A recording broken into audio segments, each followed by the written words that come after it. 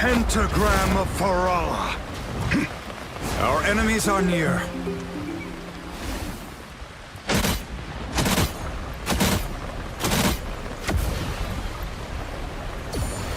By the Eye of Agamotto!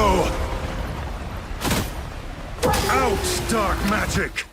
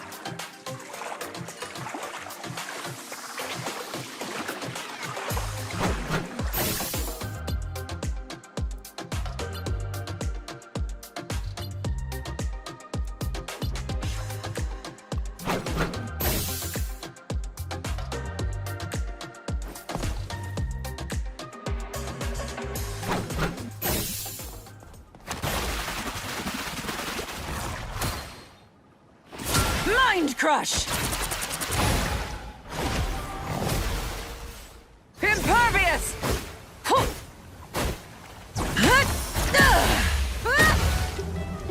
Kneel, peasants! Now that's White Queen mind control.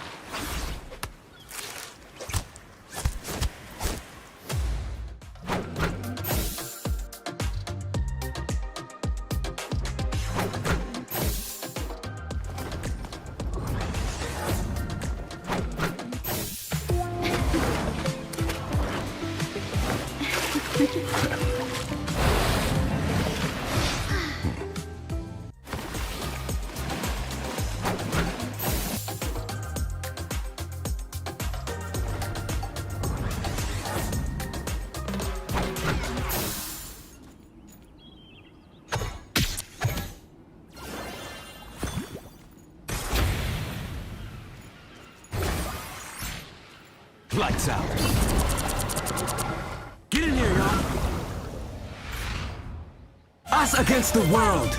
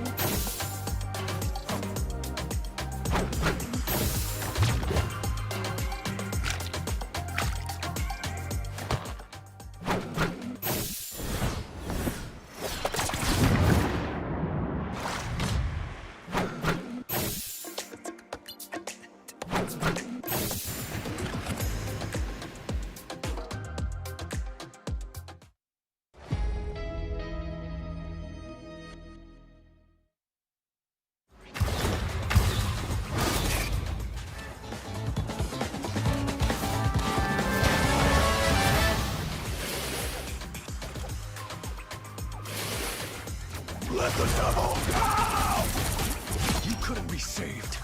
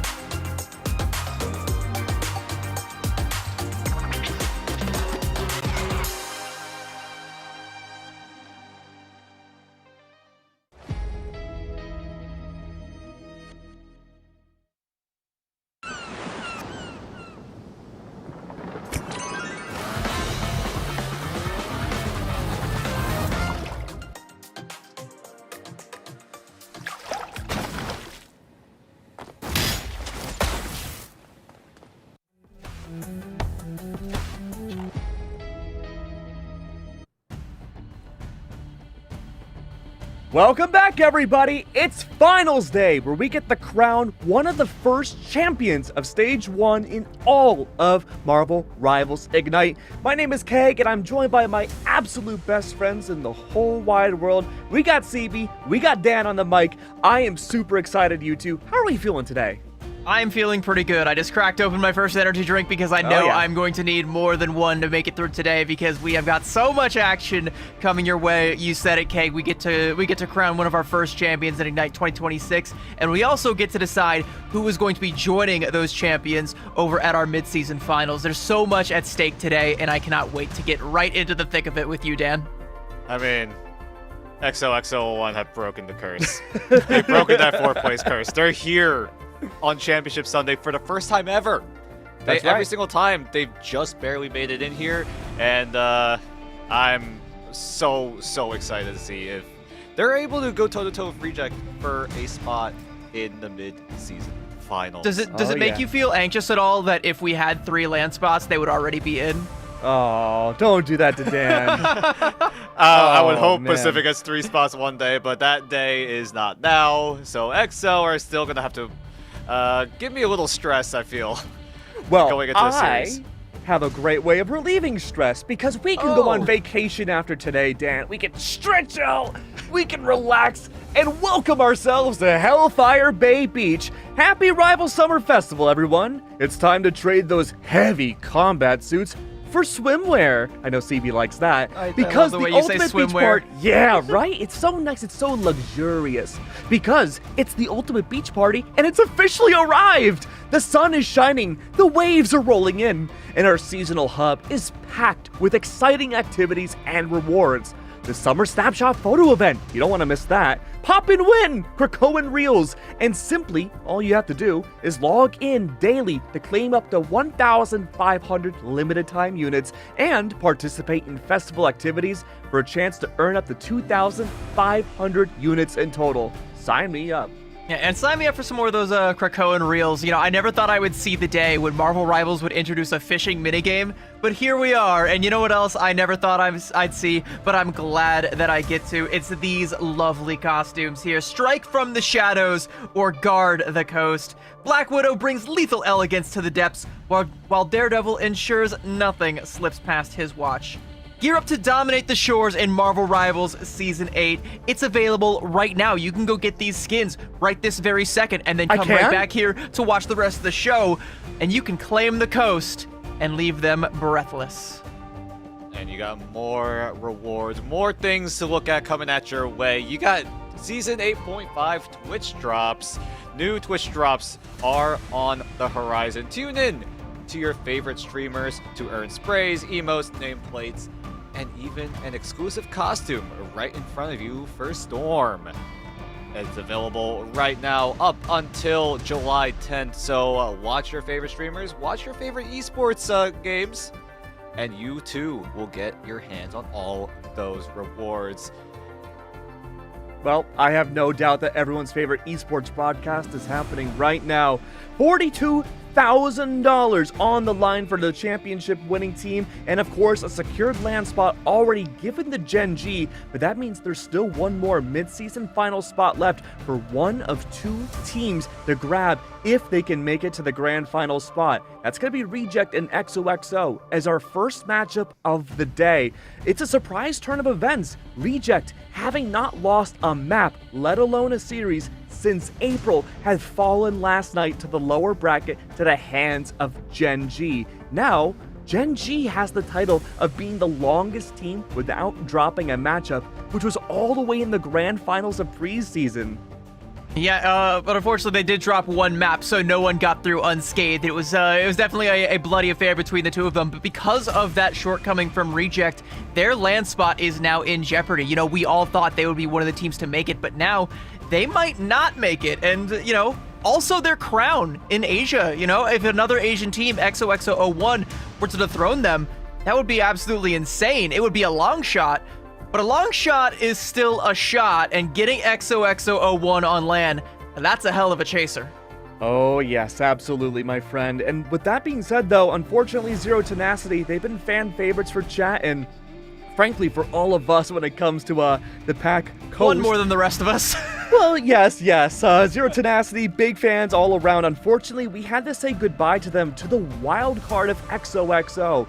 If there's any team that could make a huge lower bracket run, it is going to be XOXO. And as we look at the bans and picks, I'm wondering, Dan, as we go into this matchup between Reject and XO, which side of the bans and picks would you want XO to be on? I think at this point it might be clear getting that first save right off the get-go just provides your team with so much of that extra room, right? Guarantee that you get the first save onto the Gambit so that if the other team thinks about it, you don't really want to go for it. But we've been seeing a trend for XO in particular, right? They usually use their second save onto the Gambit because they know that when they played against Zero Tenacity, they didn't really prioritize the Gambit ban as much as we kind of expected, right? Usually that first ban was onto things like the Mantis for the most part, and then as we progressed deeper and deeper into the ban draft, it was just a bunch of like musical chairs, right? What can you get rid of from the other side, and what can you grab for yourselves? And both teams just went at it in the ban draft. There was a lot of adjustments going on, not just in the second half of ban draft, which is where most, if not all, the adjustments are. We saw a little bit of that as well in the first half.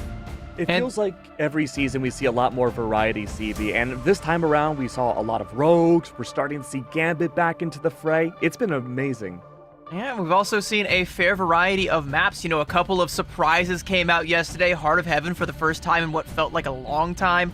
We also saw XO, previously going to Spider Islands, but instead opting for things like Central Park, changing up some of the calculus from time to time. We've seen Burn into T'Challa, a lot of these domination maps. We've seen Hall of the Jalia. It's literally right there. I get the Wakanda maps mixed up from time to time because, very similar aesthetics and, a fair bit of just about everything here, although we haven't seen a whole lot of the Shin Shibuya, and we also haven't seen a whole lot of Arako. I think we've seen like maybe one or two throughout all of stage one. I don't know. It's been kind of iffy, but we've kind of, expanded beyond just a museum of contemplation these days. Oh, thank goodness for that, right?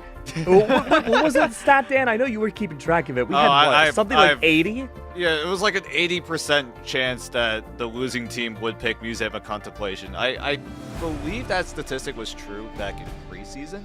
I know all of the other regions have started to follow up on it, and then I think during Stage 1 group stage, we had a lot of that Lower Manhattan towards the tail end of that group stage, and we saw the other regions definitely taking a page out of it, right? They started pulling out the Lower Manhattan on their own, and it feels like we might be the trendsetters. You never know. We're always trendsetters, my friend. RC versus XO, though, these two teams have had a tenured history, and honestly speaking, I think XO has evolved a lot since the preseason days, where they've almost adopted Reject's macro playstyle. CB, can you tell me more about that? I mean, I think they've more or less kept the same identity as they had from the preseason as that kind of like chaotic team that'll play some of these off-meta compositions that you might not be expecting. But like you said, their macro has gotten a lot better. And just overall, I think with the additions of players like JT3 and now Adobe as well as a coach, they've leveled up their game. They can play some of these off-meta compositions, but they can also play some of these normal compositions. And they have a habit of playing up to their opponents. It's been punchy, it's been scary, and having Reject go up against XOXO this time around, I think will be fantastic.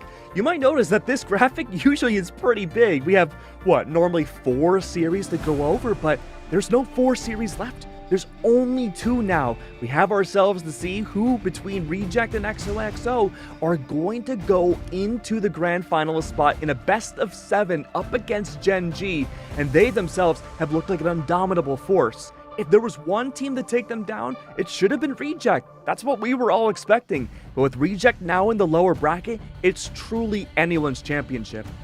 And we'll see if XO are able to give Reject a run for their money. It feels like sometimes XO had what it takes to overthrow what Reject were doing, but they just could not follow through, right? Reject, they have a lot of experience as a team together. XO also, quite frankly, have a lot of experience, or at least the core of it, right? Like Sungjuk Woo, Zeta, and Ace, they've been together for a very, very long time. And bringing in some new players like Felix, JT3, who also have a wealth of Ignite experience, and then Dobie coming in as that head coach to finally provide some order to the chaos that XO are going for, and it really makes it more organized chaos within XOXO1's playstyle. Yeah, it's been fantastic to watch XO out. Their evolution, like CB said, identity with the core has been mostly the same, but they have added bits and pieces over stage 1 to make themselves stronger than ever, and it's shown. They were in the middle of the pack back in preseason. Zero Tenacity snuck by and took that second place slot heading into playoffs, but now XOXO, they started off with a bang in group stage, and they looked almost unstoppable. And here's the thing about that XO versus Z10 matchup. XO has beaten Z10 every single time the two have squared off, and I think, you know, if you're Z10, that's just one monkey that you could never get off of your back, and yesterday getting reverse swept by them is going to haunt you, but you're going to be feeling on cloud 9 if you are an XO fan right now. Region! Don't talk about Hell's Heaven. Oh, yeah, we're not going to talk about it. We're not going to talk about it, but let's talk a little bit about Reject, the champions coming in from the Asia region. Ruling over that region essentially with an iron fist, but then came into contact with Gen G, the ruler from across the pond, and, you know, ended up falling short 3-1. They did win Heart of Heaven against Gen G, but still, I mean, like, it looked a little bit rough, a little bit shaky at times, but they faced that kind of adversity before. They've taken the last 24 hours to reassess, try and figure out what went wrong in that matchup against Gen G, but while also needing to prepare for XO, they cannot look past what is in front of them today because their land spot in this matchup is on the line. They can't just be looking at what lies beyond. Piggy has had a lot of comments about Asia as a region as a whole in our interviews. He's been saying, you know, I think Reject might be the best team in Asia, but if they beat out XO and go to Grand Finals, they won't necessarily be fighting a team in Asia. They'll be going up against an OCE team that they've already lost to. And it's the rematch there as we take a look at what is the team that finally broke that 4th place curse. Fun fact, every time XO have participated in an Ignite tournament ever since 2025, they have always finished at 4th place, but they have finally broken it off of a reverse sweep that we saw last night. And oh my goodness, if that was cinema, I'm sure we will get cinema here. It just feels like, again, XO have what it takes to take down at least Reject. But is it going to be happening here tonight? It just feels like every single time they go up against each other, XO just get a little bit better, like 1% better. But does it compound enough to take down the partner team here in Asia? I think it's like, you know, it gets a lot more narrow at the top. Like you said, they've broken the curse and they've managed to break free from 4th. Now they're up to 3rd, but it gets a lot more tight. Like, these two teams directly above them are tough customers. Now, Dan, I believe you had something prepared. I believe, what was it, a speech? A chant? A way of being? It's like a rally.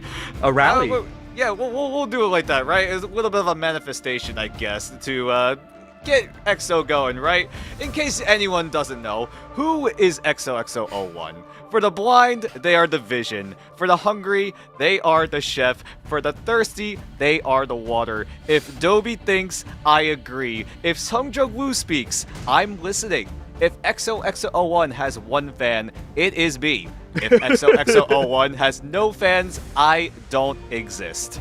He didn't write that down, by the way. He's been chanting that nonstop for the past several I've been hours. spamming It's it on tattooed Twitter. on him. It's been spamming on Twitter. I've been spamming it in chat to limited success, but I'm trying to get everyone to learn the truth that XOXO01 are in fact the OG dive connoisseurs. He's got a printout of some Woo and he like taped it to his bathroom mirror and he chants that at him like 5 times It's a day his before he Bloody Mary. brushes his teeth. I should print out a picture of Sungjung Woo and just put it like right behind me, like right here. And put some candles around it. Oh, Pray to yeah. it each night. Oh, yeah. But I mean, from Delulu to Solulu, Dan, I gotta ask you, what are you going to do if XOXO wins the championship, gets 1st place? I honestly don't know. Yeah. Well, first thing, right, it's an uphill battle for XO no matter what, going toe-to-toe against the partner team of Asia. But if they do make it out of this series alive and qualify to the mid-season finals, I'm going to be beyond excited. That just means that XO are able to show the world that what their playstyle is, right? This whole dive or dive playstyle, going with dive, sticking with dive, And with the amount of adjustments that EXO have been doing within some of these maps, especially in map 5 versus Zero Tenacity, where Sungjung Woo was literally just playing mystery heroes, right? Iron Fist at one point, Black Cat, Daredevil, Magic, every single melee hero you can think of, Sungjung Woo can play at the highest level. Oh yeah, I'm super excited to see how Sungjung Woo plays it out. We are moments away until we get to our very first picks and bans of the night. Lower bracket elimination finals once again between Reject and XOXO. I'm very curious to see how these ban drafts play out because I think at this point it's almost a guarantee that Mantis will be the first ban, guaranteed for both 100%. sides. But it's that first ban for the upper team and the first reserve for the lower team. And I can see up ahead. I'm going to spoil it real quick. Reject gets the first reserve. Really curious to see what they choose to do with it.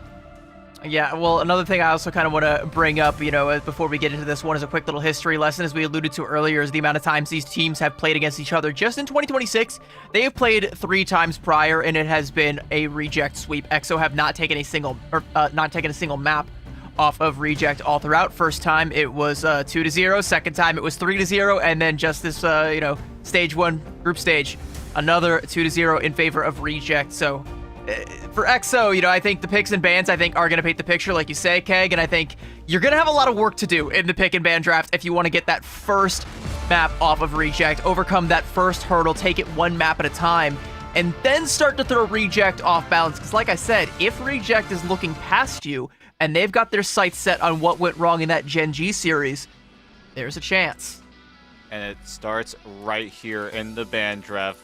XOXO01 versus Reject. The last time EXO took a map against Reject was all the way back in October of 2025. So it's been a whole 8 months since EXO took a map, not a series, a map.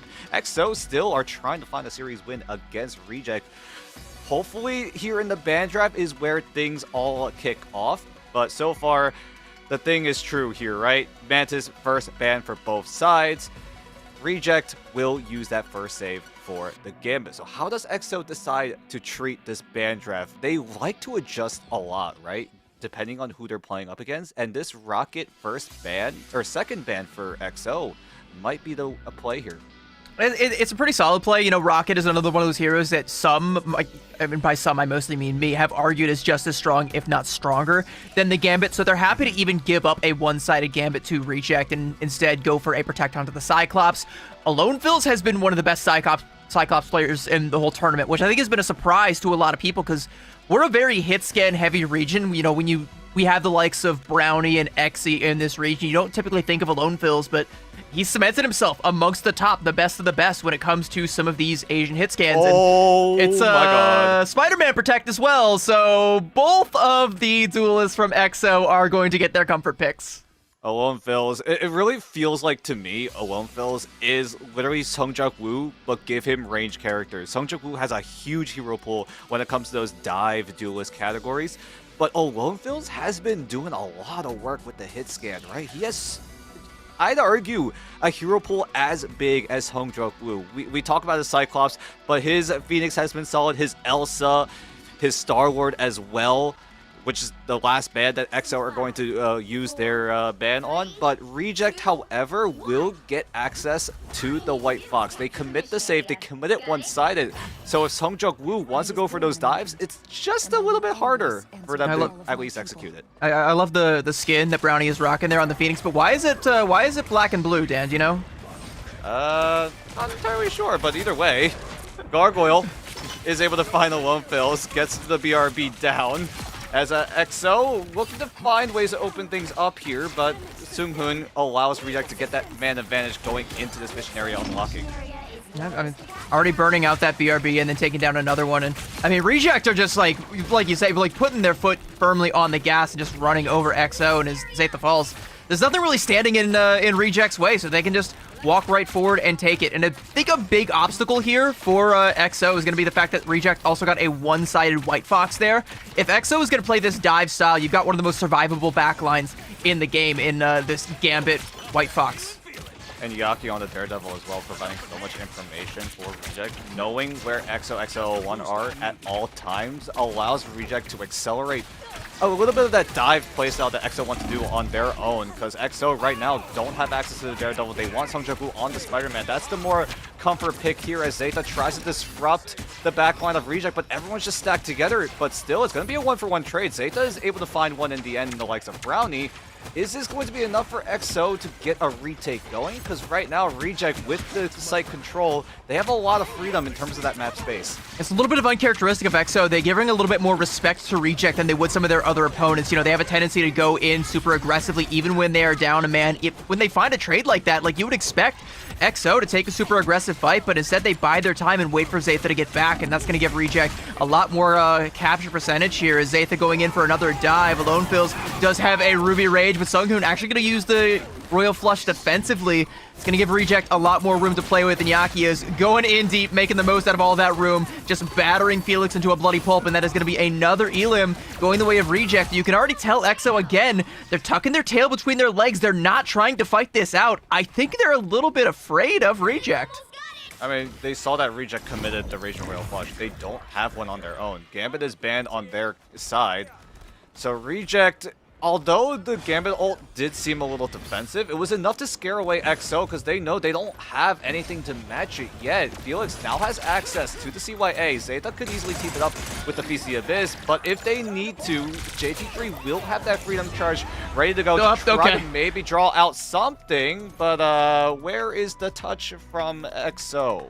Yeah, I think we were supposed to see the touch from the Star-Lord there, but it just didn't come through. And I think, to my point, EXO are a little bit shaken. Like, they're nervous. They are a little bit too afraid to overcommit, which is very uncharacteristic of a team like this. And I don't know, maybe it's a lights too bright kind of moment. It's still early on in this series, and there's plenty of time to shake those cobwebs off, but you know, Zeta invests the Feast of the Abyss off of the point there, and clearly, you know, EXO are fishing for something, you know, trying to make something happen, but whatever they were looking for, it just doesn't come to fruition, and they just don't know what the next move is. So Alone Fills just doesn't get onto the point when he really needs to.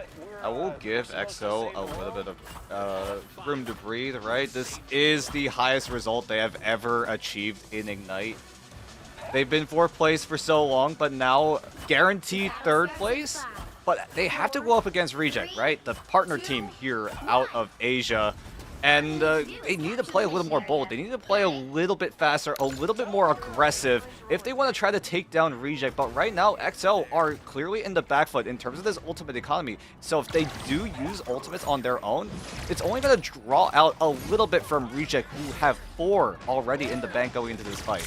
Yeah, would have 5, but I think Gargoyle, you know, probably popped the banhammer onto Zeta when he went in for that Feast of the Abyss before. And speaking of feasting, Zeta's health bar is being chomped down, but Sung Jung-woo has managed to get in there, and he has finally sunken his teeth into this backline. He'll take down Brownie and looking to try and take out either Laster or Sunghoon. He's going to force out the Kumiho, and now with the CYA, that Fox is going to be turned into a coat before long, and going to be Reject on the back foot, but trying to play for the point here. But Sung Jung-woo has gotten into the backline, going to finish burning out the Kumiho, but he'll be put on a leash as the Heaven's Retribution now going to come out, and Yaki catching off the leash, Ace away from the point, letting the Devil out and beating that Shark down, and that's going to be another Elim going the way of Reject. And XO still looking to try and find something. That was the play that they were going for, and it just didn't work out.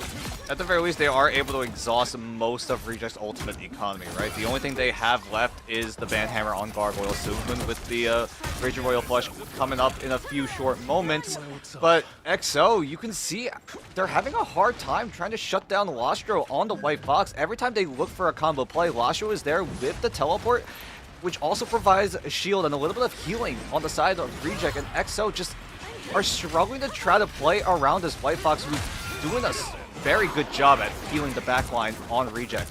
The Banhammer comes out. I'm wondering if that was onto Ace and that forced out the It's Jeff, but Brownie is just clicking. He is in his own lane right now, not under any pressure. In fact, it's Zeta who is feeling the pressure. He's going to use the Feast of the Abyss just for a bit of a reset there, but as he comes back up, he gets skewered away by Piggy, banished to another realm, and Brownie will send him a parting gift, and now Gargoyle going in with the katanas, and again, XO on the back foot. Reject again stamp their foot down and assert dominance, rather. Yeah, but the BRB is already invested, so Ace, his knockout will be permanent for 5 more seconds, as XO need to go for a regroup. We're slowly but surely closing in on Final Fight territory. XO still need to find a way to step foot onto the site. Don't do the same mistake you did back in round 1 where you just barely weren't able to touch to at the very least trigger overtime, and now the scramble begins for EXO.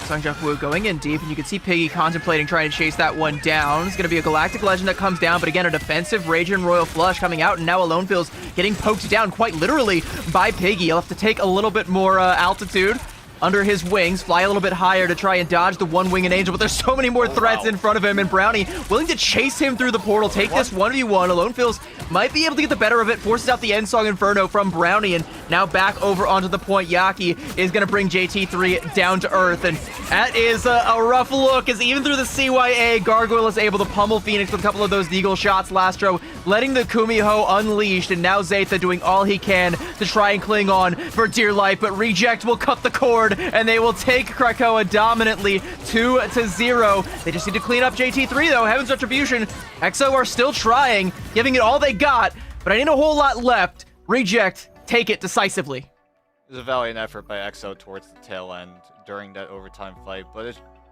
it just feels like EXO are still trying to get some sort of warm-up down. Because you talked about it right, CB. EXO are playing more defensive. They're not making more of those proactive moves, and that allows Reject to, at the very least, control how the pace of the game goes. That whenever they want to fight, that's when Reject hit the go button. It just never felt like EXO wanted to hit that go button. But EXO, whenever they did go for those proactive moves, they do draw out resources from Reject. But that was where EXO just could not find those eliminations, any way to get momentum back in their favor, and Reject again just controlling the entire battle from start to finish. Can I tell you the most the most telling stat line that I see on the scoreboard right here, Dan, is Sungjak Woo 3-2. Ironically enough, for a team like EXO, your Spider-Man player, you kind of expect a lot more casualties, but he's just not going in. He's not, committing aggressively to these fights, and I think he's feeling like, he's waiting for Zaytha or JT3 to set something up, and then he comes in to knock it out, but it's just not happening. It's just not clicking. The communication just isn't there, and EXO, again, I think they're paying a little bit too much respect to Reject. And of course, they do command respect. They're the champions of their region. They are the uncrowned champions of this one, so if you were to ask them. And EXO just can't really play their game the way they want to. Typically they'll go in aggressively, they'll force errors out of another team, but they don't feel like they can execute on that plan against Reject in the early goings of this matchup. And especially on domination, a map type where EXO have been quite dominant in the past, yep. They feel like, they let their little brothers have the controller this time. And also Krakoa is also very dive favored, so this should have been a home turf advantage for EXO in terms of that playstyle, but I gotta look at the ban draft, right? Giving away one-sided Gambit and a one-sided White Fox, it felt like EXO might have stumbled a bit there. You probably should have, at the very least, secured one of those picks, right? EXO usually like to go for the second save onto the Gambit, but Reject were able to just intercept it. I think the White Fox is probably the worst one, because it just makes that backline so much more difficult to dive. Getting that one-sided White Fox was a coup that just kind of snuck in at the last moment of that pick and ban phase. But we are so far away from the last moments of this series. We're just getting started, chat, and we will be right back with map number 2 on the other side of this break. Don't go anywhere.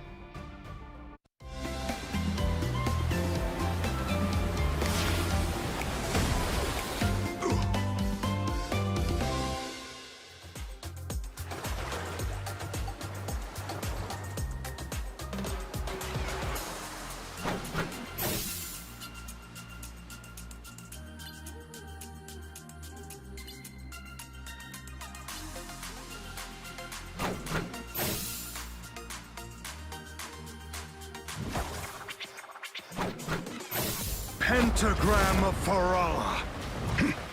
Our enemies are near.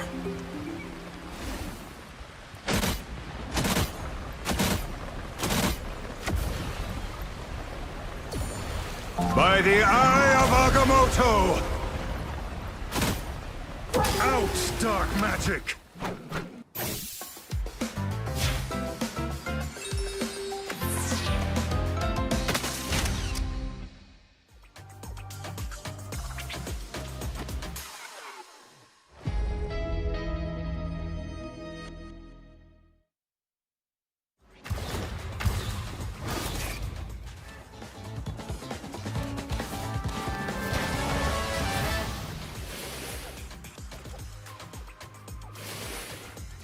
let the devil go!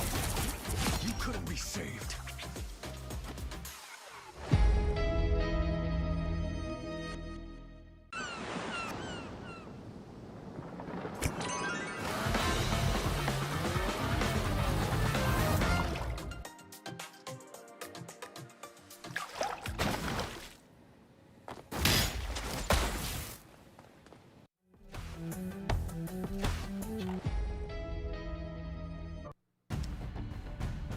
Rough start when it comes to XOXO on domination. Unfortunately, didn't go their way.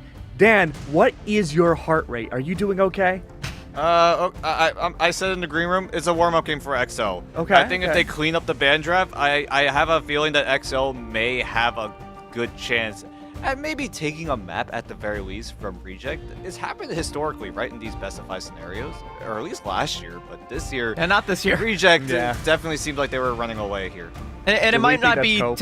it might not be today either with the way that they're playing. Sure, maybe they can clean up the band draft a little bit more, but I also think that you can't let a bad band draft stop you from playing the game at all. Like, it just really felt like XO were barely in the lobby, right? Yeah. Like, they barely went for any of their signature dives. They didn't really try to push the tempo and force errors in the way that we know and love them to do so.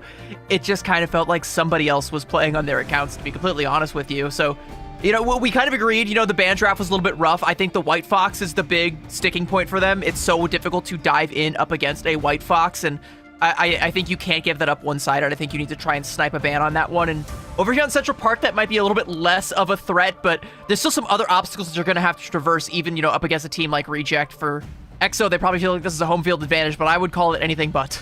That's right, we're going to Central Park. This has been a responsive map that we've only seen recently from XO. Historically speaking, losing first map, always XO would choose Spider Islands against any team that they were up against, but in the lower bracket, having to face up against, again, a Game 1 loss against Zero Tenacity, having to choose that second map, that was the first appearance of the Central Park matchup. Hopefully, maybe an opportunity to catch Reject off guard, not having as much data on XO and how they play. Again, regardless of how the map plays out, this needs to be a perfect band draft for XO. And that's going to be where it starts, right? If you are able to execute the band draft, you should have a good chance of taking over the game, right? Map 1, you could say that XO definitely fumbled it a little bit, giving away the Gambit, giving away the White Fox over to Reject, especially if it's one-sided, meant that XO... Like CB talked about it, right? You need to try to prioritize getting rid of that White Fox. It felt like every time XO were able to get away with a White Fox ban, they had a very comfortable chance of winning some of those maps. Or at the very least, when they played it against the likes of Zero Tenacity last night. And I think that's the adjustment that XO need to make here. Put a little more emphasis on that White Fox in this ban draft. And maybe you use that first save onto things like the Gambit. But again, like, I don't even, like, again, even if you do a bad ban, like, if you fumble it again, like, you can't let that stop you from playing your game. You can't be hesitant against the team the caliber of Reject. You can't take that extra second step to try and think about what you're gonna do. You have to already come in with a plan, and you can't let the draft shake that. And I think that's going to be the biggest thing, going forward for XO is, like, I want to see them turn up the tempo back to what we know them to be able to play at. It all comes down here. Once again, Reject take map 1 over on Krakoa. Now XO take us to one of the New York maps as we head into the ban draft. First ban should be the Mantis. We'll see if XO decide to make any sort of adjustments right after, because XO... we know how they treat the band draft. They like to pick and choose depending on what kind of opponent they're playing against. But so far, the pattern has been trending towards XO saving that Cyclops first. Yep, and that's exactly what they're going to do once again. And, I think another thing that's kind of worrying is, like, they went for the Cyclops pick first on Krakoa, and then Alonefills ended up making the swap over onto the Star-Lord. They kind of abandoned ship on their early attempts at trying to set Alonefills up for success on the Cyclops in the way they had previously. And now they're going to go back to that same Cyclops well that they've already kind of decided didn't work. So it's kind of like indecisiveness that we're seeing from them even in this phase. Yeah, and the one-sided Gambit going over to Reject once again. Both sides now getting to have a chance at banning something away. XO will make the Cyclops one-sided, whereas Reject take away the Luna Snow. Some of that poke potential that XO might want to work with here if they want to go for a more dive style composition. XO won't have the White Fox Luna Snow team up to rely on in terms of a self-peel for the strategist.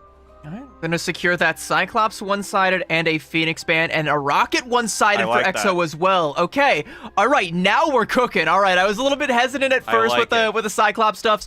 Now we're cooking. There is gonna be a Loki band that comes out from Reject, and I do think that, you know, I can already see the compositions that Reject are playing. They're going for the triple with the Adam Warlock and the Loki, so a double res composition. They're denying XO any opportunity to go for the same thing on that side. You know, if they want to try and play the Adam, they're going to have to try and play it with only one crack at that Karmic Revival. And I really like this adjustment coming from XO.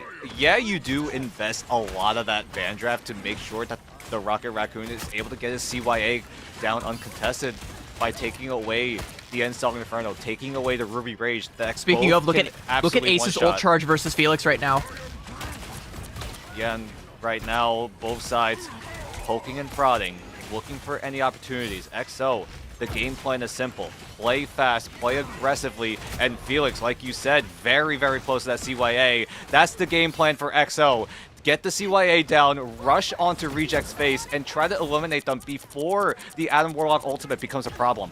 Hey, you can see like Ace, like he's even looking at his low HP Vanguards and not doing anything about it. There's that CYA, it's opening time. They've already managed to burn out that Soul Bond. A major resource for Reject has been burned through, and Sungjuk-woo now getting in there on the Black Cat. He's torn up 3, and there we go. A quad for Sungjuk-woo and a team wipe. This is the XO we know and love. Lightning may strike twice for XO. Sungjuk-woo made us realize that this Black Cat may still be a problem.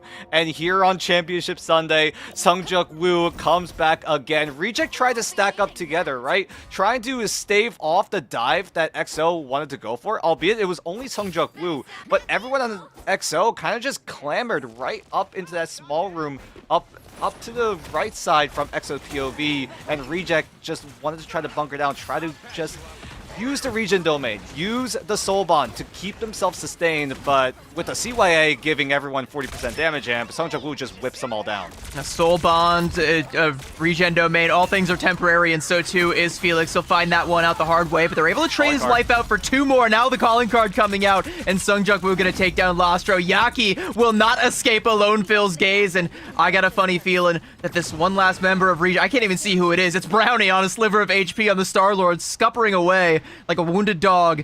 Will find a health pack and will get himself nestled in deep into the backline if we want to try and go for a cheeky little play here. Ruby Rage, how dare you lock me in a strangling prison? You're not locked in here with me. I'm locked in here with you, and you are not going to be stopping this card from coming through anytime soon as the KOs just keep going XO's way. They set a blistering pace through Central Park. 5.5 minutes.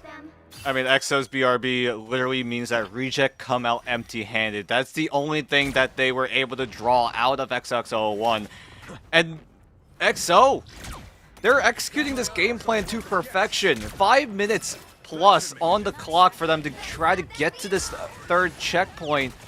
And Reject just never find a foothold. And only now is when Seunghoon has access to the Raging Royal Flush. And is it going to be too little too late here? I'll have to say, a lot more ultimates besides just that Raging Royal Flush, though, for Reject. So this is probably going to have to be a dry fight for XO, but they are still going to poke and get as much as they can out of it. There's going to be that Royal Flush, and even without the Galactic Legend, Brownie just drops Sungjuk-woo like a sack of bricks, and even more damage coming out, but the Invisible Boundary from Ace is going to give XO a little bit more staying power in this fight, and Brownie is going to see that and respect it and wait for his moment, and I betcha he is going to be taken to the skies before long here. We're also going to see Yaki letting the devil out. Is Brownie actually going to hold on to his ultimate? He'll fall courtesy of Sungjuk-woo in the backline, but so much damage coming out. And with that CYA, XO were able to get better at this fight. They just wait out that Royal Flush, and they come back. They had the winning hand all along, and Seunghoon Gonna be pummeled there by Seongjuk-woo, making the swap over onto the Iron Fist. Lastro wants to lay down the dance floor, but EXO are more than happy to square up. Now the Galactic comes out, but no one is around to hear the legends of Brownie, and I don't think they're gonna be passing that one down to their grandkids as EXO continue to write their own legend, continue to march this cart forward, still with nearly 4 minutes in the time bank, taking a soft reset in this fight, but soon they will strike once more as Zaytha holding on to that strangling prison. He's looking for these flankers. He wants to lock them down. He is daring Yaki to come in and try and make a play, but it just isn't happening. So instead, he'll settle for the Vanguard lineup. A 2-for-1 special, and Zaytha has them both locked down. Piggy will not escape with his life, and this is going to be a reject. Forced to try and make a play. They get 2. Yaki taking down Felix and Gargle, putting down Ace. So with the strategist lineup gone, the staying power for this fight in EXO will be as just the same. But now, yeah, it's all over. It's all over. Reject have finally put their foot down and evicted EXO for the time being, but still 3 minutes to get this full cap. A very long and extended fight from both sides. EXO really wanted to force it. The tempo is so high. I feel like this is the fastest I've ever seen EXO play on a singular map. At the very least, Reject are able to stabilize, so they're able to reclaim some of the space that they initially lost because of how fast EXO were playing.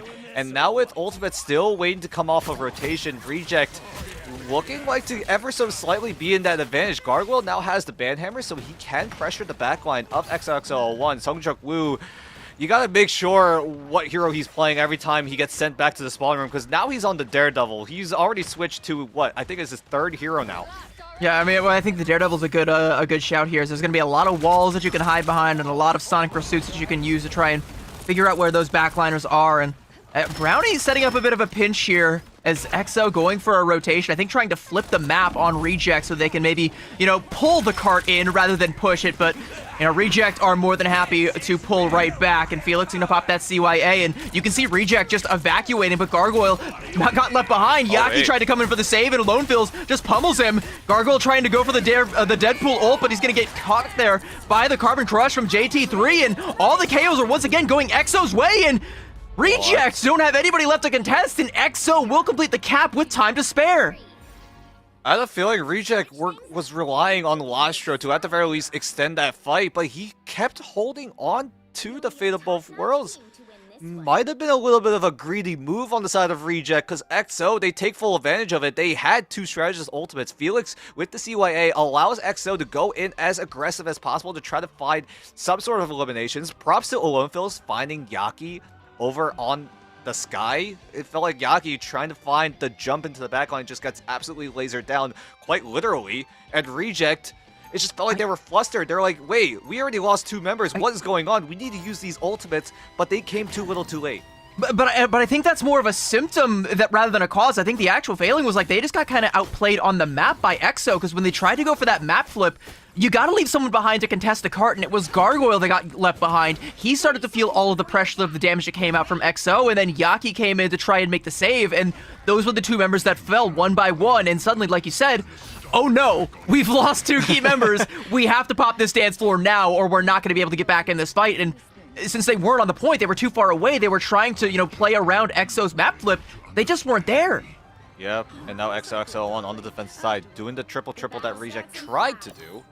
Putting Alonefills on the Adam Warlock. Felix stays on the Rocket Raccoon. I wouldn't be surprised if EXO do the same funneling tech that they did when they were on the attacking side, right? Give Felix all of the heals. Let the Vanguards of XOXO01 take as much damage as possible so that Felix is able to get that CYA quite almost uncontested. Look at this composition from Reject, though. A triple Vanguard lineup with only Brownie on that Elsa, the only major source of damage, but Yaki moving over onto the Rogue. And with that Gambit team up, that is going to be a weapon, especially if Yaki's able to get in deep onto Alonefills, Felix, any of these squishy backliners, as a matter of fact. But Alonefills getting some good damage, building up to that Karmic Revival, keeping those snaps up and getting a little bit more healing going, keeping Reject at bay for the time being, but sooner or later, he's going to have to throw down. He'll throw out the Soul Bond, give his team a little bit more staying power, but they're going to have to back up and respect it as the wall comes out. Piggy has managed to burn down Zaytha. There will be a BRB that comes back out, but there will not be one for JT3, so you are now down 2 Vanguards and 1 tick already going the way of Reject, and Piggy yeets that Strangling Prison in, and he'll catch the rest of EXO, and they will all be bursted down. CYA forced out from Felix as a survival tool, and Ace is able to take down Piggy, punish his overextension, but nearly all 3 ticks have come through, and EXO have to get a body on the point. At the very least, JT3 is able to channel the portal so that everyone on EXO will be 6 members strong. Sungjaku switches over to the Magic because JT3 is playing the Doctor Strange, but that team up is not going to save you from a 1v1 win against Lastro. He's going to use the Loki copy onto the Raging Royal Flush. Brownie coming up huge with the Glartrox, is able to catch out 3, and 3 will go down. EXO just falter at the tail end of that fight, and Reject control the first checkpoint. And there was really no easy way out of that fight for EXO because, Lastro having that first of the double flush, and Ace, of course, you gotta pop that invisible boundary, and that's just, Fish putting themselves into a barrel for that Glartrox. Brownie just yanks them all out of the invisible boundary, says, come on over here, and pops him down. And Zatha getting caught slipping again there. Brownie gonna, give him a swift reminder of what happened not 10 seconds prior, and go in deep for a little bit more burst damage, trying to burst him down. Won't find the Elim, but you can tell Zatha is going to be playing scared and holding on to that Strangling Prison. He's actually going to yeet it in, catches onto Brownie, potentially gets his revenge, but it's broken by the walls that come out from Piggy, and Brownie is still on a tear. Seunghoon then gets the second rotation after Royal Flush, is able to find Ace. As a Reject, they're looking very healthy in this Ultimate Economy. EXO still have to navigate a little more of that percentage point to at the very least contest what Reject have. And this is looking like a repeat from map number 1, right?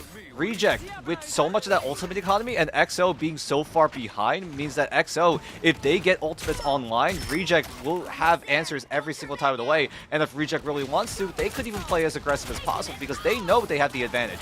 And Yaki's even going to take some of that ult charge away, goes in with the Heartbreaker. JT3 going to put him down though, trades out for Zatha. We got to get a body on the cart, less than a meter to go. Gargoyle with the Sonic Seduction, trying to keep the members of EXO at bay. Alone Fills will take down Brownie, and there's another Strangling Prison that comes out from Piggy, but he's going to find 2 off of the walls coming through there, off the backboard. He lands that one, and that is going to be Reject claiming this card. JT3 doing all he can to try and stop it. As a Strange Portal is now going to come out from Yaki, make sure there's reinforcements online. 2 members of Reject have fallen, but they will be back before long. There's another Sonic Seduction, but Brownie is not falling for it, breaking his ankles as a matter of fact. Felix with the CYA. EXO are really giving everything just to stop this last meter from coming through, but a Glartrox is going to cart them off to the Netherworld, and Reject will claim this realm for their own.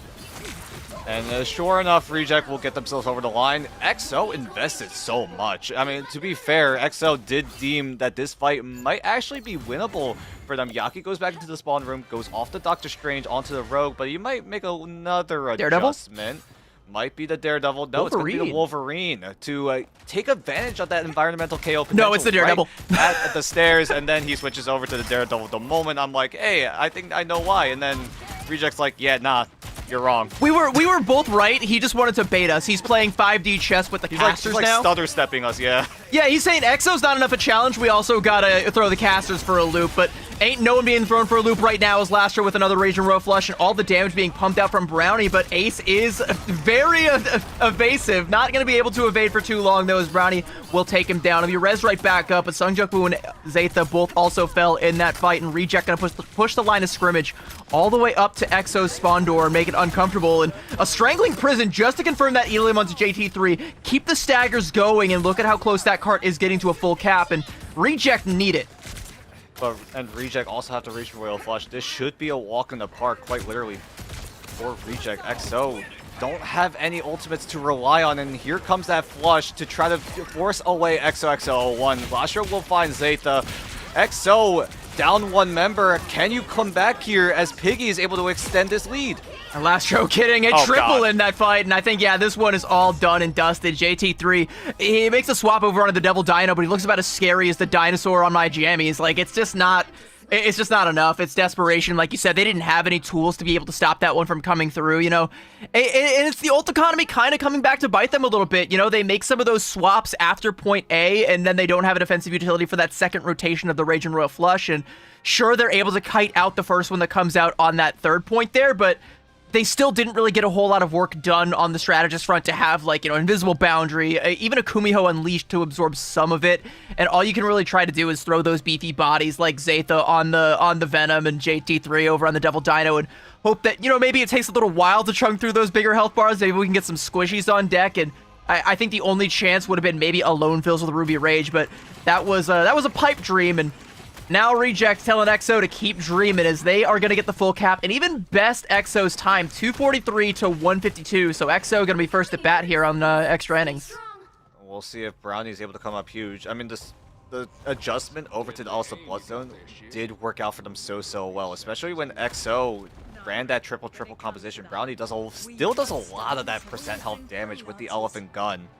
And Reject lobbying off of Brownie, going crazy on the Elsa Bloodstone, not just from the left clicks, but also from the Apex Predators coming up huge time and time again. Catching, what, 2-3 members of EXO every single time? But now EXO on the attacking side once again here in overtime with 1:49 on the clock. How far can EXO go before it's Reject's turn? Now they're going to have to set the bar as high as they possibly can, make it impossible for Reject to clear. You're definitely going to be hoping for more than just 1 or 2 ticks. And again, keep an eye on Ace's ult charge in comparison to Felix. They're going to try and play for that same thing that got them in the front door the first time. And you can tell Brownie is kind of privy to it too as well. He's a little hesitant to do damage. He doesn't think he can confirm an Elim. He'll burst Zaytha down, but the healing will be there. Actually, no, it will. The anti-heal, as a matter of fact, coming through from Sunghoon, and now EXO are going to be realizing they played this just a little bit too slow. They gave Reject an opening, and they have shut it. Huge fight win for Reject. That gives a lot of time for Lostro to stack up his God of Mischief available. It's going to be inevitable, right? Lostro will copy Sunghoon. That's playing the gambit so that Lostro is able to utilize the Raging Royal Flush to try to force away EXO, who's also trying to get a funnel going, right? Felix on the Rocket Raccoon, already at 73% with the CYA, but Lostro will for sure be able to match it, but Sungjung Woo is able to get that 1v1 in the side room. And there's not going to be a BRB because remember, Rocket Band and EXO are the only ones with access to that. That will slow things down, but Reject want to speed it right back up. Here's that Raging Royal Flush now coming out from Lastro, but Felix had enough time to get the CYA, so a ton of overhealth and a ton of damage amp. Sunghoon will be bursted down, but Gargoyle coming back in, taking down Ace. It's a 2-for-2 trade coming out. EXO have gotten themselves to the front door. Reject still seeking to evict them. JT3 will be burned down there by Gargoyle. Only 15 seconds left, and Reject still holding strong and starting to come up to a few more ultimates here. And EXO, they've got to make a play, and they've got to make it now. JT3 swapping over onto the Double Dino, walking through Alone Villas' portal, and hello, there was a tasty little morsel on the other side. He'll chomp Sunghoon down, and even catch Piggy back up against the wall, quite literally, burst him down as well. And now Lastro next on the chopping block. 3 key members of Reject have been dealt with, and they are looking for a 4th in Gargoyle, and he cannot escape the jaws of fate as JT3 will clamp them down, and EXO will have this first point. I know we talked about the Devil Dinosaur a few times, right? Sometimes it just feels like it's a little bit of a troll pick, but JT3 realizes that, hey, we need to find a way to fight Reject. And Reject are very constricted to a zone. Piggy channeling the portal to try to cut off the push from XXL1. Sungjung Woo going down is already bad news. A bullet from another dimension and a Glartrox from this one. And this is going to be just taking EXO so far off of the point. They're bursted down by the Maelstrom of Madness, and the cart will stop just shy of where that first gate opened. It's not exactly a high bar to clear, but for EXO, hey, you got that first point, and that on its own is pretty huge. It's not easy, but it's winnable. It's winnable for EXO, but it's also very, very winnable for Reject. Both sides, you could argue, is at a 50-50 when it comes to who's going to come out here in this map. Brownie has been absolutely insane on the Elsa Bloodstone, not just from the left clicks like we talked about before going into this round, but also with the Apex Predator. That's 3 for 3 now for a multi-man Gartrox in favor of Brownie, and that literally just caught EXO off guard, it feels like, every single time, right? Reject are just never prepared to try to combat what Brownie is about to throw at them, and it's just a giant Gartrox controlling a whole lane that EXO are looking to control. And I do think, I'm glad that you're highlighting Brownie on this Elsa, because I do think that, say EXO were able to win this map and this series goes deep, I think that Elsa is going to be something you see a lot of from the side of Reject here in this series particularly, because I think Elsa's just good against everything that EXO want to play. Venom, I mean, Elsa's one of the best dive duelists, or anti-dive duelists out there right now. And even in close range, not even against dive compositions, the burst damage against something like a Groot is just too much to withstand sometimes. So he's getting a ton of value, doing a ton of damage, and building up to a ton of those Glartroxes that are, like, fight win conditions all on their own the way he's using them. Now going into Reject's turn on the attacking side. This time they have about 2:40 on the clock. A little bit more time than EXO had on their turn, but Reject looking to get fast, get aggressive. EXO, however, they're not going to rely on the triple this time around. They're going to have a little more damage at their arsenal, right? Putting Olympus onto the Cyclops, who's already taken down pretty low. So EXO needed to be a little bit careful when it comes to taking all of this damage, and Reject, the win condition is simple, right? Either get Lastro's ultimate online or Seunghoon's, but Brownie going down, that's a lot of that damage out the window for Reject. It's going to slow the pace a little bit, but Reject can afford it. But Zaytha doesn't want to give them the luxury of a reset. He is going to give Piggy a hard one, walling him off from the rest of his team. And now JT3 pushing the line of scrimmage further, and a nice little carbon crush there onto Yaki. And that is going to burn Reject's time bank down to 145. Still enough time to take two pretty good fights here, but EXO, the first one is now in the rear view, and they got to focus on what's in front of them. Yep, and what's next? Lastro with the God of Mischief, maybe Seunghoon with the Raging Royal Flush if the fight goes long enough.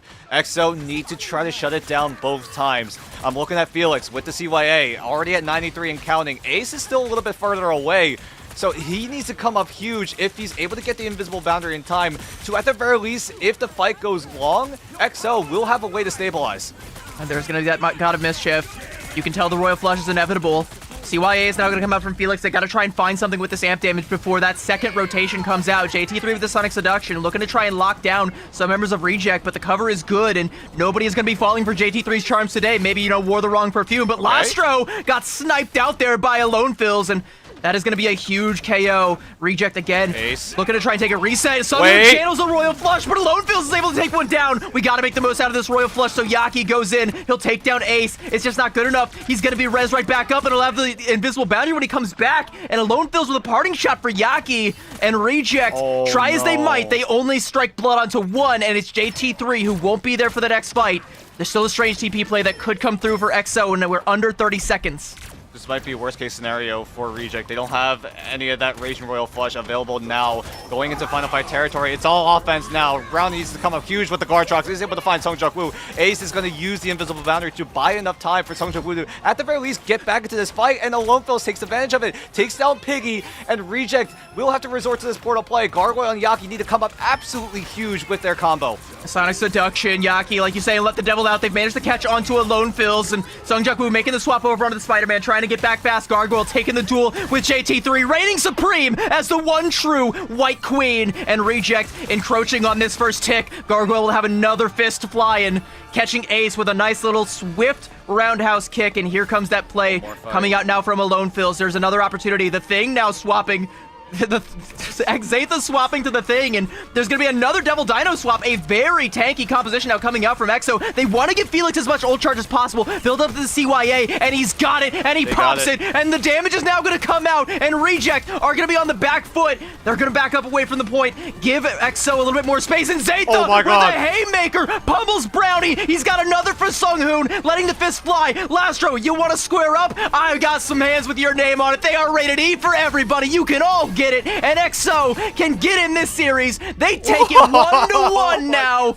This series ain't gonna be no blowout. For the first time, EXO have taken a map off of Reject. The dream is alive for EXO. They look down and out in map 1, but coming into Central Park, they had a plan and they executed perfectly every single time. Rely on Felix with the CYA because you had to. You invested half of your band draft to make sure the CYA comes in uncontested. EXO are able to get the value that they needed from this band draft, and what better way to put it when this Felix comes in with the CYA to put Central Park to rest in their favor. Yeah, they swap to a triple Vanguard composition and just give Felix all of the healing. Like, Ace even swaps to the Adam Warlock at the end there, you know, just hoping that maybe he can do enough damage. They weren't going to risk Felix falling with like 98% ult charge. That was the plan, and it came through at just the right moment. And this is the stat line I want to see from EXO, all right? It sounds crazy, but I want to see Sung Jukwu with 15 deaths, because that means he's getting active.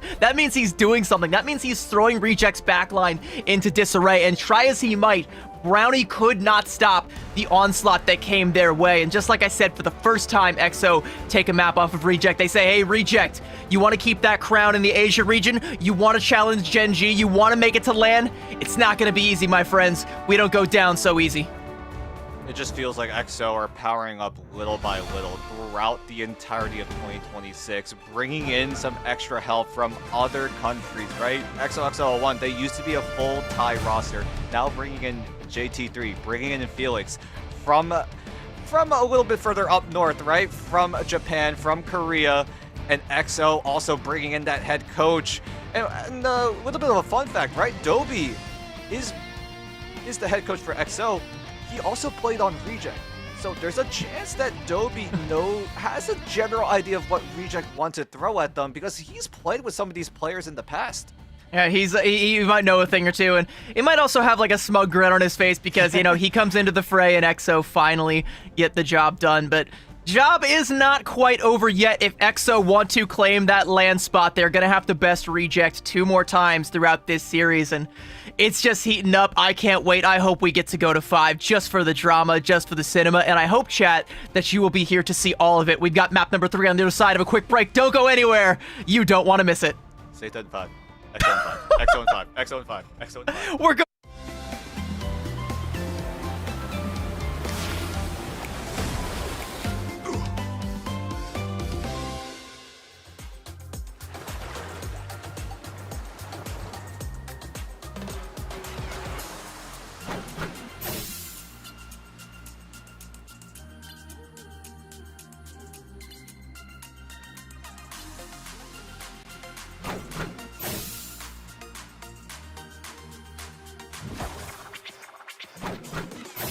Pentagram of Farala.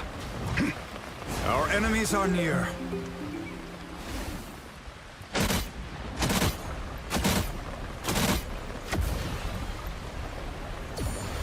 By the eye of Agamotto! Out, dark magic!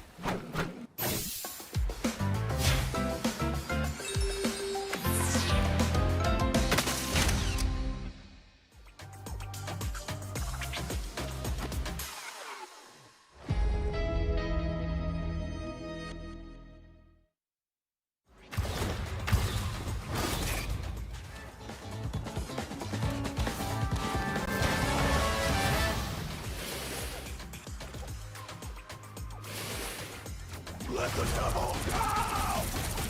You couldn't be saved.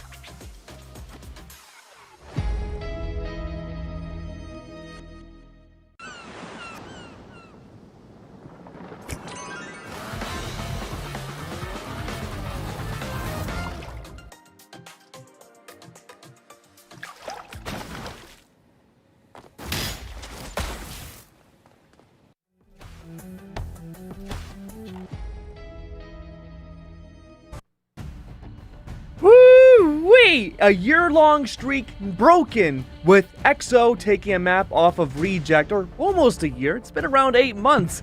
Gotta say though, EXO, they had the pace, it was fast, and RC managed to keep up and nearly won it out in deep overtime.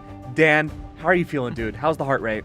It's gone through the roof, I feel like. It's been a roller coaster. How many heart right? attacks? Probably 6 or 7. Anyway, EXO, it just feels like every single time they get a little bit better every single match. And I feel like we may have gotten to a point where EXO may be at the same level that Reject are. But then again, this is a best of 5. That's a bold claim, it's now been knocked down to a best of 3. Can Reject hold on, or is EXO, is this their moment? And something that I think, you know, is definitely worth mentioning is just like how poor that performance was on Krakoa to like turn it around and come to the Central Park one. And they do it by kind of slowing the pace down so that they can speed it up with the rocket. And I think that is a good game plan, but I don't know that it's one that they're going to be able to execute on every other single map, especially now that you kind of saw on the, on that second inning that Reject kind of had the read on it. They just, fumbled it a little bit when it came to their own attacking side. So I think, like, when it comes to Reject's map pick and also this pick and ban phase, and then also, like, the way that the map is going to play out, I wonder if EXO is going to be able to get away with that again, or if they have more tricks in the bag. I think the pick and ban phase went a lot more solid for EXO this time around. We did see a solid backline coming out from Reject. Game 1, excuse me, we saw Loki, White Fox. This time around, we saw, the Gambit, White Liger, Fox. look away. Don't tell Liger. Cover your eyes. We had the Loki Gambit, and that was still super strong, but Sanjak Wu managed to make his way in. And I think that's a very important part, that we still managed to see a broken backline for Reject, even though it was probably as statistically strong as it could be. I mean, EXO are not afraid to overhaul their ban draft, right? But the ban draft from map 1 was wildly different from what they did for the ban draft for map number 2, right? Putting a lot of that resources onto the Rocket Raccoon. They get the save onto Rocket Raccoon, but they amplify it, jokes aside, even further, right? Taking away the Cyclops, taking away the Phoenix, so that when they want to go for the CYA, it is relatively uncontested. Reject, every single time that CYA was up, they either had to run away or try to burst it down to the best of their ability. And without Phoenix or the Cyclops, like, one-shotting the amplifier, Reject definitely got taken a bit back there. Oh, yeah. So, Museum of Contemplation will be out. It's going to be XOXO starting off on the defensive side. If we think pacing was really important for both of these teams, it absolutely was back on Central Park. I don't know if we'll be able to see either team maintain the same aggressive breakneck pace as they did back then, but if XOXO starts off on the defense, they may have a chance to continue a tradition that we saw a lot in Pacific, and maybe, just maybe, CV, we could see a spawn hold against Reject. I mean, I think that's a little bit of a tall order. A spawn hold against Reject. We're talking Yao Ming and stiletto heels levels of tall, all right? Like, I can see them, like, there's a world where they win this map, but it's gonna be a slobber knocker, right? Like, there's no way it's gonna be that one-sided up against a team the caliber of Reject. But hey, crazier things, I suppose, have happened, but we will see what crazy things this pick and ban draft has in store. My question to you, Dan, is going to be, do you think that EXO can manage to secure that rocket again? It depends on what Reject decide to try to approach this. I wouldn't be surprised if Reject also make adjustments on their end, right? Maybe put a little more emphasis on the Rocket Raccoon a little bit earlier in the ban draft. Maybe XOXO01, they want to save something else rather than the Rocket Raccoon, but it's going to depend on when Reject decide, hey, we probably need to take away this Rocket Raccoon that has been so reliant for XOXO01. And as we get further and further into this ban draft, so far Reject on their end has been relatively the same. Ban out the Mantis, secure the Gambit for yourself, and do they go for the Gambit one side? They do once again.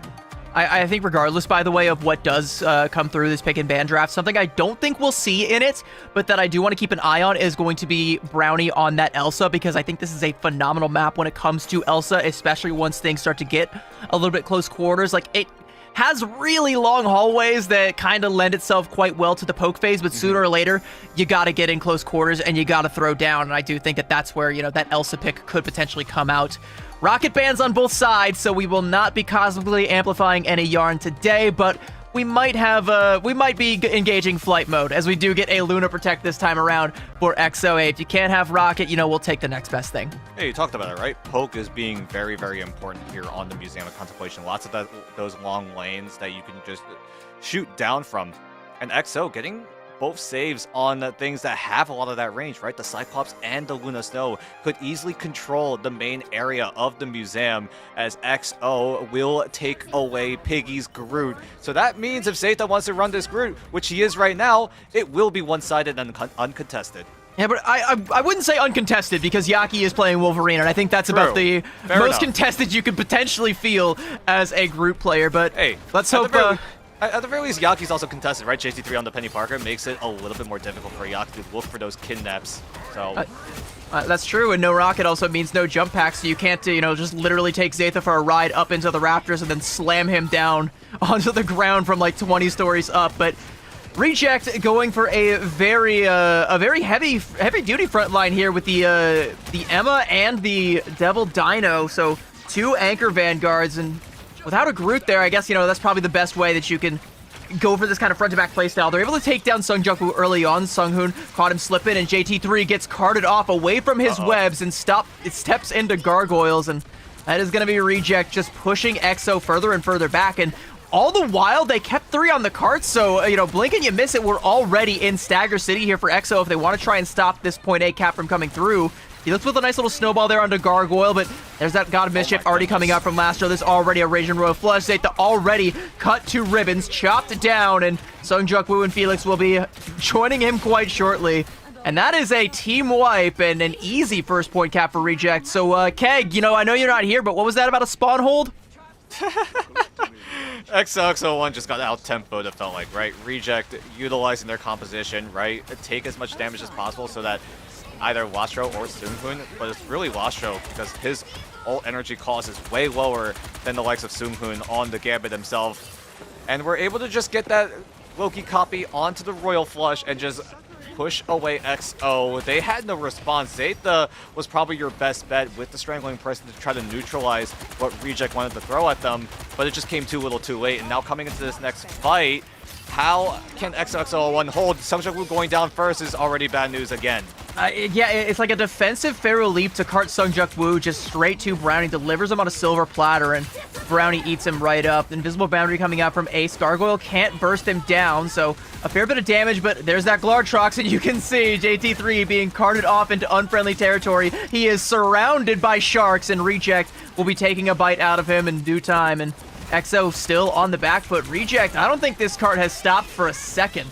I don't think so either. XO deemed that this fight might actually be winnable. There's the Wombo combo, Strangling Prison into the Ruby Rage, but they come out empty-handed. Piggy is able to bring this man advantage over to Reject once again. Last Stand going to be invested as well, and the feed just lights up red. Reject are just running over XO.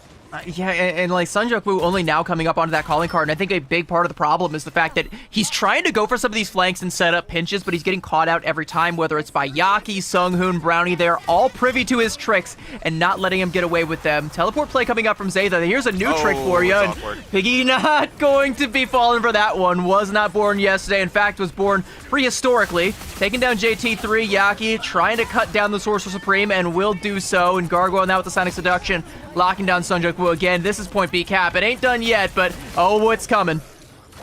I'm not sure if staying on this black cap by Sungjukwu is the correct play. He's stuck with it for so long, right? Usually he's making adjustments, moving to different heroes on the fly, but at that moment, it just felt like Sungjukwu was like, yeah, I think I can still find value with this black cat. We've seen him do it time and time again, but that time it just felt like Reject had his number, and Sungjukwu now finally making that adjustment over to the Spider-Man. I think, at least for him, it only works when he gets, like, he gets value early on, and he can kind of translate that into a really fast calling card, and just kind of, like, use that as, like, a snowball. See if Sungjukwu is able to find that snowball that he's trying to look for on the Spider-Man. He's just he'll find a fireball around. Yeah, he'll gonna take a face full of Phoenix Force by Brownie. He's just clicking away. Will get himself a double. XOXO1, you need to find that regroup fast. They're trying to find a way to get some tempo going, putting JT3 onto the Vanguard Deadpool so that he's able to find an ultimate, maybe use the Banhammer to get some disruption onto Reject's backline, but XO, look at all of these adjustments coming in. Ace over onto the Jeff as well to try to team up with this Deadpool. Can XO bring the tempo back to their favor?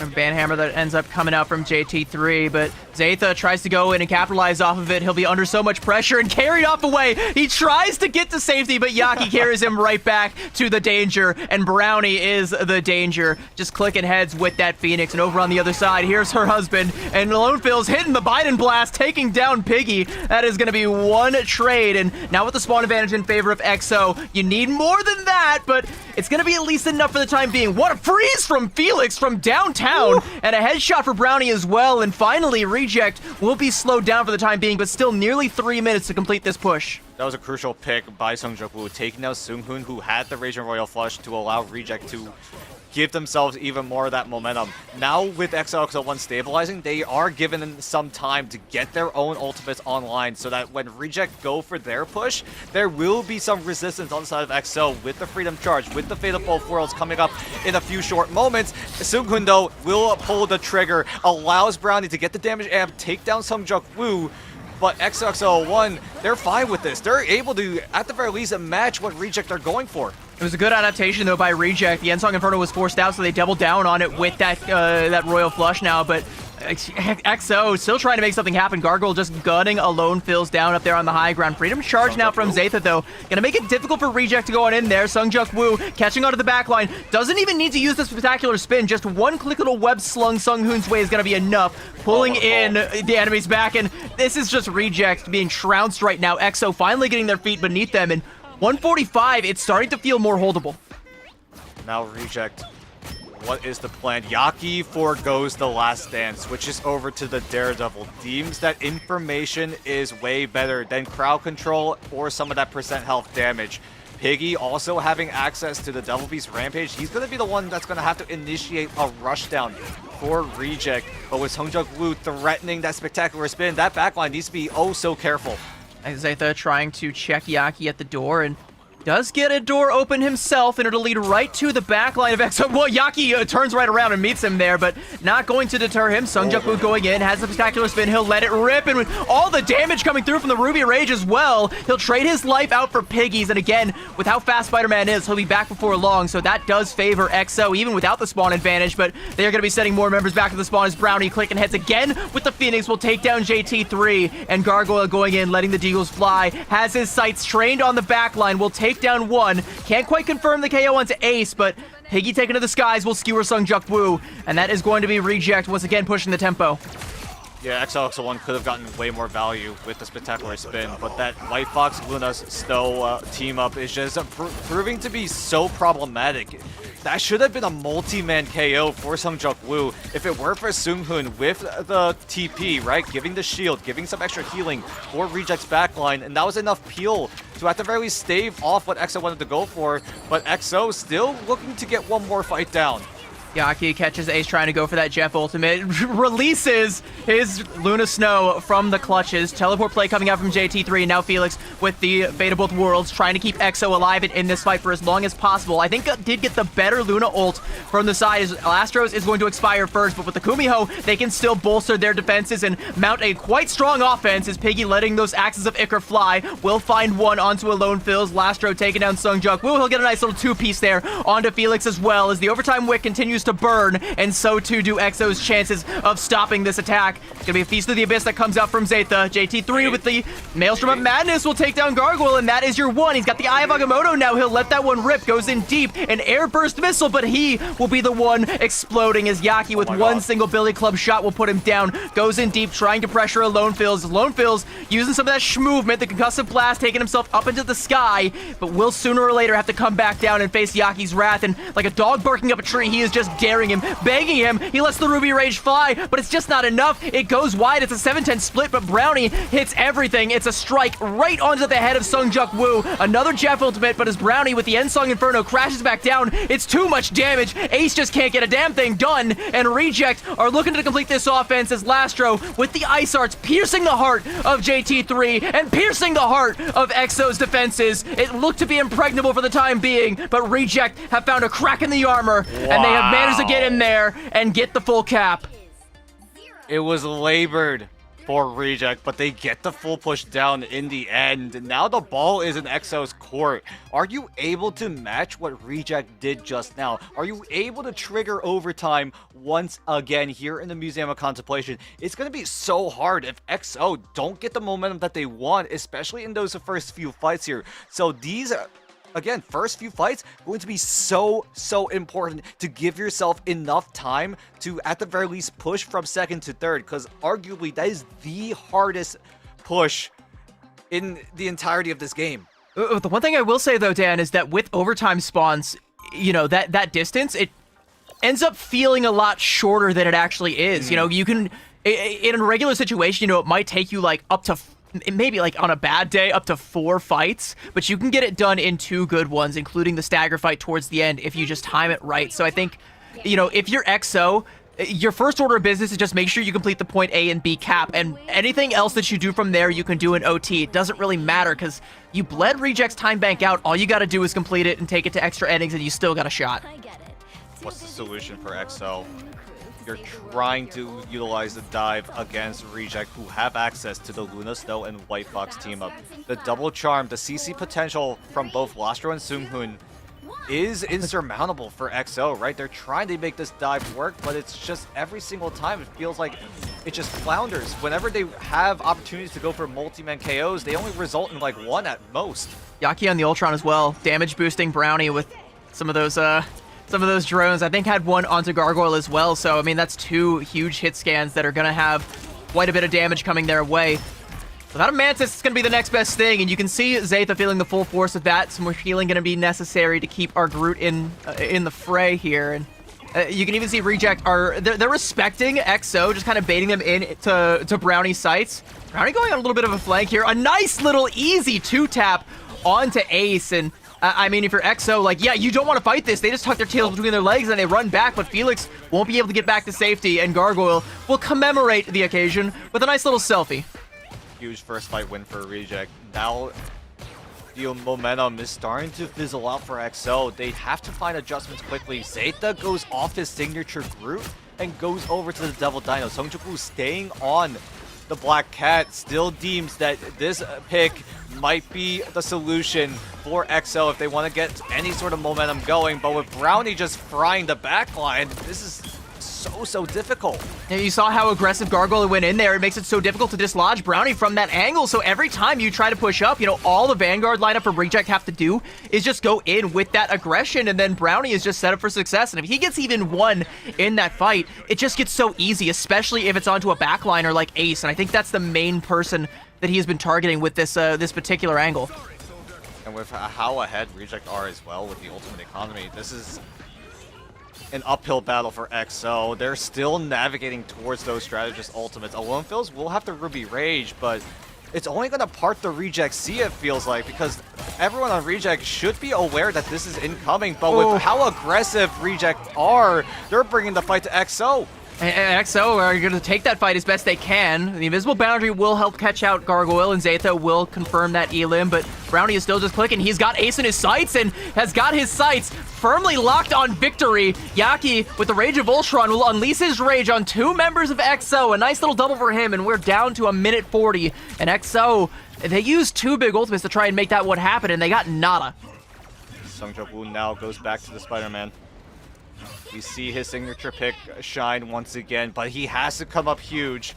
But with how many resources Reject have still, XO being so behind with 1:20 on the clock. How do XO approach this? They're going to have to look for different ways to try to poke down Reject, but with how short range XO are in terms of their team composition, it's going to be very difficult for XO to find those opportunities. It's all going to come up to Alone Fill, so this is a great step in the right direction. He also knows Lastro is caught out away from the rest of the team. That is easy pickings for Alone Fill, so he'll find his second in the fight. Gonna force resources out from Reject. Seunghoon nearly falls. A couple of percentage that Kumiho Unleash will have it, but it's going to be forced out without Lastro there. And now the ultimate's flying. A Psionic Seduction will lock Seunghoon down. Very CCable, it turns out, those large Kumiho are. And they're not going to be able to confirm the elim, but they will force a lot more resources coming out of Reject's side as Piggy has to use the Freedom Charge as well just to help keep the rest of the team alive. XO still keeping this one going, but only 30 seconds. They have to try and find a way to stick the landing. Spectacular spin from Seungjae will force out the Fate of Both Worlds from Lastro. There's no more ultimates online for XO, but they're coming up on some big ones. They need to find them now. Piggy traded up for Seungjae, and you will take that every day of the week, and this may be the last day you get the chance to. Heaven's Retribution now coming up from Zaytha, and there's the Ruby Rage from Alone Fills, finding a 2-piece, nearly the triple. With the help of JT3, he'll put Gargoyle down nonetheless and find the triple anyway onto Lastro, and that's the first hurdle cleared. Next one. Keep up the momentum. Ooh, better late than never, says XO01. They're able to get the first checkpoint down thanks to the Wombo combo with the Heaven's Retribution into the Ruby Rage. Zaytha and Alone Fills were able to team up and execute their combo perfectly. They give themselves the 2-man advantage and just had to quickly clean up the rest of Reject And now XO, they complete step 1. Step 2, though, it might just be as difficult as that first one. Brownie does have an angle, and Lonefield's trying to challenge him. This high ground is going to be very oppressive as the cart is rounding this first corner. Once it gets past there, they could potentially dislodge him, just, you know, the old-fashioned way, get on up there and pressure him out. But for now, it's Lonefield's who has to try and take this duel, and it's not one that he's favored. And hello, Piggy. Welcome. This is definitely not your spawn. You are in the wrong neighborhood. Brownie with the End Song Inferno goes deep and will catch Felix. And I guess that makes Piggy's sacrifice worth it. Even getting out that Kumiho Unleashed is EXO trying to stay in this fight, trading out Sungjuk Woo for Yaki, but Azatha grounded once again by Brownie on this oppressive angle. It's going to be Reject winning the fight.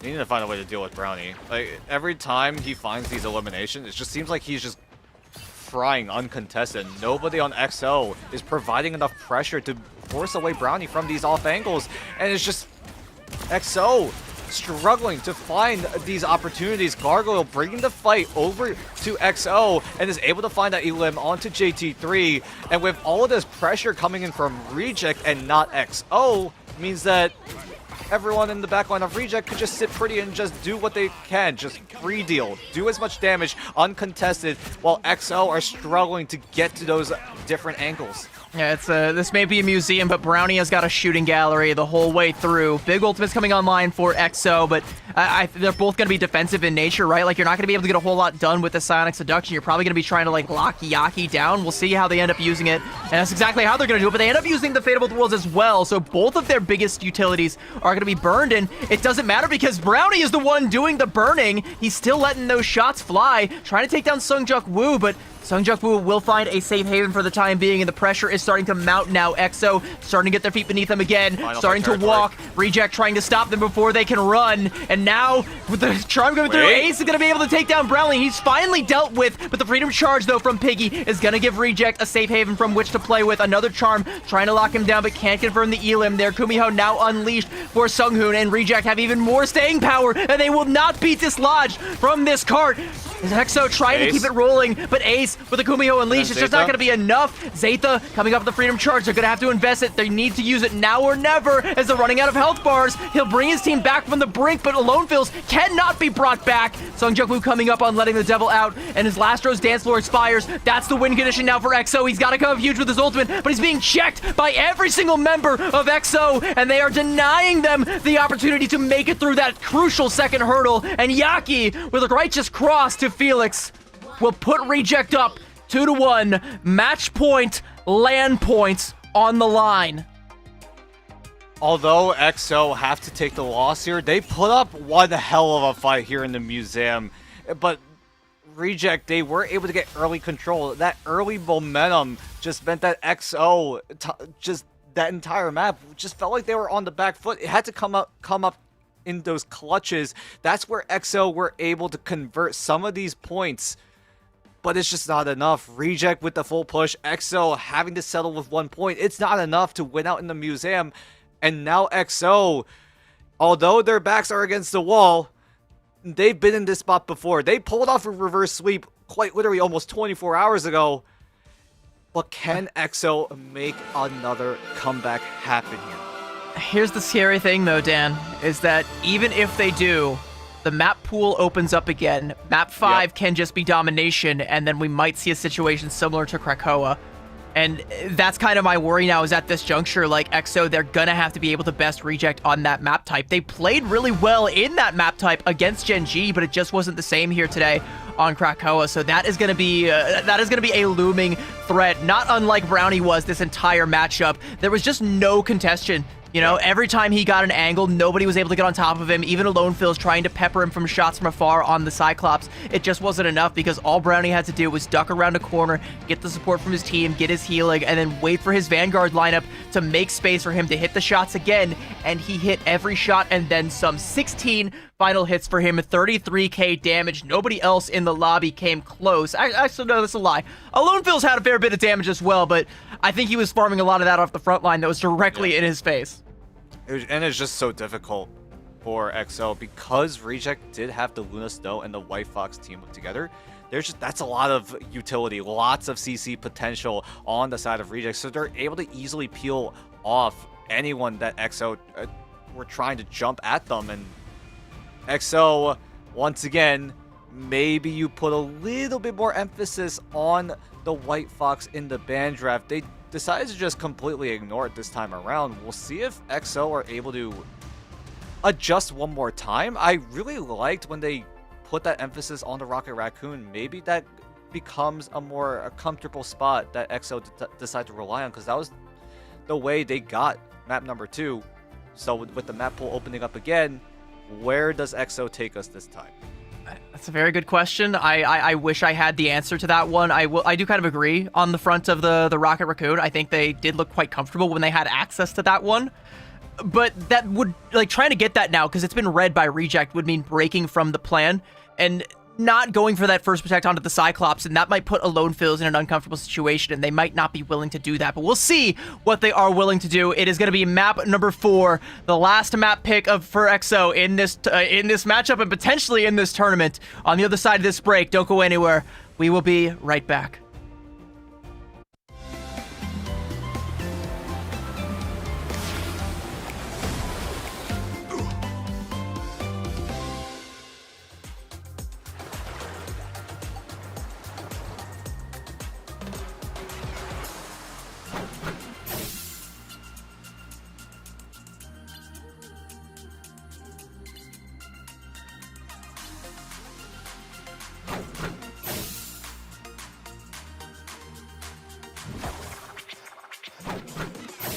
Pentagram of Farala. Our enemies are near.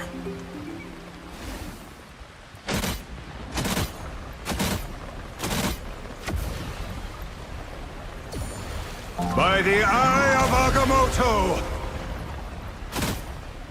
Out, dark magic!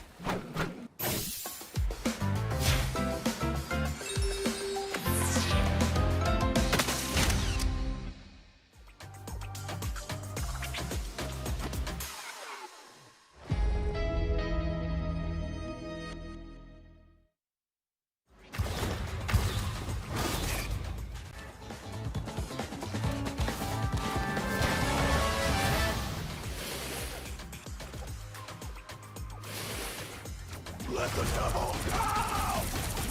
You couldn't be saved.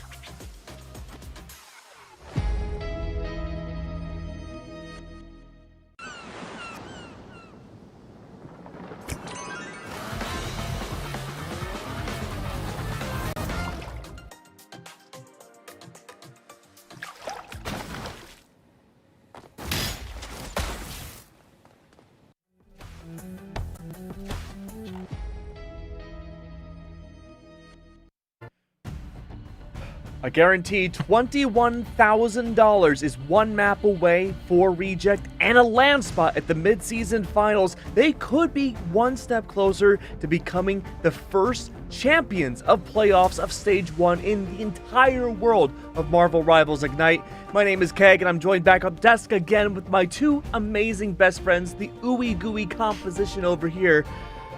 Dan, how's your heart? Little bit concerning. Although XO I bet. put up a very, very good fight on the museum, they just could not get it over the line. It just felt like, we talked about it right before we went to the break, Reject just felt like they were just setting the pace the entirety of that map. XO, when they wanted to go for plays, Reject just had that response. They were able to clap back time and time again, and XO take us to Midtown here. Usually this is a map that's not really favored towards those dive comps, and XO, if you know them, they really love playing dive. So taking us to Midtown, You know what else they love? move. You know what else they love to play, Dan? Is Spider Islands. You know what they're not playing right now? That they're taking us to Midtown. So hold on. Why Midtown, not Spider Islands? I'm wondering if it might just be, a curveball, like kind of a situation, because, Spider Islands, we've talked at length about how it's been a comfort pick for XO, and you kind of want to throw it all out on the line here when your tournament lives are on the line. There's a land spot, potentially in your future if you can manage to bring this series back from the brink. And you can't go for something that has been read. You can't go for something that there's a lot of tape on that Reject can study, because you better believe they were not going to risk losing this land spot. They will have studied up on XO and all their dirty little tricks. Well, it's only one game away potentially for Reject. They just have to win Midtown against XO, and unfortunately then, XO will have to be saying goodbye to them if they can't win it out, and they'll be going home with $15,000. But I'm gonna be honest with you, the money's great, but I think what XO wants most is that spot at the mid-season international LAN. And if they can't get it, that's gonna be pretty rough. Yeah, It'd be a disappointment if they didn't get it. Oh yeah, Prize oh pool yeah. is one thing, like you said. I mean, getting that global recognition for XO is absolutely massive. This is an unsigned team. There is not much income on most of this roster. They're doing it for the love of the game, and so far they're Literally. putting up generational performances so far here in the playoffs. They need one more. This was the map that XO used to execute Zero Tenacity, pull off that reverse sweep, and XO, one more clutch is needed to force, at the very least, a decider between the partner team here in Asia. And to do that would be to stop Reject just 1 inch shy of the glory that they so desperately crave. Remember, chat, we've talked about it a couple times, but a land spot is on the line, and Reject are so close they can practically taste it. They were denied at the hands of Gen G yesterday, and now XO are the ones standing in their way, looking to do the very same, deny them that opportunity, claim it for their own. And in order to do that, just like you said, Dan, they got to take it to a decider, and then maybe there's going to be one more clutch on the horizon here. But as we get into this pick and ban phase, I'm curious if we're going to see any change-ups. There's one. That's a pretty big one, actually. Going for a Protect onto the Gambit rather than onto the Cyclops. So, I mean, now the Cyclops is going to be open for XO to ban because we got 2 bans coming up next. And we'll see where XO decide to take us. They first take away the Rocket Raccoon, so that limits the offensive options that Reject want to go for towards the long run, right? Loki still being available for both sides means that the double Royal Flush is still in the cards. Both sides will not have access to the Rocket Raccoon or the Cyclops, so a lot of that hit scan, a lot of that poke potential, and a little bit of that wombo combo potential as well being taken out of the picture. Reject will secure the Luna Snow to, at the very least, bolster the poke potential that Reject are looking to gear themselves towards. Gonna be the White Fox ban There it coming is. out from XO as well. And that's interesting that it comes out here on Midtown, because like you said, Midtown's not the most dive friendly map. It's a lot more, crowded, a lot more brawly, a lot more pokey, a lot more front to back, any variation of that front to back playstyle. But of course, you're still probably gonna try and put Sungjuk Woo on something like a Daredevil or potentially even a Black Cat on a map like this. So the White Fox, I think it's still good, especially, predicting that Luna Snow Protect is going to come out. Mirror. And, yep, it is indeed a full mirror. No White Fox, no Rocket, no Cyclops, no Mantis for either side. And as the doors open, XO will have to set the bar to buy themselves another life in this tournament.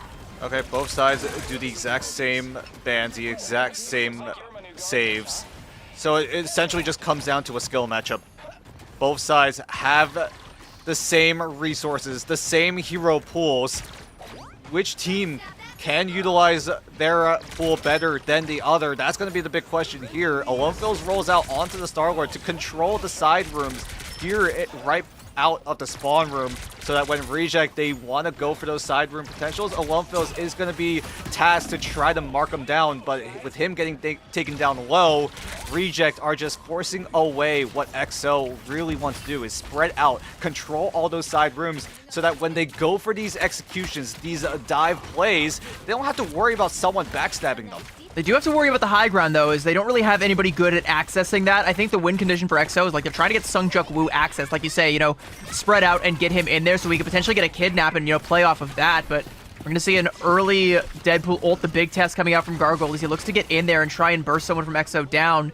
Not going to work, but it does help set up Brownie for this high ground again. And he's hitting the shots onto Ace once again, and it's the same story as Museum of Contemplation. You can't just let him get away with having free sights on your backline like that. And you definitely can't let Yaki get away with being in your backline like that. Yeah, everyone on Reject are just so spread out to the point that XO, if they control one area of the map, That's disgusting, Reject Yaki. have That's two other disgusting. places. He goes in with a quad. Reject have 2 other places that you can just take you down from. So XO, the tempo needs to be higher here. You need to cover more of those bases because Reject are controlling what feels like the entirety of this diamond. I think your saving grace, though, is that Ace, 97% of that God of Mischief. You can get first turn when it comes to this Rage and Royal Flush combination, and even still, Felix is beating Sunghoon to the punch, so an early Royal Flush going to come out, but Yaki is in the back line waiting for a potential disengage to come out as Reject are happy to take this fight. Brownie with the Yensung Inferno. Felix catches Gargoyle out on a flank away from the rest of the pack, and will punish him for it, but as he turns to try and make that one happen, he sets himself up nicely for Yaki to knock him out of the park. And that's the first turn already gone, and with Felix not there to build up more ult charge, there's not going to be a second one. Sunghoon has an opportunity to make up the difference here. But it's going to be a Felix with the Rage and Royal Flush. He's ahead of Sunghoon now, but Reject do have the more defensive option, right? Lasher with the Fate of Both Worlds, Piggy with the Freedom Charge as well if the fight goes long enough, but with a quick pick onto Yaki from the likes of Ace, maybe this is the go button for EXO here. I mean, they've got several go buttons, as a matter of fact. A lot of ultimates here. This next fight is going to be a bloody one, and Lastro's Fate of Both Worlds is going to have a lot of heavy lifting to do, so I sure do hope he brought his dancing shoes. Here's that Royal Flush now coming out from Sunghoon, or sorry, from Felix. Lastro pops the dance floor. Felix trying to find an Elim. He goes back and does catch out onto Brownie, and Sungjuk Woo will catch out Sunghoon, so there's not going to be a Royal Flush that comes out from Reject. Piggy with the Freedom Charge is going to give a little bit more lifeline for Reject, but it's just not going to be enough as Alone Phil's bursting down Lastro off another kidnap from Sungjuk Woo, and EXO are starting to shift into second gear. EXO need to get clutch here. They have the Last Stand, they have the Strangling Prison, Portal comes in for Reject, but the problem is Reject do have the uncontested Gambit ult coming in. Are they able to burst down Sunghoon? But Yaki's taking full advantage of it, but Felix taking down Brownie is already a great step, but it's immediately neutralized, and the rest of Reject are looking to stabilize with 20 seconds on the clock. EXO, now it's their turn to do a little bit of that Portal combat. Yaki wants to go in and try and deny it. The portal will come out, though, and there's not going to be any ults for either side, but Ace, 90% to that God of Mischief. There is a chance for a Royal Flush here for EXO, and that may very well be the winning hand that takes them over this hurdle, but Reject want to put them back where they came from, back in the spawn door, reclaim their glory, and deny the opportunity, but it does come out. The copy comes out, the Rage and Royal Flush, and Reject haven't managed to strike blood before it comes out, but it's their own that will be spilled, and it's Alone Phil's that draws it. Piggy going to fall as well. Gargoyle, 3 members now of Reject in the dirt, and EXO are on the board. They will cap point A, and that will be the first hurdle once again cleared. But much like Museum of Contemplation, it's the second point where things get a little sticky.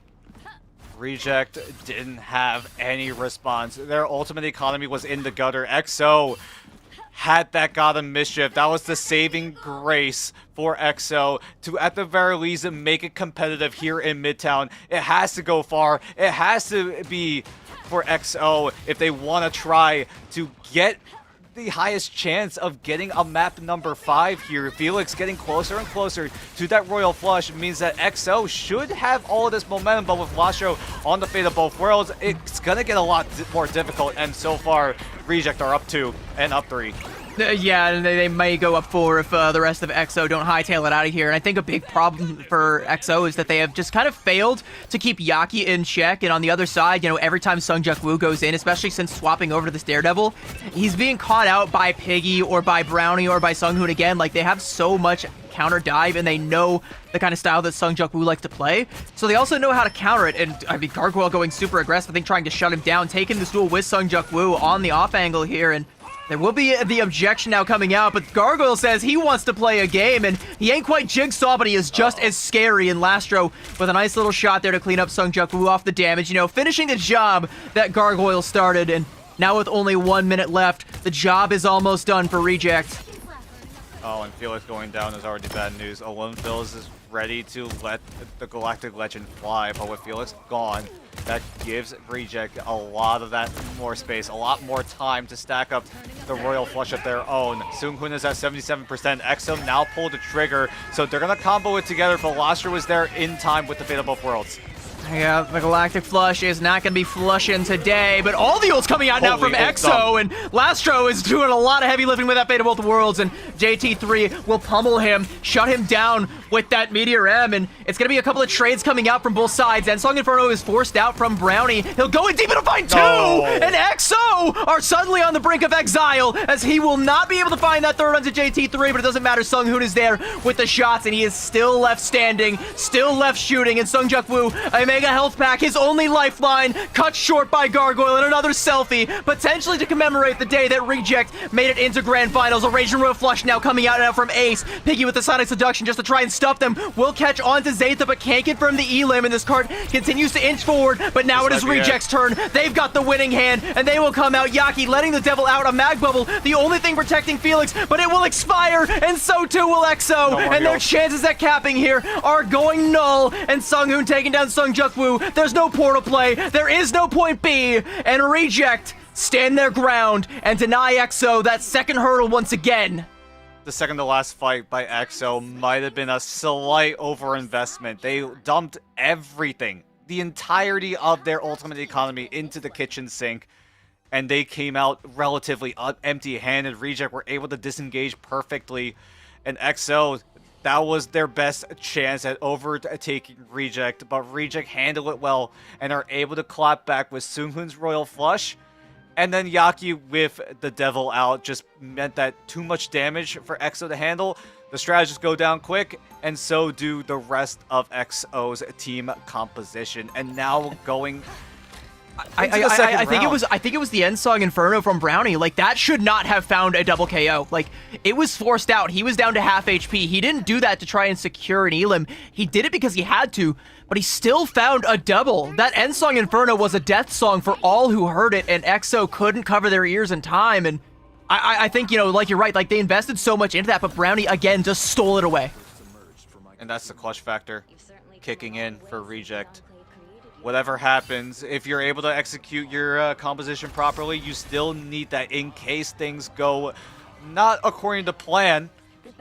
And Brownie, we saw him rise up to that occasion every single step of the way. But can he do it one more time? Can he send Reject to the mid-season finals? Or is EXO going to make it a little bit more delayed?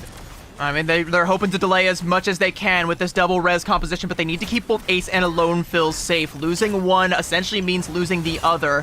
There is an opportunity to go for a duplicate onto Felix there for an Invisible Boundary as well, so your options with this Loki are twofold, but you need to get the healing done. And Zaytha is going to donate a fair bit of ult charge to his strategist lineup there, taking a ton of damage from that Psychic Spear from Piggy and trying to return the favor in kind. But Gargoyle on that Deadpool, already going to have a fair bit of ult charge, already has his way up to that first ultimate, and he now just gets to pick his target. As you can kind of see on and off angle here, EXO are trying to check him and stop him from getting access to the backline. Regen domain forced out early on, though. Now Gargoyle with the Banhammer, and Alone Phil's going to have to retreat back into his little hovel, but that is exactly where Gargoyle is lurking, and he'll take Ace down and even get another selfie in there. Immortality achieved for a brief moment.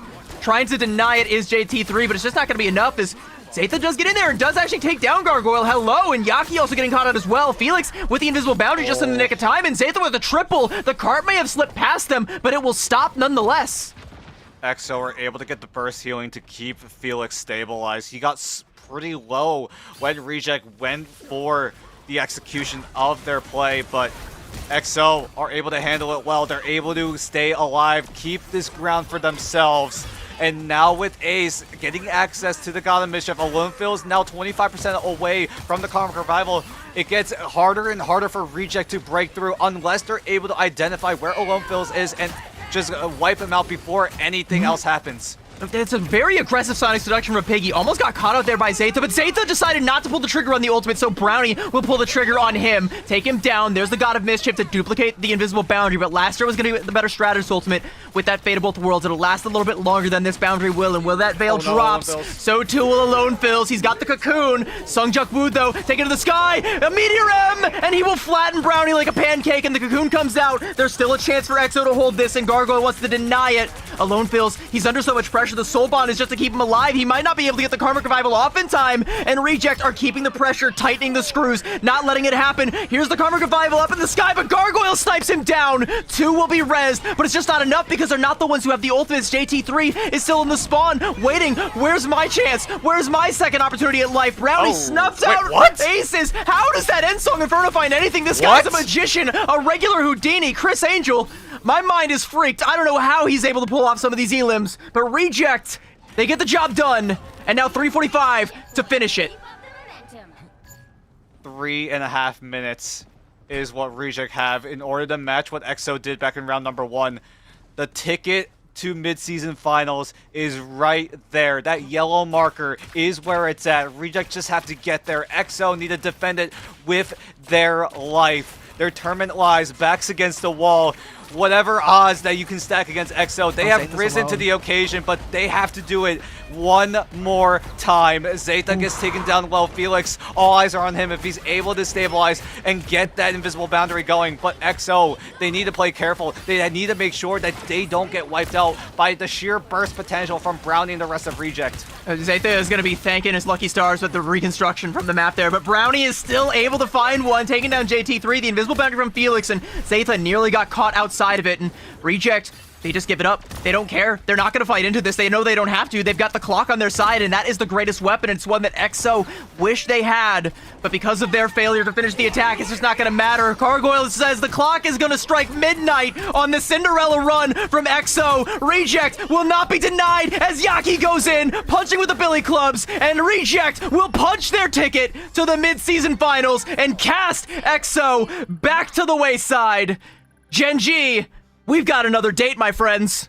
The partner teams clash one more time. Reject, they did sweat a little bit going up against EXO. EXO were able to squeak out with a map win, but it does not matter. What matters is Reject coming out on top 3-1. They get themselves into the mid-season finals, and maybe, just maybe, attempt 2 is where Reject come out on top against Gen G, but Gen G are looking like to be on a whole different level. EXO, however, you gotta give your flowers to them. They have gone on one generational run here in stage 1, and you gotta keep your heads held up high for EXO because this is the deepest run they have ever done in their Ignite history.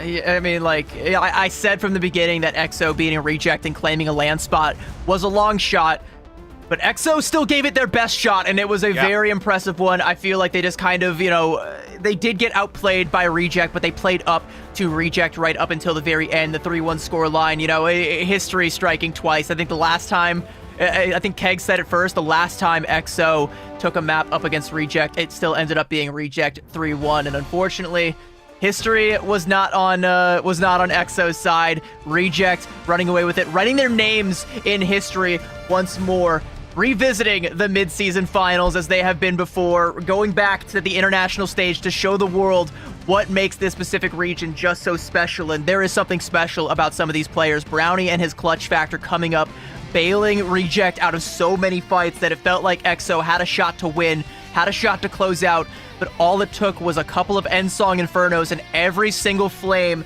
that EXO tried to ignite got snuffed out.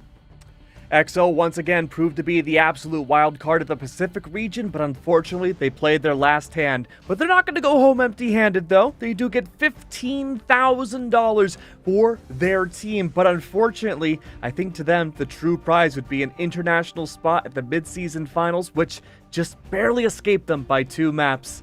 So Dan, how's your heart? Probably flatlining now. Yeah, he's deceased.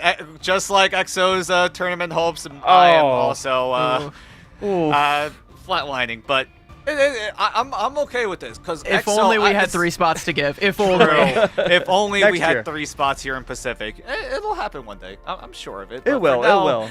We're gonna have to settle with 2, right? The partner. To be fair, the partner teams. It just feels like they have that expectation of getting to that international tournament. And Reject, in a sense, you could say that they are breathing a little bit of a sigh of relief, right? Making sure that they're able to get to that international stage, being that partner team, again, a lot of pressure right onto Reject to make sure that they're able to qualify at the very least. And they have done just that, while XO, you got a lot of heads turning towards them because this is a team that you need to watch throughout the entirety of 2026. Just ask Zero Tenacity. Yeah. Yeah, Just ask them. Zero Tenacity and EXO especially are going to be two teams that I want to look forward to going into promo relegation and stage 2, of course, and so on and so forth into the future. Especially EXO, because I wouldn't be surprised. Maybe, you know, I don't know anything behind the scenes, but I could see a reality where maybe they don't stay EXO forever. Who knows? With a team as wild and, of course, as win-heavy as them, they could very well be signed next time we see them. I'd love to see them be signed. You know, an unsigned team that makes it this far and also has this much of an identity and this much of a cult following at this point. Sorry to imply you're in a cult there, Dan. But, you know, I think, you know, there's a fan base waiting to happen there, and you can capture that. I think, you know, you want to sign these boys, get them the resources that they need to level up and take it even closer to Reject than we saw that they could today. You know, forget Krakoa. That map didn't happen. Like, take a look at maps 2, 3, and 4, and that'll tell the story of just how good this EXO squad really is and the potential that they have to upset some of these teams that don't take them seriously enough. You can even ask Reject, you know, I'm sure we will once we have the interview all set up. We can even ask Reject, I guess, how seriously you have to take EXO. Like, this isn't a team that you can overlook. This isn't a team that you could just try and play past. You have to focus on them. You have to give them your full respect, your full attention, and sometimes you're gonna have to come up with some clutch moments if you want to beat a team like this. I mean, look, we gotta give it to Sungjuk Woo, right? He was the most entertaining player I think we've seen this season outside of maybe Eggsy, right? Eggsy, 99 elims, almost 100 per series, but the most amount of heroes I think we've seen in a series alone from one player has to go to SJW, man. He was unbelievable. The Spider-Man, the Magneto, Black Cat, Daredevil, a tiny bit of Wolverine. It almost felt like there was a duelist he didn't play. I mean, that's the expanded hero pool that Sungjuk Woo has. He's been cooking with this ever since 2025, so this is no surprise, at least for me, seeing how Sungjuk Woo plays at the Ignite level. But the amount of adjustments he has made, I think, right here in 2026, this has been the most amount of heroes that Sungjuk Woo has played, at the very least in a single series, right? All the way back yesterday when they played against Zero Tenacity. I think I might need a second set of hands to count how many heroes that Sungjuk Woo played. I think with Sungjuk Woo, you know, things might still be a little bit rocky, but there's definitely a diamond shining through, and all it takes is a chisel to let that diamond out.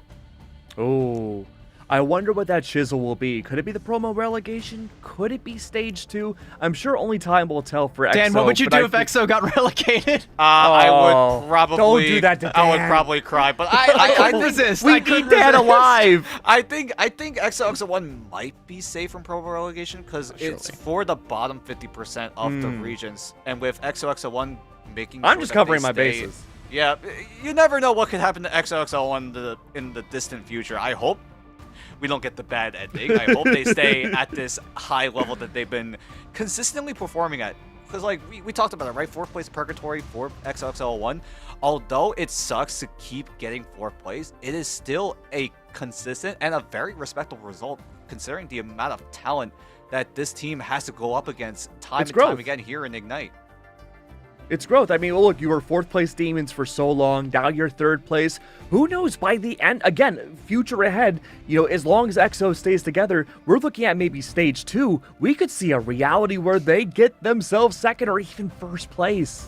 There's a lot of variables that are going to come into play, you know, and a large part of that is going to be determined based on what happens during the mid-season finals. And I think that's a good opportunity to shift gears because we got to talk about Reject. In fact, let's talk to Reject. That's right, we got J-Mac on the line. Hello, my friend. Hello. Hello. We made the land. Yeah. Hello, how are you? Woo! We made it. Guys, congratulations. Congratulations. So, J-Mac, talk to us about the performance today of Reject. How do you feel? We just so come to lose a final. So we very many prefer bursts like counter ban, counter drift, or counter chrome. I think this is very good work. So I'm very happy. Yeah. It's been a wonderful performance. You have all the right to be happy. I mean, something that I would like to know is tell me a little bit about the personalities of some of these players. What is it like being the coach of this team, of some of these guys? So you can say more easy. What is it like coaching players, you know, like Piggy and Lastro and players with a lot of personality? Personality.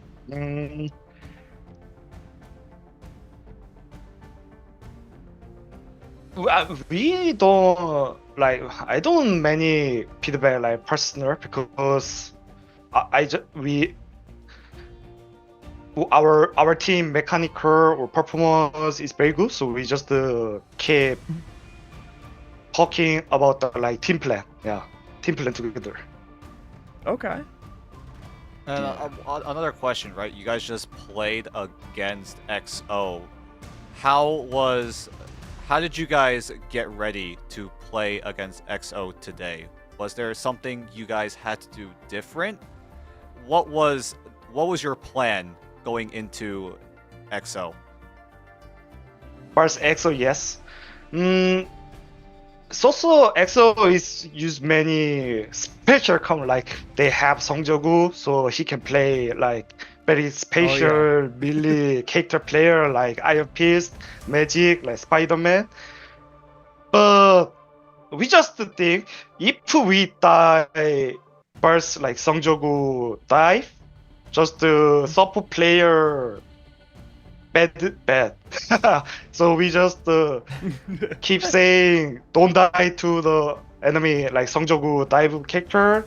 I think we if we don't die enemy Song Jogu dive character, I just say I think we can win very easily. Yeah, because he really made the many kill. But yeah, he really made the many kill. From EXO, you have a rematch now against Gen G. How have you prepared for that matchup?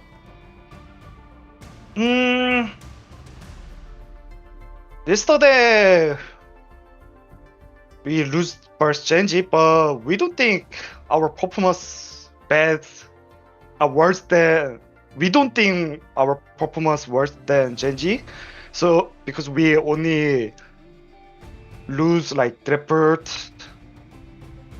just like team. So today we just make a like special draft to Gen G. Yeah. So I think we can live in G. Yeah. That sounds great. J-Mac, the audience is yours right now. Is there anything you'd like to say going into your Gen G match? Do we say okay? Do you have any words for Gen G? Anything you'd like to say? Work? Like a word? Yeah. A word. Is there anything you want to say to them? I'm very happy we going together LAN. I'm very happy, but give me the final champion. we more want. Wait. All right, those are some fighting final words, J-Mac. All right. Yeah. That sounds incredible, J-Mac. Well, you have a lot of prep up ahead. Thank you so much for joining us here, and who knows, maybe we'll be interviewing you again in just a few hours. Yeah, I think yes. Okay. Very confident. Okay. Thank you so much, J-Mac. Thank you. My congratulations Absolutely. once again. Oh, man. Confident. I mean, look, if you're a reject, you have to feel confident, right? You have made a near flawless run from the start of preseason all the way to the tippity top at the very edge of stage 1. And look, you've already guaranteed the landslide too. Like, I feel like, no offense, kind of the hard part is over. It's just a matter now of getting that grudge match victory against Gen G. Yeah, the weight is off your shoulders now, and you can just focus on the task at hand. And the task at hand is now establishing dominance over the team that put you down in the lower bracket, made you have to fight for your land ticket. Doesn't matter. You can start booking your flights right now, or maybe give it a couple hours and wait until we're done with this matchup before you start hitting up Expedia. You saw J-Mac. He literally was like, yeah, we made it to land. So, like you said, Big the sigh of pressure is relief. off. Now it's just making sure that you're able to come out as the #1 seed here, because now it's all come down to how much prize money you get, how much of that seeding potential that you have. You want to get first seed when you go into that land potential. That gives you the highest odds of, at the very least, making your name known. It also shows, as well, coming in the first seed into an international land, that you are the standard bearer of that region, and you don't want to just hand that honor over to Gen.G. Absolutely. Well, there is going to be a little bit of a break up ahead. Reject absolutely needs it. Gen.G from the upper bracket side are about to face a best of 7 against Reject, hot off the heels of a best of 5 from XOX for a chance to get that $42,000 of that first place money. We'll see who gets it in just a few minutes. Don't go anywhere. We'll be right back.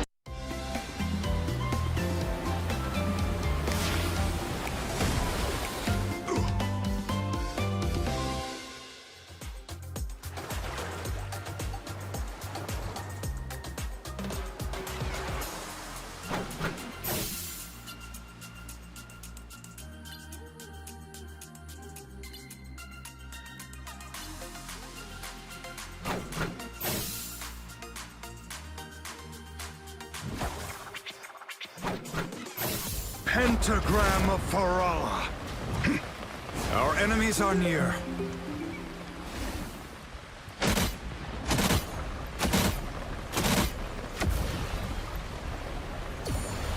By the Eye of Agamotto! Out, dark magic!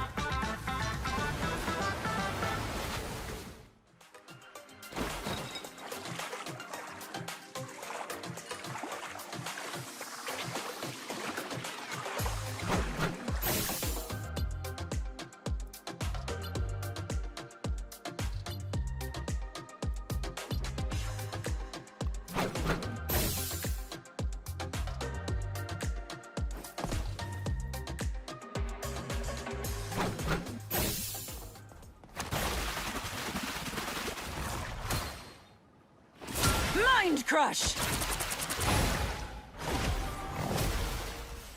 Impervious!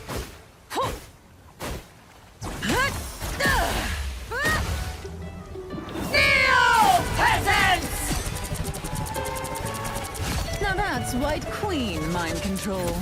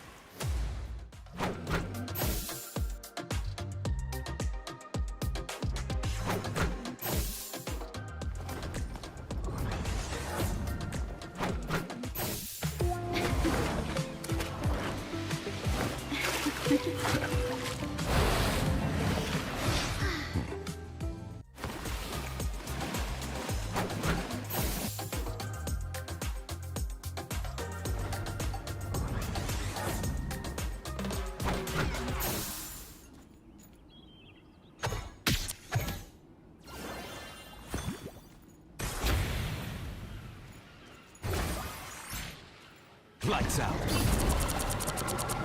Get in here, y'all. Us against the world.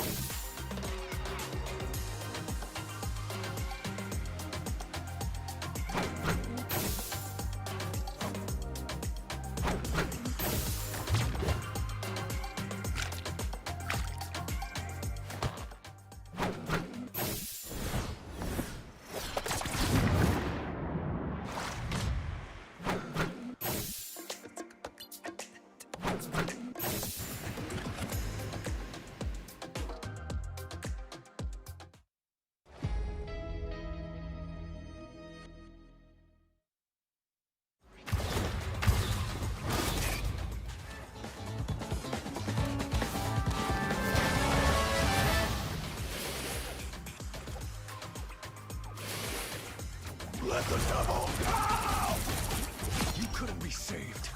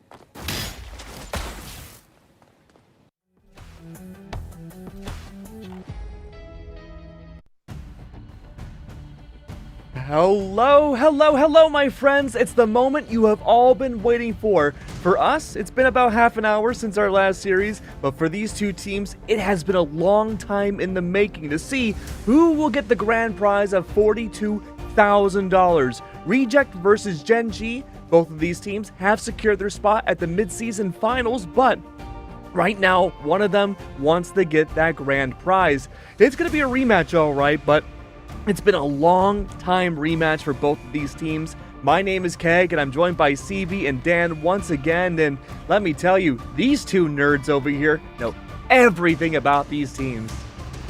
I mean, I've been watching the entirety of the Asia scene ever since last year, and a lot of these players have had a long road so far getting to wherever they are, right? Whether it be Reject, whether it be Gen G, the narratives are all colliding here in the grand finals of Stage 1 Pacific, and I believe, if my memory serves me well, this is the first grand final of Ignite 2026 here in Stage 1 at the very least. You know what? We're a race against China right now. I'm going to double check and see. Are we the first one? Yes, they don't start for an hour. Ha ha! We did it.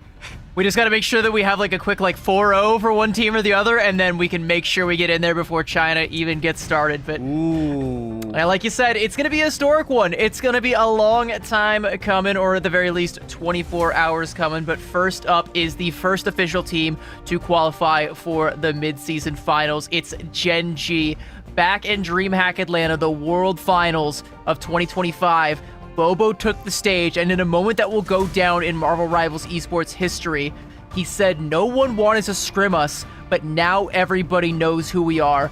We are Chopper Mag. And after that moment, this team went from undesirable to undeniable, and now they are looking to put on an encore to that LAN performance that made their name, and these are quite some names indeed. Bobo, I mean, the man who spoke those words into existence, and one of the most flexible players that I think I've seen in quite some time. Oh, absolutely. And look, aura, absolute aura coming out from Gen G, even way back until now, still looking fantastic. This is a Gen G squad that has only dropped a single map since the start of Stage 1 CB. And guess what? That map loss only happened last night, and against Reject. Yeah, and I think, that does kind of paint the picture, for the series. The fact that it was a 3-1, the last 24 hours for Reject will have been paramount. They'll have had to have prepped for XOXO while also trying to reassess and reevaluate what went wrong in all three of those map losses. For Gen G, it's a lot easier to figure out what went wrong on one map loss than it is for three. So they got to get, one quick VOD review session and then kick their feet up for the rest of the night. Now, Dan, talk to me about Reject, man. Two teams, very different play styles, but a big historic run for both sides, going as far back as last year. Yeah, I mean, this roster has been together for quite some time, ever since, I believe, MRC Season 5 when they played under Crazy Raccoon during that tournament. So there's a lot of experience between these players, not just playing together as a team on this Reject roster, but also experience in other titles as well. And now coming here in the grand finals, we needed Reject. The partner team coming out of Asia, we needed them in the grand finals, or else that would have been a little bit of that pressure, just getting too much of Reject. But at the very least, are able to sigh a bit of a sigh of relief getting to the mid-season finals. But now here is the big test, right? Can you go up against Gen G, who have looked so red hot throughout the entirety of Stage 1 so far? Now, reject everything but victory and reject the very idea of not making it to LAN, and now they want to reject Gen G's chances of walking in with that first seed. Now, Dan, you covered Reject and Gen G last year in a very similar spot, but I believe it was Reject that took the victory at the end of Stage 125. Stage 1 2025. It's been so long. It was a completely different realm over in the Pacific side, right? Both OCE and Asia were in fact separated, so Reject still had their Korean roster, Gen G also doing the same, and they have met each other in the grand finals in Asia of Stage 1, and if there's anyone that remembers that grand final over in Stage 1, that best of 7 required one more map. We had a map 8 in a best of 7, and to my knowledge, no other region, no other match has come close to that scenario, apart from maybe the preseason grand finals over in the Americas. But other than that, we saw map 8 in a best of 7. So what you're saying, Dan, is let's do it again. Let's go. Oh, let's go I'm to all for 8. it. Let's go to 8 tonight. Let's let We're just history. never sleeping again. Let's let history repeat itself. Let's do it. No sleep. We don't need it. Well, speaking of no sleep though, CB, the last 24 hours of prep for Reject must have been atrocious because not only did they have to prepare for a grudge rematch up against Gen G, they also had to anticipate a matchup against XOXO. Now, granted, they have been able to beat XO consistently in the past, and they just did, ending up with XO being eliminated, but that's still 2 monstrous teams they had to prepare for, whereas Gen G, they were chilling. Yeah, it's basically like I said, Gen G only had to assess what went wrong in one map, and then, of course, they're going to want to put in all the preparations because they want that big prize. They want to come in as the first seed. They want to show that they are the standard bearers, not just for OCE, but for the Pacific region as a whole. So they will have gone back to look at it, but they didn't have to stress and also prep for another matchup. They get the luxury of waltzing on in to winners finals with their head held high. But there is also 2 sides to that coin, as is often the case with these double elimination brackets. Reject, they got a hell of a warm-up just now up against XO, and now that that matchup is in the rear view, they can focus entirely on what is in front of them, and what is in front of them is a mountain.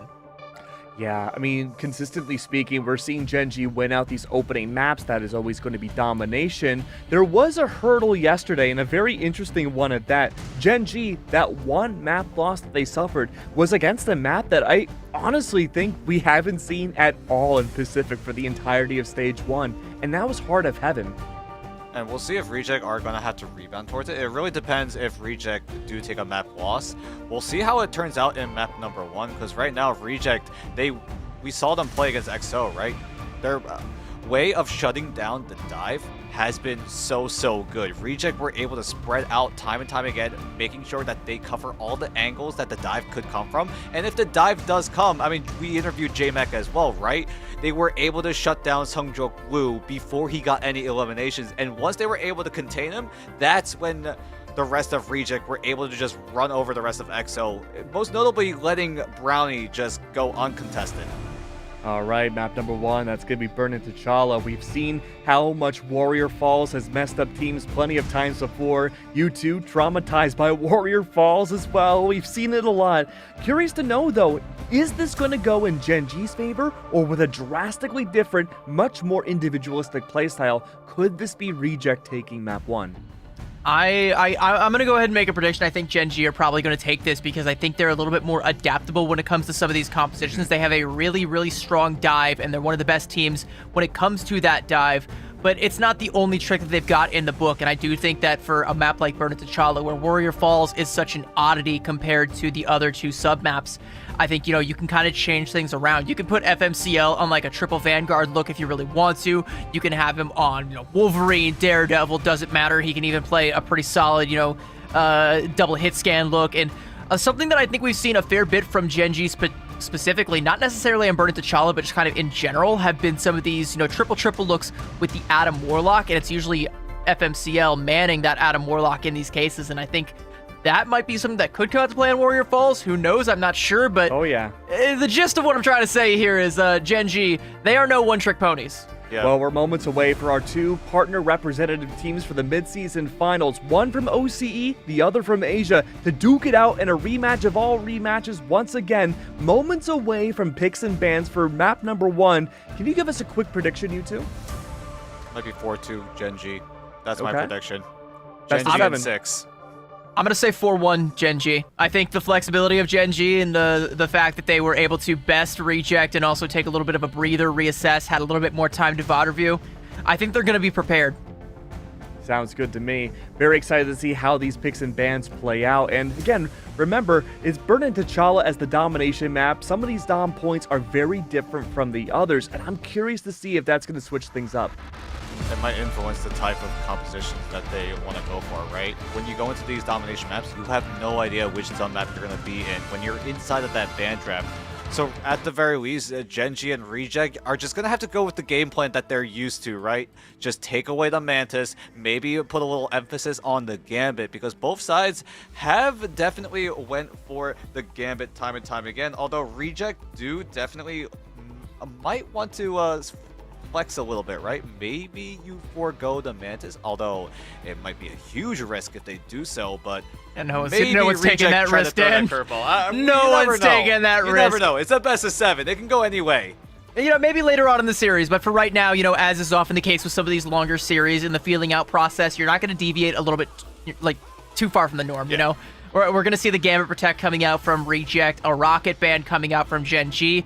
I think, you know, that on its own, it means, like, you know, we don't care if you manage to get the Rogue through. Like, that's less of a priority than making sure you don't have access to the Rocket, and that just kind of shows, like, a solid meta understanding from Genji. That's a solid point, right? Rogue has definitely fallen off a little bit in the ban draft. We saw it happen a lot in, I think, around the middle of our playoff coverage, right? That Rogue ban has been usually the second when the Gambit does get saved. And all of these teams so far, or at least at the very top, have been putting a little more emphasis on the Rocket Raccoon, and both sides are doing exactly that, as we're still in a full mirror scenario as both teams take away the Luna Snow to maybe nullify the anti-dive potential from both sides. It's going to be a Star-Lord Protect that comes out from Genji, so I think that does give a clue as to the direction that they want to take this play, potentially for that Galactic Flush combination, and you know, does also kind of set up either Bobo or FMCL with a solid all-around choice, but a Captain America ban from Reject, that's pretty huge, Dan. And that's gonna, again, limit the dive potential from Genji. But then again, I feel like Genji are completely okay with Reject taking those away, because again, the Star-Lord being able to pair it together with the Raging Royal Flush means that that ultimate rotation, if it does come online, it will be devastating for Reject to try to handle. We got a real quick pause so you get to see our lovely faces as we yap just a little bit longer, but you know, I do kind of think that, you know, the Star-Lord Protect into some of these other picks and bans that we got does kind of force Genji to commit fully to that. You know, specifically, you know, the one-sided White Fox, you know, making sure that if you try to go all out with a dive, there's going to be a survivable backline for the side of Reject, and we saw them leverage that strategy up against XO, and Genji are one of the only teams that are capable of playing dive to the same degree of XO, and arguably better. Yeah, I mean, we saw the amount of flexibility. We talked about it before loading into this game. Genji have the flexibility of running dive. They have the flexibility of running that front-to-back style. And which composition does Genji rely on more, as Reject and Genji clash once again? It's a rematch from the upper finals, and now here in a best-of-7 scenario, the momentum needs to start here and now for either side. And Bobo already getting a lot of momentum with that Cyclops. The concussive beam's doing so much damage, and Skittles gonna follow up on that damage. Nearly catches out Lastro as well, but Lastro will throw down a smoke bomb and teleport away, but away from the point means that Genji will get themselves on the point first. Duep coming in with a nice little stomp there onto Gargoyle, who tried to throw down the ban hammer, but Duep will lift that ban, and first cap will go the way of Genji. And Genji will win out that first fight.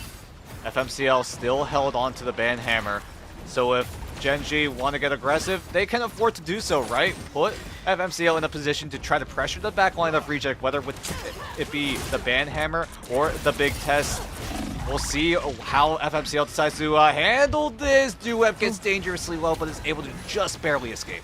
He does have to retreat, and that does give up the high ground to Reject. And you can see Brownie trying to set up for some shots, but he is going to have a hard time, especially with that ban hammer. The upgraded ban hammer, by the way. FMCL going straight for that one, making sure the passive damage makes it difficult for Brownie to poke his head out. So he's going to concede that high ground and rotate around to the other one, but still taking some of these duels, and it's given Genji some time to posture, so they don't have to worry as much about it. And Sung Inferno coming out, and he wants to dive in deep from the top rope. Won't be able to clean anybody up, and now with the Raging Royal Flush coming out from Skittles, Duep is going to go in and let the fists fly. He'll take down Sunghoon in short order, and Brownie will be shortly behind. And Zenstarry getting in there. Yaki gets his one, but he will pay his life for it, and Genji now crossing the 60% threshold. Well, it's a little questionable when Brownie used that Insong Inferno. Not quite sure what the plan was there, either to maybe chunk the backline of Gen G to the point where if Reject wanted to go for a little bit of that dive, they had the backline of Gen G at a Maybe sliver burn of lamps? HP. Either that, yeah. Maybe burn the lamps, but still very, very questionable. That doesn't give Brownie that safety net when Gen G went for that move, and now with the Raging Royal Flush available on Reject, how much value can they get until Salvation is able to get a flush of his own? Well, he does get it off, and Bobo also goes for the Ruby Rage, but those two ults will go awry, and now Lastro with the Kumiho unleashed, and Skittles is praying for a leash to come, but it just will not. Lastro gets a double KO as he takes down FMCL, and at 97%, Gen G may have to concede this point here. Reject looking to try and wrestle it away from them and get themselves on the board. Zenstari will attempt to swing to safety, but will find no such thing as Lastro's got another orb with his name on it, and Reject get their name on the board. But not until Gen G gets to 99%. Reject are going to have to find a way to, at the very least, suppress Gen G's offensive push. Given that Gen G don't really have that much of an ultimate economy, the best thing they got is Duep on the Rogue to maybe use the Heartbreaker to try to suck up the ult charge from Reject. But right now, Reject, their only move is offense right now, right? Piggy with the Heaven's Retribution, maybe combo with the Ensong Inferno, but no, Brownie's going to hold on to it this time. Learn from the mistakes of the past fight as Duep is just kicking down Yaki. Yeah, they're not able to execute on that Heaven's Retribution, and Yaki getting punished there, and FMCL gonna cut Piggy down to size, clip the wings of the one-winged angel, and when you only got one, there's nothing left keeping you in the sky. But Gen G looking to try and soar. Brownie taken to the sky, looks to scorch them, and crash back down to earth, but he won't find the Elim. FMCL putting down Lastro. Duep pummeling Sunghoon, and suddenly the strategist lineup for Reject is nowhere to be found, and Duep says he's gonna take everything. He'll take away this map from Reject if he has his chance. Brownie taking a duel up on the high ground with FMCL will win it narrowly by the skin of his teeth, but Bobo is there to seize on the opportunity, and he is going to let the Ruby Rage fly. So much damage coming out. There is going to be the regen domain to help keep Reject alive, but when that expires, Salvation goes in. Zenstari not too far behind, and all the KOs going Gen G's way, and the first map will do the very same. Warrior Falls goes to Gen G. It just felt like Gen G gave a little bit of pity points over to Reject, in particularly 36%. But Gen G, it just feels that they know what to do, right? Every single engagement, they figure out, hey, we have these ultimates, we have these resources. What can we do to try to put Reject in a spiral where they have to use resources of their own, and then Gen G just have to go for the finishing blow, right? Disrupting as much of Reject as possible. And you saw that, right? Gen G are actually putting pressure onto Brownie. And Reject definitely are a little bit stunned, trying their best to, at the very least, give Brownie as much room as possible to go for those free damage shots. But Brownie... But the pressure, it's making Brownie second guess himself. Like, you called out that Ensong Inferno that was like, you know, the best case scenario for what he was trying to do there was maybe burn lamps, and you just need so much more value out of that ultimate. And right now, coming into this next fight, FMCL kicking things off with the portal. Maybe try to divide the front to back of Reject, and they're doing just that. They just go right into Brownie, and he is gone. And that's an anti-heal that comes out from Salvation, and there's gonna be a Royal Flush that comes out from Sunghoon. He'll take down Skittles, so it's a decent trade, but Reject needs so much more than that, and the portal is still there, making it hard for them to get in, but Lastro, with the damage, will take down FMCL, and Reject have pulled the Uno reverse card here. I guess that's what was in Gambit's deck that time around. Will they be able to get the first cap, though, as Gen G have seemingly abandoned the fight, tried to take the point for a time being, but Reject, looks like they will be the ones getting the first cap. Piggy is gonna hold the door and make sure nobody stops them. Yep, Royal Flush will be in the cards for both sides one more time. Salvation is the one that kicks things off, but Lastro is able to get his down in time, so it's going to be a neutral playing field as Gargoyle is going to try to disrupt the backline once more, and that's going to be the end of Salvation. Regen domain forced out, but it's very selfish that Skittles just trying to keep his own life alive, but that's okay. You left your friend's body behind, and Gargoyle is going to commemorate the occasion once again, and Gen G are going to have to take a mulligan on this fight. Reject staking their claim, and it's off of the duplicate Royal Flush from Lastro, having the trump card this time over Salvation, but Skittles will now have one uncontested for this next fight. He is channeling it right now, and it is now go time for Gen G. They couple this with the Feast of the Abyss as the only other ultimate online, as Heartbreaker is lagging a fair bit behind, and Gargoyle looking to get out of dodge, feeling the full weight of Bobo's presence, and Bobo will take him down. Another Heaven's Retribution now coming out from Piggy. Can they convert this into an Elam this time around? Yes, Yaki will claim salvation, and that is a good opening there for Reject, and Bobo, with only 49 HP, will tuck his tail between his legs and realize that his team has abandoned ship, and so too must he.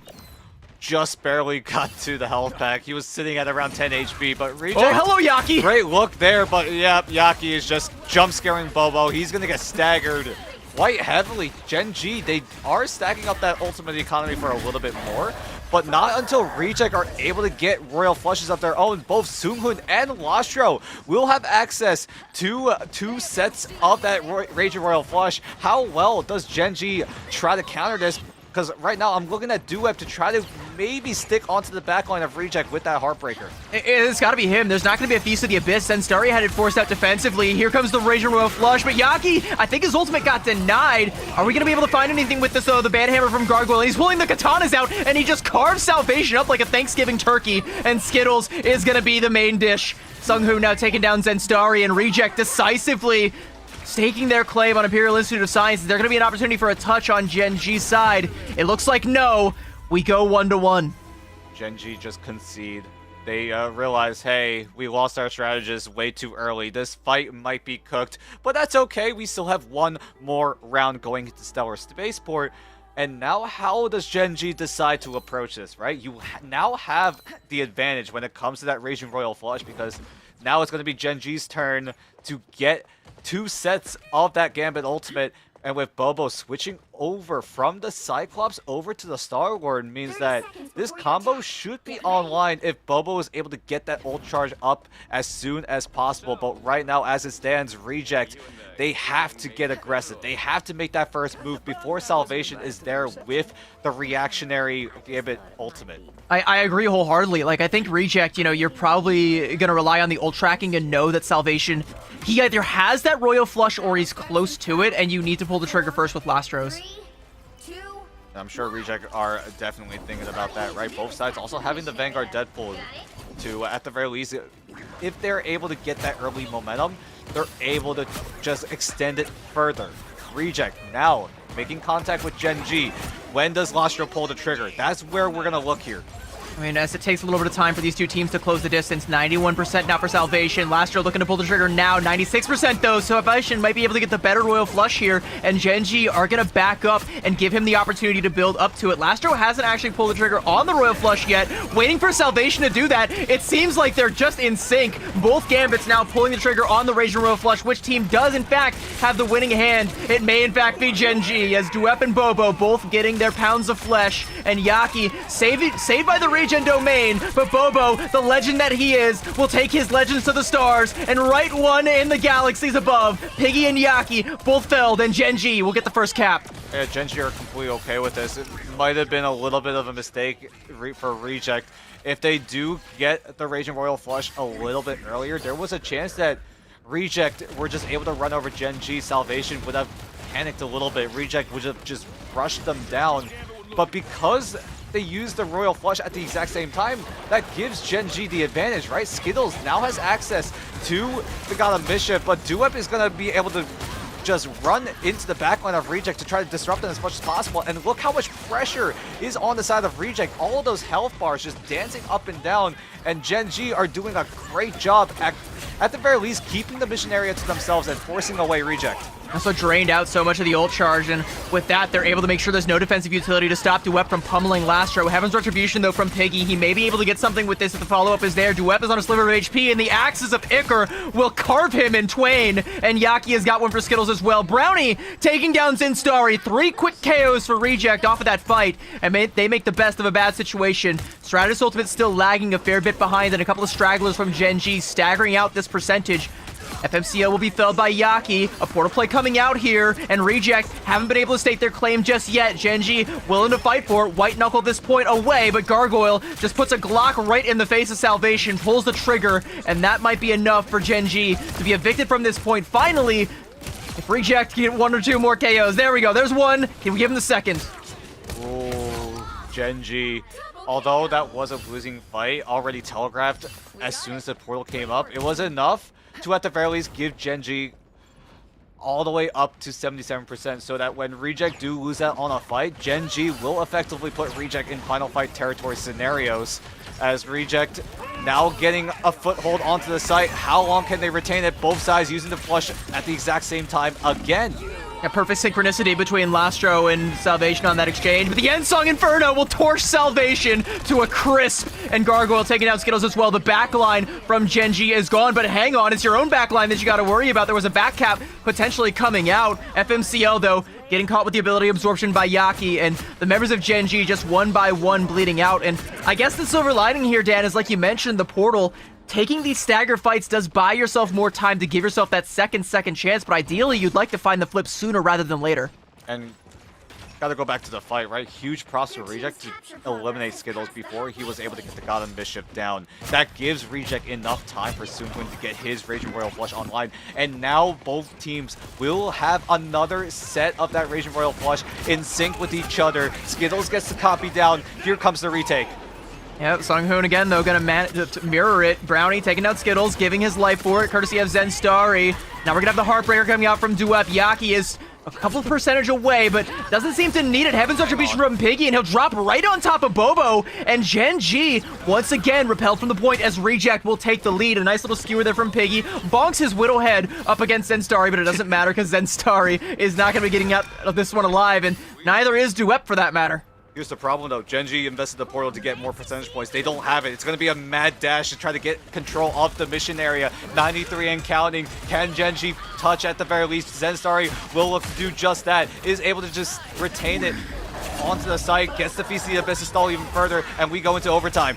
He's relying on that overhealth, but he's about to have no health. If Brownie can just land one final shot, he's able to dodge, but no, Brownie will hit it, and Skittles won't be there. There's not going to be the regen domain when you need it, but it's Brownie's domain that you need to worry about as he stakes his claim over this point, and all that he surveys belongs to him. This point, Burnin T'Challa, Stellar Spaceport, FMCL's very life belongs to Brownie, and as these members of Genji will throw themselves into the mill, into the grinder, one by one, just to hope to stall, Salvation will take down Piggy, and he might be able to get Brownie as well, forcing out the Ensong Inferno, and Salvation gets away, gets the Raging Royal Flush, and this is suddenly turnable now for Genji, as Bobo will take down Brownie, has the Galactic Legend, will take to the skies, Yaki getting bursted down, and Genji miraculously have found the flip.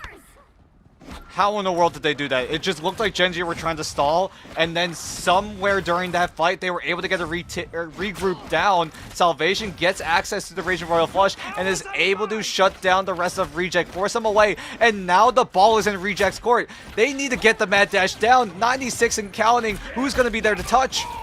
It's going to be Lastro with the Raging Royal Flush. There is going to be a touch, but Bobo's on the flank, looking to try and pressure Brownie down, and FMCL is where, and Yaki can't get the peel, can't get there in time. Bobo gets the health pack, and he's able to get down alive. He's got a second health pack, and Sunghoon is trying to take this duel, but Bobo has got 3 health bars, my friend, and that is a lot to chunk down. I don't know if you're ready for this boss battle, my friend, and Reject may have come unprepared for this battle with Genji, as they aren't able to close this one out. Bobo taking the duel now up against Piggy. Duep with the Heartbreaker goes in, looking to take everything. Gargoyle wants to claim it for his own, though, and will pop a cap right in him. Shut that one down, but the Jeffel from Skittles inside of that Heaven's Retribution. He's got 3! That's 3! And he's carrying them off the map, and he's carrying Genji to a victory on map number 1, as Salvation will take Yaki down, and Reject snatch defeat from the jaws of victory. Genji up 1-0. Someone had to clutch. Both teams were playing so well. It really did have to come in towards the clutch, and Skittles is the one that answers the call here in map number 1. Round number 1, it looked very much in favor of Genji. Round 2 was very much in favor of Reject, but then round 3, it just felt like both teams figured out what the opponent wanted to do, and they just went blow for blow. Gambit Royal Flush after Gambit Royal Flush being canceled out time and time again, and then Skittles off the Jeff gets half of Reject into the Abyss, and that's all it takes for Genji to take Rowley's map number 1 here in this best of 7. Skittles redeeming himself, though, for those 11 casualties like that, I think, is the glaring pain point on the side of Gen G's scoreboard. But hey, you take a triple KO to win the fight with that Jeff ultimate. I think you redeem all of that, but I do think that that kind of tells the story, and that's how Reject were able to stay ahead, is that they were able to somehow get access to the backline, a Loki Gambit backline, and put the kibosh on that ult charge, make it so much more difficult for Skittles to match the pace. Even still, somehow, he was able to keep in step with Lastro and Sunghoon. These backlines were just in perfect synchronicity all throughout. When one team had a Royal Flush, the other had one as well, and it never felt like one team was able to get the advantage in that exchange. And I don't know, it's just so even on the first map here, Dan, and I'm hoping that this means we will go the distance. I really hope it's a harbinger for what's to come. I hope so too. Like, I gotta go back to that fight where it felt like Reject had map 1 in their grasp, but Gen G, somehow, some way, were just able to stall enough for everyone to get the retake going, and then Reject just weren't able to put Gen G down. They just kept kicking and screaming. Then Gen G came together as 6 with the Raging Royal Flush from Salvation, was able to just barely get themselves back into the game. That was the moment too, I think, where like Salvation forcing out the End Song Inferno from Brownie, but even Salvation was low enough in HP, but he's able to dash out behind cover so he doesn't take any damage from it, and then in that moment, in a split second, channel that Royal Flush. Doesn't care who he hits, as long as he gets a couple members of Gen G, it's enough damage for Gen G to muscle their way back into it, and they go up in the series. But this series is just getting started, chat. We've got more action on the other side of this break. Don't go anywhere, I promise you don't want to miss it.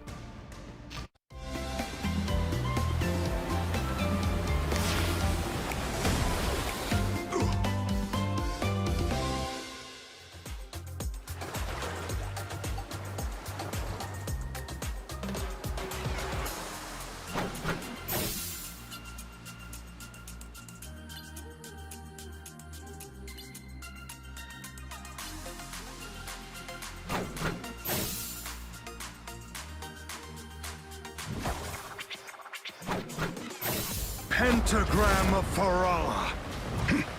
Our enemies are near.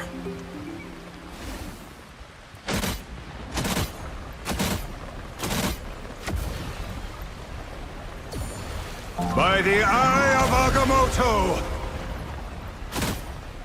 Out, dark magic!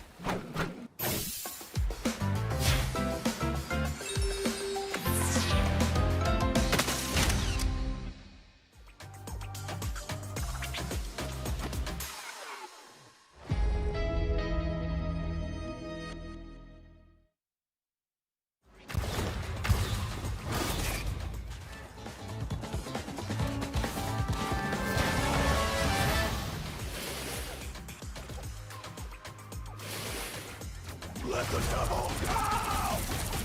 You couldn't be saved.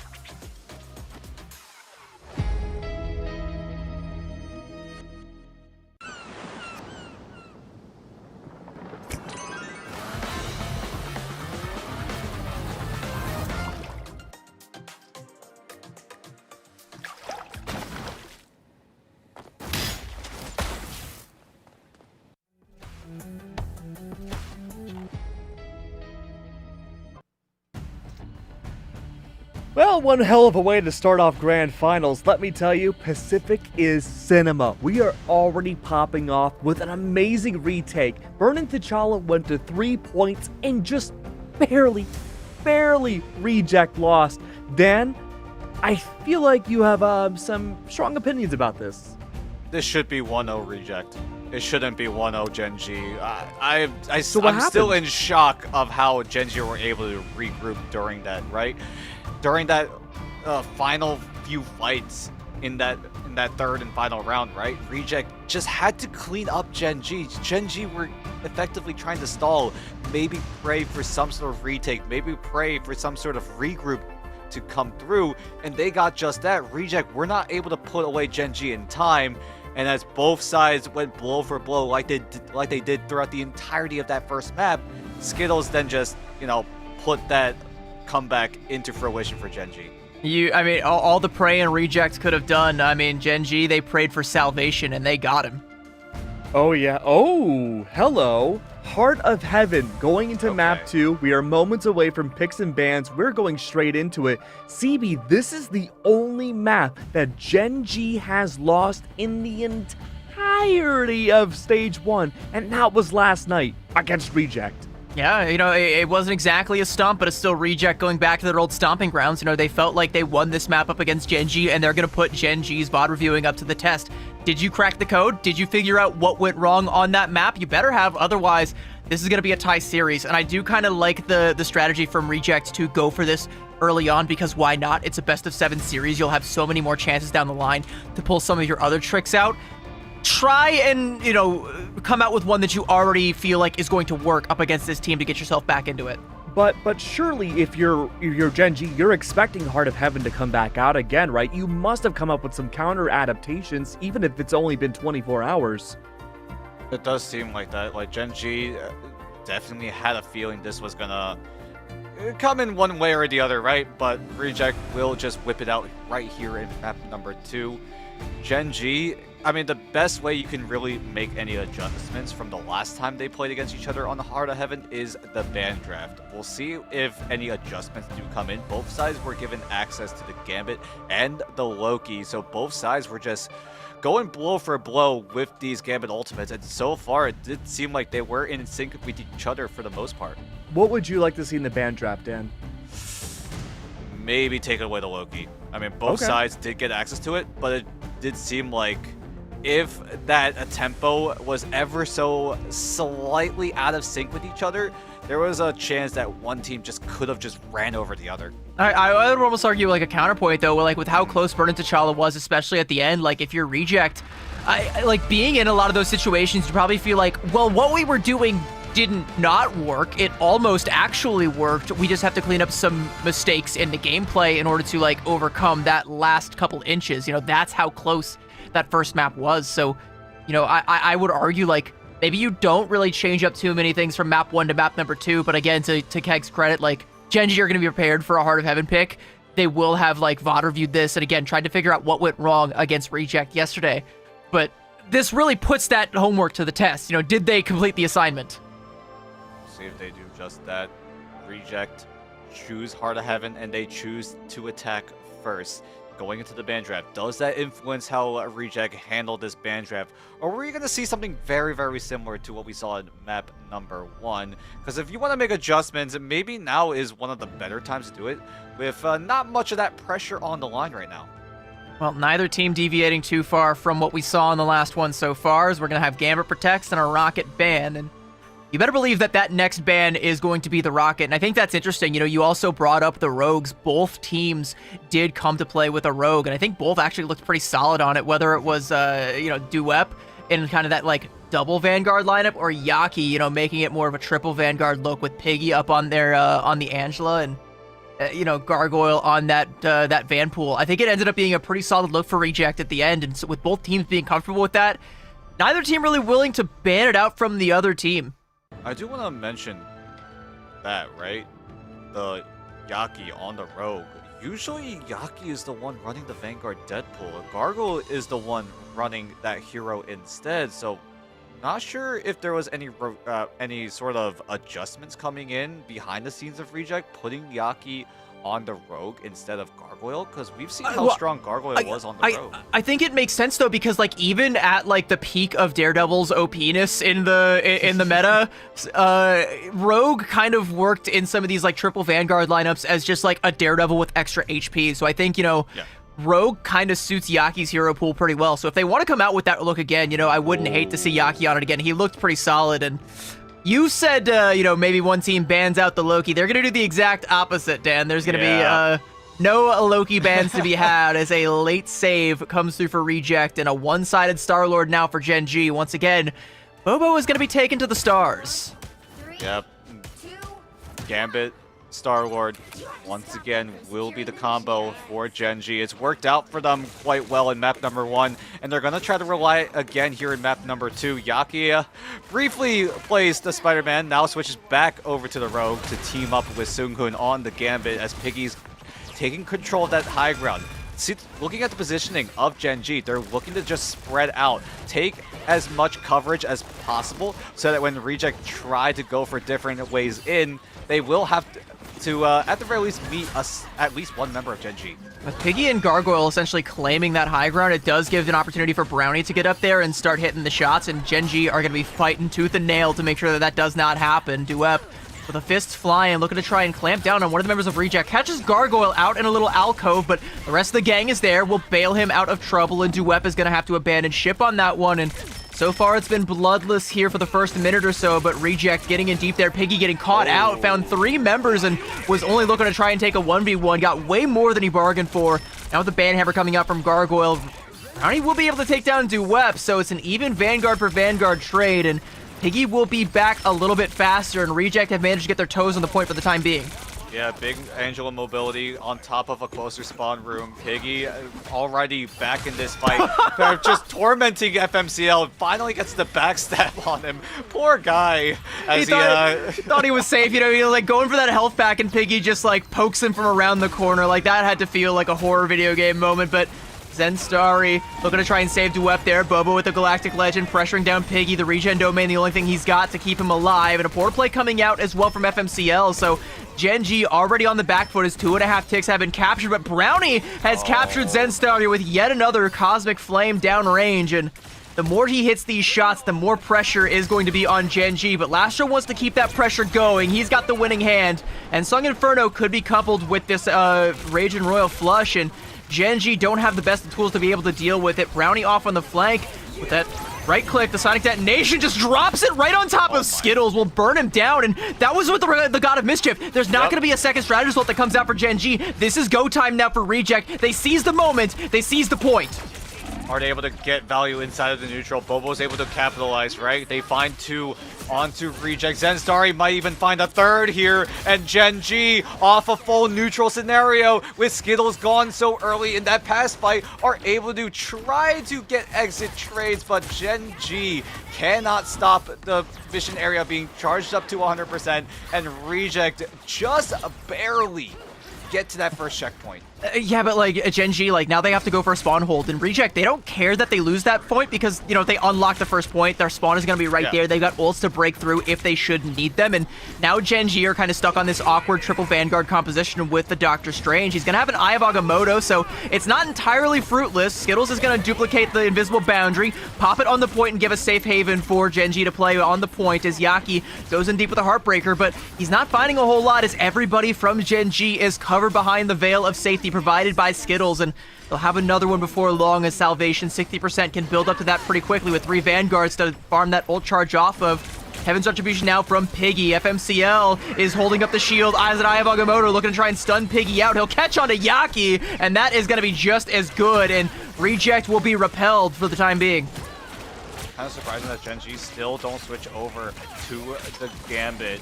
That has been working out for them for a while in map number 1. They're putting Salvation onto the Invisible Woman instead. Maybe, at the very least, maybe I'm thinking to just get a little more defensive to try to counter what Reject are doing, but I gotta give props to Reject, right? They're making more aggressive moves, right? They don't hesitate to use the Rage and Royal Flush, because I felt like back in map 1, Lastro kind of just held on to the Rage and Royal Flush for a good while, but now they're looking more proactive, they're looking more aggressive, and now they're forcing Gen G away with the God of Mischief. Yeah, Gen G have given up so much ground here that they might be able to get this cart around the corner and then get it to a little bit of that even footing where both of the spawns are so close that all Reject have to do is try and brute force it the rest of the way, and indeed they will, and this is a huge coup for Reject off of just that ultimate. Even though it comes out bloodless, it still gets them everything that they wanted. Now Brownie, with that Endsong Inferno, can't quite confirm the Elim onto Salvation. Salvation is able to cling to his namesake, and now Bobo, taking the duel in the backline with Gargoyle, will clean him up with a nice little backflip for style points. Then Starry does fall on the other side,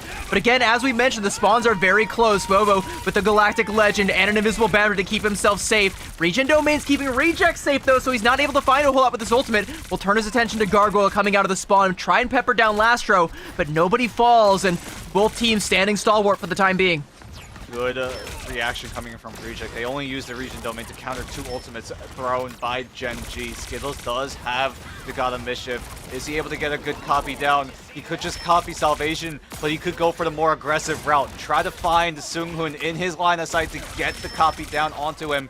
We'll see if he's able to do it. We've seen him be able to pull that off, but can he do it one more time as Bobo is able to find Piggy, and that's Gen G up 1. Yeah, he doesn't need to. Zensari goes in aggressively with the Assassin's Charge, saw Brownie's low health bar and said, I will be having that, eats it up for lunch, and now we're under a minute and Reject have to make a play. And you were talking about Skittles with that God of Mischief. You know, I think he wants to wait until he's forced to try and make that decision, but the problem is, the longer he waits, the more time it buys for Lastro and or Seunghoon to build up to a Raging Royal Flush, and you can use that invisible boundary to try and stop one of them, but Salvation has to try and make up the difference there. He's beating Salvation to the punch just ever so slightly, but needs to try and make up that deficit and get there before that second flush comes out. And he also needs to keep an eye out on Yaki, who could deny either of those ults from coming out with the Heartbreaker. We're gonna have an early God of Mischief coming out from both sides, and there's that Royal Flush. Invisible Boundary now from Gen G. Yaki, though, goes with the Heartbreaker. It's a little bit too late. Oh, no! The Heaven's Retribution catches Duep outside of the Invisible Boundary, and now Brownie will snipe Salvation, and he doesn't get that second Invisible Boundary off. Gargoyle taking down Skittles. I have Agamotto, but Brownie has the schmoves. He dodges it, and NFMCL will be taken down, and this will be the cap. Gen G will find point B and move on to C. Perfect ultimate usage by Reject there. I mean, we talked about Skittles for a little bit, right? Is he able to get the aggressive copy onto Seunghoon? But the problem is, Yaki was threatening that Heartbreaker. So if he walked any closer towards Yaki, he would have just straight up not been able to get the God of Mischief down. But huge Heaven's Retribution by Piggy to isolate Zensari out of that invisible boundary. And that's when Reject hit the GOAT button. They realize that there is members isolated, and they take advantage of it. Brownie uses that end song Inferno to try to find some sort of value, but I'm not sure if the impact was there, but it doesn't matter. It's there now, and the neutral with just the Cosmic Flames he finds too. And sure, I mean, I don't even know if he needed to hit the crate. There's gonna be a triple KO for him, and yeah, you didn't even need to get the whole combo off because bro just with the left clicks gets the job done.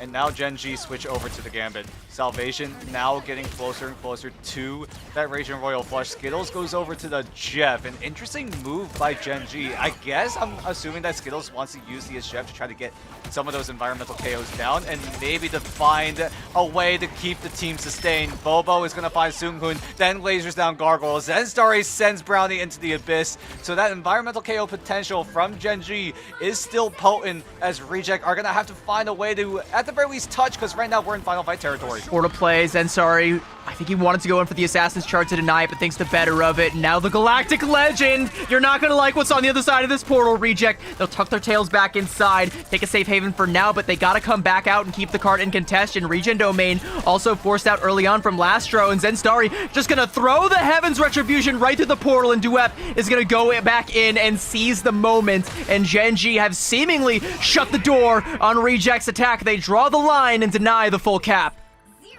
Good hold by Gen G, putting the pressure onto Reject, but still a very, very impressive push coming in from Reject. This is their map pick. This was the map that they used to tarnish the perfect record from Gen G.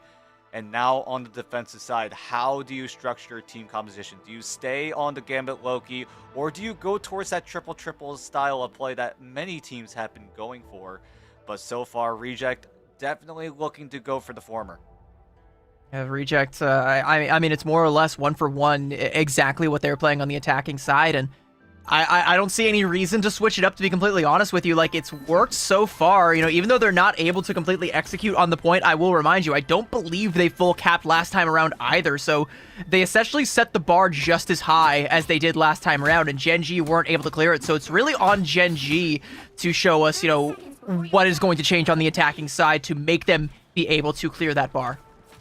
And so far, the plan is looking to be aggression for Gen G. Put Zensari on the Venom, FMCL on the Daredevil, so there's the dive potential there. Bobo could easily pick and choose to either play the front to back or dive with Zensari and FMCL. Duep could easily do the exact same thing.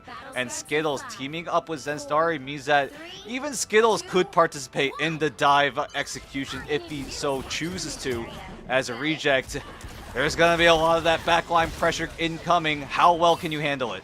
Also gonna have to pressure Brownie. I think that's gonna be another major pain point. You know, we talked about how nobody from EXO really got the pressure out onto Brownie when they needed to. Gen G will be privy to that, and they will definitely prioritize making sure he can't have the high ground for free. And even Bobo is gonna use some of these abilities to try and contest him. But Piggy is also there trying to play bodyguard for Brownie and make sure that he has an angle to be as oppressive as he have in the past. Gargoyle going in with that bubble shield is gonna pop Duep and take another little selfie, build up a little bit more of that percentage, and Zenstari going in, trying to get something, trying to make this push worth it. They get Lastro, and that is value. Yep, Duep with the closer spawn room is able to rejoin the team way faster than Lastro. So Reject are going to be down one strategist, and it's going to be up to Seunghoon if he's able to stabilize Reject until Genji look for a second move, and FMCL does a rage bait tech to eliminate Lastro once again. Yeah, that's going to make this defense so much more difficult without the regen domain, without the healing, without Seunghoon. There's no healing at all. There is a banhammer from Gargoyle, but they can't capitalize on that one. As they are on the back foot, Zenstari will clean up Yaki. FMCL letting those Billy Clubs sing, and Brownie, I can guarantee you he is hit and skip as quickly as he can. He doesn't like this song hole very much. Seunghoon swapping over to the Doctor Strange, looking to try and get a portal in play, but it just comes too little too late. In fact, it doesn't come at all.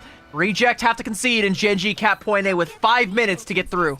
Lastro attempted to stall on the Jeff, but now goes over to the White Fox. Realizes that Genji are very, very aggressive, right? They have the die composition online, and so far Reject looking to react, but Genji go back to the spawn room, make more adjustments. FMCL doesn't really go for full dive, instead goes over to the Psylocke, so there is a little bit more of that front to back potential, and as soon as I talk about it, FMCL goes full front to back with the Cyclops. Yeah, these two teams, you know, they're playing chess with one another and trying to figure out which piece is the right one to move, what is the correct move to make, and FMCL, I think on the Cyclops, I think is going to be a pretty good tool here, especially when we start to get down some of these more narrow hallways, and it will do a good job of contesting Brownie, and with that Rage and Royal Flush now coming out, I mean, you don't even got to worry about Brownie because the rest of his team is already gone. Brownie on a little bit of a flank, though, looking to try and take the duel. Ensong Inferno, he's got the sparks built up. He'll take down Salvation. That is a high-value elim, but he is going to find quite the mugging waiting for him when he returns to his mortal form. And Bobo, he is no mere mortal. He is a legend, a galactic one, in fact, and he will remind Yaki of the legends he wrote. It'll be the only casualty so far for Genji, but Reject on the back foot, now forced to scatter for this hold. Are they able to regroup in time to contest Genji? Genji are having very many ultimates being online very, very soon. Skittles is able to get the copy with the Gambit ultimate thanks to Salvation. FMCL tries to use the Ruby Rage to try to force away Reject for a little bit longer as the rest of Reject. How much more do you have in the tank? Because they find two. Zenstari is able to trade it out, but still, it's a ban advantage in favor of Reject. Yeah, Genji kind of overheat and overextend, and that was a huge Heaven's Retribution from Piggy. Ended up peeling him for the backline, taking down two key members, and now Zenstari going in for a Heaven's Retribution of his own. FMCL will be able to clean up Seunghoon through that. Kumiho unleashed for Lastro, but that Kumiho is going to be bursted down and returning back to human form. And now Yaki looking to let the devil out, but he's got no healing. He needs to try and find some blood, but he just can't find it. He'll only find the business end of Bobo's blasters, and Duep is going to blast Gargoyle down with his bare fists. And 2:45 in the time bank, and Reject still struggling to keep this defensive going. Genji threatening to cap point B just a couple of meters away, and Reject too afraid to go in for the contest, and Duep says, all right, I smell your fear. I will go in and I will take it. Going on in, continuing to pressure Piggy back, and Piggy just turning around, trying to fly back to his team, and you can see the box of victory, the checkpoint right there. And Reject, they concede the fight to at the very least preserve their grouping the stack together, right? Stay 6-man strong, don't get staggered, or else things become way more problematic. Gargoyle is gonna find the 1v1 onto Duet, but both will just shake hands and walk away. And now coming into this fight, Genji have the execution down. This might be the nail in the coffin with Salvation and Bobo teaming up. A galactic flush potentially coming out. Bobo looking to give them an upper decker. He's going to take down Lastro, burning down Seunghoon, and he's so far away from the rest of the fight that the card is still moving forward. Yaki tried to take down Salvation, but will do no such thing. Salvation returns the favor, takes him down, and a Banhammer can't even slow him down because he's got the regen domains, the lamps lighting him up, and Skittles with that Raging Royal Flush. Genji looking to light up the KO feed blue, and Reject being evicted from this point once again as Skittles with the Bayou Bash will bash Piggy down and break down the walls that Genji were not able to overcome last time around. They are now up 2-0, Dan. I mean, throughout this entire series so far, it just feels like Genji are just way better than neutral. Yeah, ultimate usage is one thing, but if you're able to come out on top in many of these fights when no ultimates are in play, that is extremely beneficial when it comes to that early momentum that both teams really want to go for. And Genji, it just feels like they're just more mechanically goated at it. Yeah, I mean, mechanically goated is a word that you can apply to just about any member of this roster, but Bobo with a well-deserved MVP, 12 final elims, and, you know, for all the rogue combinations that we talk about, it was that Galactic Flush towards the end there, as Bobo just goes in deep and takes down both members of Reject's backline, and there's really nothing you can do. You know, when your back's already up against the wall and there's no healing to give you that second chance, it's pretty much just curtains at that point, and Genji understand that, and on the map pick, Heart of Heaven from Reject, the one that they bested Genji on yesterday, I think my question for you, Dan, is this going to be a mental check for them? You know, they tried what potentially could have been their best shot and fell so far short. I'm kind of wondering if map 1 is still in the heads of Reject, right? They should have gotten that map, and now coming into map number 2, they get a very good push when they were on the attacking side, but then Genji just absolutely destroyed them in the push. And you gotta feel for Reject, right? How is their mindset going into this next map? Because right now, with 2 maps to Genji's name, Reject are gonna have to think of something generational to try to shut down Genji. And we also have to touch up on Genji's duelists and strategists, right? Bobo and Salvation, they have an insane amount of synergy together. Sometimes they don't even come that they're gonna use their ultimates in tandem with each other. They just pop one ult, and then Salvation is there to back him up, or it's vice versa, right? Salvation goes in with the Raging Royal Flush, and then Bobo just reactionary uses the Galactic Legend without any hesitation. It's the kind of synergy that you can only build up from playing together as a team for as long as Genji had, and for all the synergy that Reject has from some of their past incarnations and some of their stints together on other teams, this roster, this core of Reject, has not been together as long as the 6-stack over on the side of Genji. So you're right, like, you know, there is that that synchronicity there between Bobo and Salvation, but I think that exists between all 6 members of Genji, and they are all on the same wavelength. And I think a major part of that wavelength is deny Brownie the opportunity to frag out. You know, we saw some clutch moments, we saw some hero plays coming out from Brownie, but it's just not the same as what we saw in that series up against XO, because he's not being allowed to make as many of those moments happen. He's having to go out of his way to try and make those moments happen, and when he does, he's getting caught out. Like, I'm thinking of that End Song Inferno on the defensive side in Point B, where he's like, all right, I've got the sparks built up on Salvation. I know if I pop End Song Inferno, I'm going to be able to confirm this elim, but what's waiting for me when I come out of this ultimate is all other 5 members of Genji, and they are pissed that you took down their Gambit. We are going to go to a map number 3, chat. Remember, it's a best of 7, so we're not done quite yet. We're not even on match point right yet. We're only halfway through at least, and you do not want to miss the second half, so don't go anywhere. We will be right back.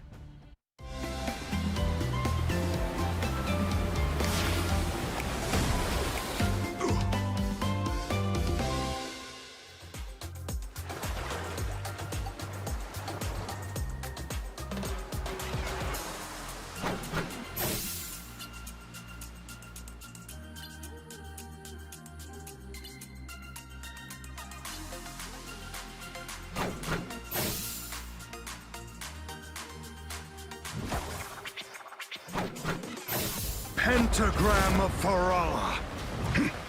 Our enemies are near.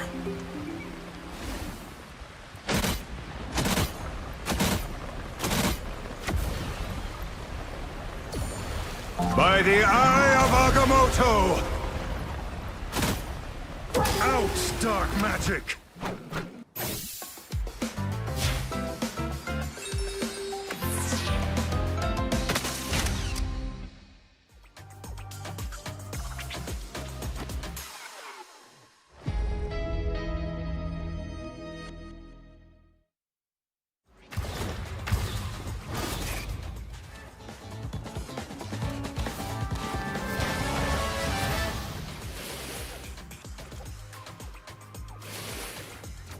the devil go! You couldn't be saved.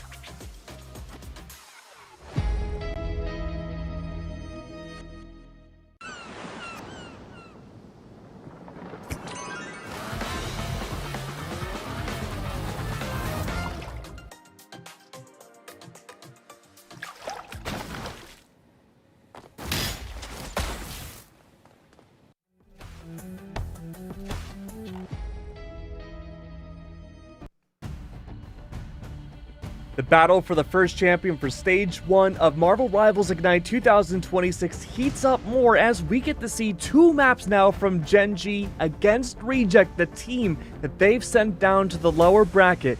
Reject had to face up against the wild card of XO to get back into the grand finals for a chance to not only secure a guaranteed spot at the international midseason finals LAN alongside Gen G, but now these two are battling for that sweet, sweet prize of good old cash, $42,000. My name is Keg, and I'm joined once again by CB and Dan, and we get to see whether or not Gen G, can they make the full gambit? I don't know, but I think maybe, just maybe, Brownie needs a little help. Yeah, 11 final hits for Brownie in that last outing, and you know, I think again, his showing versus EXO earlier on in the night does kind of tell the tale. You know, he was relatively uncontested in that engagement, but this time, Gen G are doing all they can to peel whenever he goes on some of these flanks and off angles and tries to get access to the backline like he was against EXO, or outright denying him some of the angles and sight lines that he wants to be utilizing. And I think that's going to be a major mental check here as this series goes on. It's a best of 7. It's a marathon, not a sprint. And even though Reject have failed to clear the hurdle in the first 2 outings, they still have one more to give before it goes into dire straits. So, my big question is that, again, only one map has been lost for the entirety of Stage 1 for Gen G. Only one map has been played for the entirety of Stage 1, period. Yeah, that's true, that's true. We've seen this map at least 150,000 times. The times that we've seen Reject lose, they immediately pivot to Museum of Contemplation. This was the hard check up against XO to unfortunately be one of the nails in the coffin, but Heart of Heaven, only map so far Gen G has lost. They brought it back in spades, Dan. And you are the museum mastermind outside of Liger. What's gonna happen, man? I mean, give Brownie a little bit more resources, right? Reject, they're doing a great job at covering angles, but right now Gen G are looking to just do the same thing, but a little bit better, right? At the very least, you need to make sure that Brownie is able to start doing all the damage that he needs to do, right? Let Brownie do what he does best. Exactly, just fry. Just keep on frying, but Reject, more resources I feel are going to be needed in order to, at the very least, let Brownie do what he wants. You know what's funny?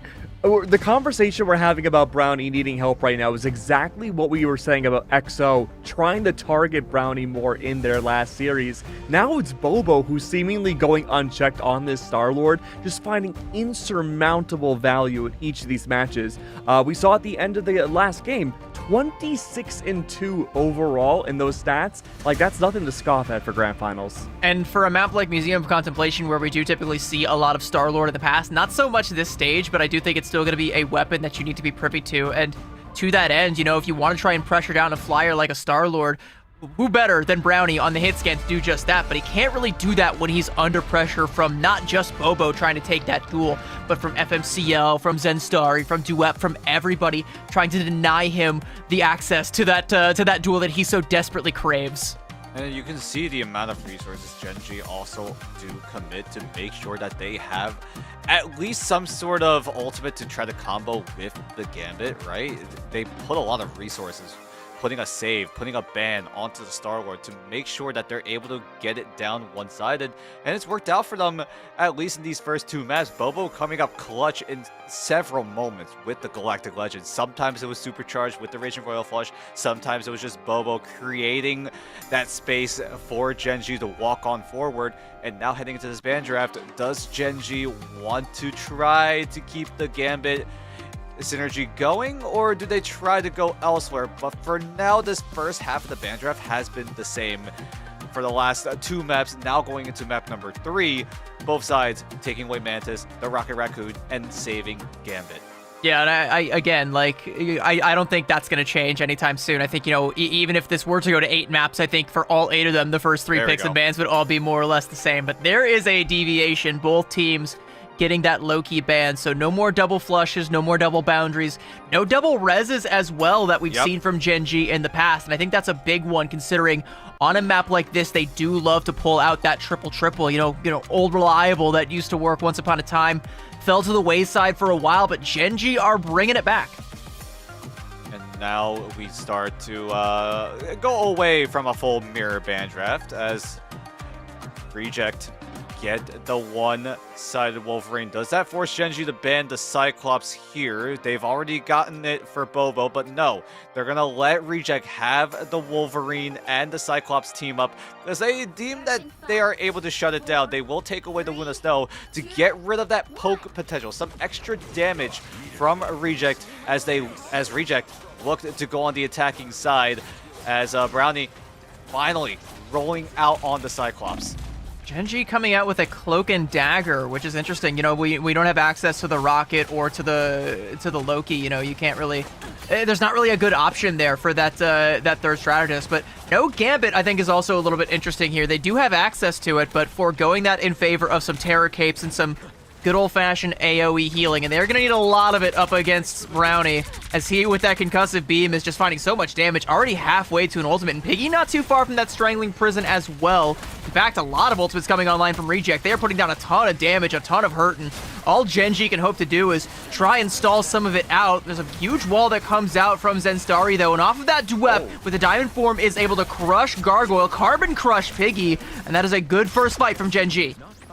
And Gen G are able to get so much value out of it, not just from the eliminations, but also on their ultimate economy. Bobo already at 74% with the Karma Revival. That win condition is clear. Keep Bobo alive so that when things do go hairy, Bobo is able to just bring them right back into the fight. And you gotta They're about to get pretty hairy, though, because, I mean... They also have to make sure that Reject on their side, they cannot use too many of those resources because Bobo with a single Karma Revival can easily nullify it. It's going to be the Royal Flush met with an invisible boundary, giving Gen G a safe haven so they don't have to concede any ground, but there's going to be more threats coming out. Strangling Prison from Reject, and then there's going to be the Ruby Rage into it, but with that eternal bond that comes out from Skittles, it's just not going to be enough, but he goes in too deep and gets caught out there by Brownie. A very uncharacteristically aggressive play, but he's going to make the swap over onto the Jeff, so perhaps that was intentional. In fact, Bobo's not even going to res him, so definitely intentional. Strangling Prison and a Meteor M, it's just not enough as Reject holding strong. Sans Yaki, though, as he gets sniped out there from Zenstari, threading the needle between those walls and looking to try and poke Piggy down as well. Not able to do so, but enough damage has been done that Gen G can stand their ground. That was the Zenstari special, putting the Strangling Prison onto the wall to provide some extra line of sight for Gen G to try to burst down the people that are CC'd up by that Strangling Prison. But Duep looking to CC Reject even further. Balastro is there in time with the invisible boundary. Can Yaki come up clutch with the last stand? But no, they don't even need it because they're already up 2. Well, they were, and Maybe. then Bobo said, Maybe. nah, you're going to be up 0, as a matter of fact, as the Karma Revival does come out. Reject weren't able to suss him out. Skittles, though, his casualty will be permanent, so Gen G are still going to be down a man here. Of course, he's Jeff. He'll get back fast, but he might not have a whole lot of team left when he gets there. Salvation will keep them alive with the invisible boundary to nullify Piggy's ultimate there, so Reject, again, forced to engage a little bit more slowly, proceed with caution, buying Skittles more time to get back into the fray. Here's that Raging Royal Flush now, though, from Sunghoon. Reject want to try and push the envelope here. Brownie on the angle, looking to try and take down Bobo, and is he going to be able to find him? Yes, he will. There's a cocoon on deck if Bobo can get it off, but that's going to take a little bit of time. That means it's going to be less healing there, and now with Gen G in this little alcove, it's fish in a barrel, and Brownie is going to pop the Ruby Rage, though. FMCL with the Meteor M to try and absorb some of the damage and dunks it on top of Yaki, and 3 quick casualties coming through, and Reject are going to be shunted. Gen G once again stand their ground. Reject had the biggest of advantages there. had the Raging Royal Flush. Genji didn't have any ultimates to work with at the start of that fight. Thankfully, Genji were able to, at the very least, stabilize with FMCL and Zensdari, but with 10 seconds on the clock, Gargoyle is going to channel the portal. Genji are completely ready for this. It's going to be a Jeff ult, though, from Skittles. Still a little bit of time. 2 seconds left. Reject have to touch. They do. There's going to be a mag bubble that comes out, but I think Skittles still got one. No, it was just his friendly, so not going to be stunned there. Not going to be caught out, but... Oh no, he got it, Piggy! He got one! That is a huge KO to come through. Lastro with the invisible boundary. Duep just gonna send the Psionic Seduction into it. Gonna be that last stand that comes out from Yaki, but it's gonna be his own last stand. Brownie though, finding two, and no cocoon this time for Bobo. No karmic revival. Lastro does fall courtesy of Duep though. The KO starting to swing back over in Genji's favor. And it looks like Gargoyle won't be long for this world. And with a Carbon Crush, Piggy will be put down, and Genji complete the full hold. There was a perfect opportunity during that fight. Yaki actually got the last stand tag onto Salvation that did put down the invisible boundary. If Yaki was able to find the isolation, knock Salvation out of the invisible boundary, this outcome could have gone so differently. But Yaki just was not able to follow through in the end, and Genji, off of that, were just able to stabilize, just clean up the rest of Reject, and whenever Reject tried to go for the recontest, it was just shut down completely. Duep with the Carbon Crush does not allow Piggy to stall at all, and with Piggy going down early in that fight as well, Reject were just fragmented from start to finish. Reject going to, I guess, say anything you can do, I can do better, and they'll have to do it better than Genji as they mirror the composition that was played on the defensive side. Triple look with the Atom, Invis, and the Cloak and Dagger. I'm curious, like, why the Cloak and Dagger? Because I know she does do a fair bit of healing, but I guess if you don't have access to the Luna Snow, Cloak and Dagger might be the next best thing. You know, you also don't have the Rocket or the Loki, so I guess for Reject's sake, it makes a little bit of sense, but it's going to have to make a whole lot more sense, and it's going to have to make a few dollars, in fact, otherwise Reject ain't getting that big paycheck. Another thing to note is, on the Cloak and Dagger, right, you do have access to the Terror Cape. Maybe synergize it with Piggy, who uses the Strangling Prison to clump up everyone, and then Lastro goes in with the Terror Cape to provide that extra vulnerability to allow maybe for some sort of KOs, whether it be through strategist ultimates or just from the sheer amount of damage coming out. Reject, this hold needs to be absolutely perfect if they want to, at the very least, put themselves in a comfortable situation in this best-of-7 grand final. Where's FMCL, though? He is on the Daredevil, likely going to be scouting out the backline, going to be hunting for Brownie in particular on that Adam Warlock, and if he gets in there and takes him down and even forces out the Cocoon, that would be a coup for Genji, and Genji know, once again, the clock is on their side. They don't have to overcommit, but Duep gets caught out there. Nice little wall that comes out from Piggy and a mag cannon from Yaki, and FMCL loses the aforementioned duel, so Reject with a good first fight. Seunghun now has the invisible boundary, so if Genji wants to get aggressive, Seunghun is there to back him up. Salvation is very close to the Raging Royal Flush, but there isn't really much synergy off of it. Zensdari maybe could try to capitalize with it to get some sort of Strangling Prison down as soon as Seunghun's Invis boundary expires, but Piggy is there to try to clap back. I don't know how Duep is going to be able to get out of that one. He somehow does and gets back to his healing. Piggy with the Strangling Prison is going to find nothing, and this is looking suddenly really good for Genji as FMCL has got into the backline. He doesn't get Bobo, but he got the two other strategists, and there's not going to be any res that comes out from Brownie. And I mean, Skittles is going to put Brownie down with a nice little Hawk Tuah there, and Reject are going to be forced to backtrack, and Genji break the hold, and with all their ults still coming online. All right, how is FMCL's wrist still intact? Bro was like flicking up, down, left, right, whatever direction you can ever think of, but Portal Play going to be invested by Reject because they have to. We're in Final Fight territory because the Batmobile so close to putting Genji at match series and championship point. Here comes Reject though, with a lot of those ultimates being dumped in. Brownie preemptively pops that Karmic Revival, but no one from Reject has fallen. Genji gonna bide their time and just let that ultimate expire, and Reject, I guess, gonna make the most out of that when Yaki senses that Skittles is still here in the backline, as he and Seunghun have essentially swapped roles here, and they're stuck on it for the next minute 45 at least.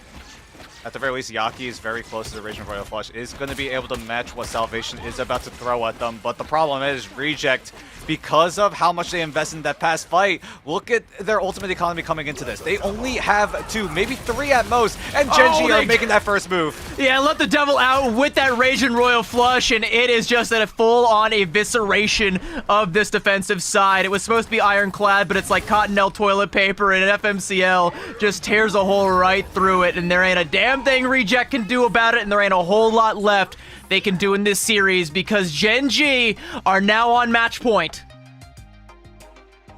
Reject, they had their chances to, at the very least, hold off Gen G for a little bit longer, but it just felt like that overinvestment in that past fight kind of just bit them back in the end. Their best bet was to, at the very least, match Salvation's Royal Flush, but with how fast Yaki just exploded, there was no chance for him to get anything off. Gen G, again, making that proactive move meant that Reject, when they had to get reactive, there was no time. Yeah, like, I don't know about you, Dan, but at this stage, I'm kind of feeling 4-0-ish, you know, because I feel like Heart of Heaven and Museum of Contemplation, those have been Reject's, you know, bread and butter when it comes to their very few, admittedly, map picks that they've gotten from the loser's pick, but you know, you've already run out of those two options, given it your best shot, and come up short. Like, where do you even go from here? Not even just map pick wise, but like mentally, where do you go from here? I mean, we had a little bit of that scrimbucks as well, right? Reject haven't been looking so hot when they scrimmed against Gen G, and so far that narrative might be translating into an official match. Gen G just feels like they have Reject's number. I mean, we saw how many times Gen G also adjust their composition depending on what Reject want to do, and it just felt like at times Gen G were just 2 steps ahead, right? Whenever Reject were pivoting towards anti-dive while Gen G were running the dive, Gen G were just like, yeah, you can do that all you want. You can pick the White Fox, you can pick the Luna Snow, you can pick the Loki. We're just going to go front to back anyway.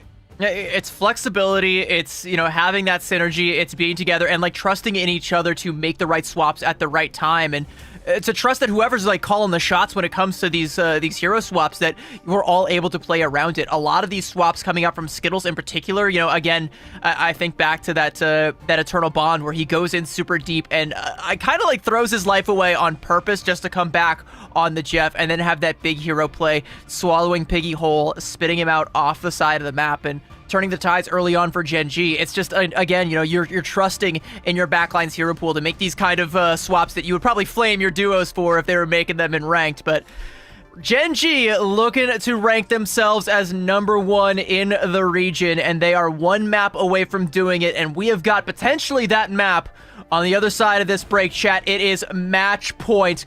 Don't go anywhere. We'll be right back.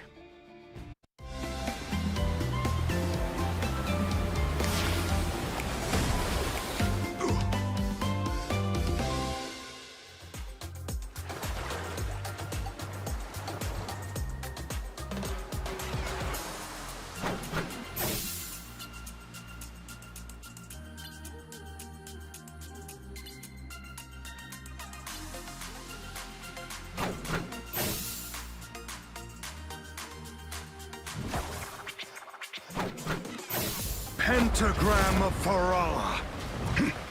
Our enemies are near.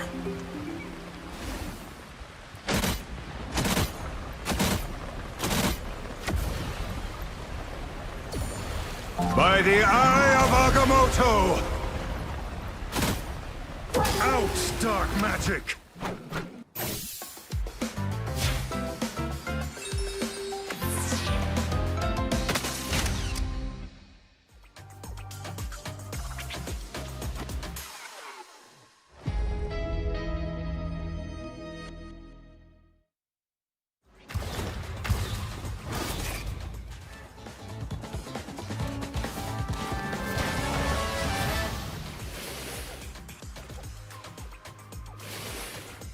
Let the devil go!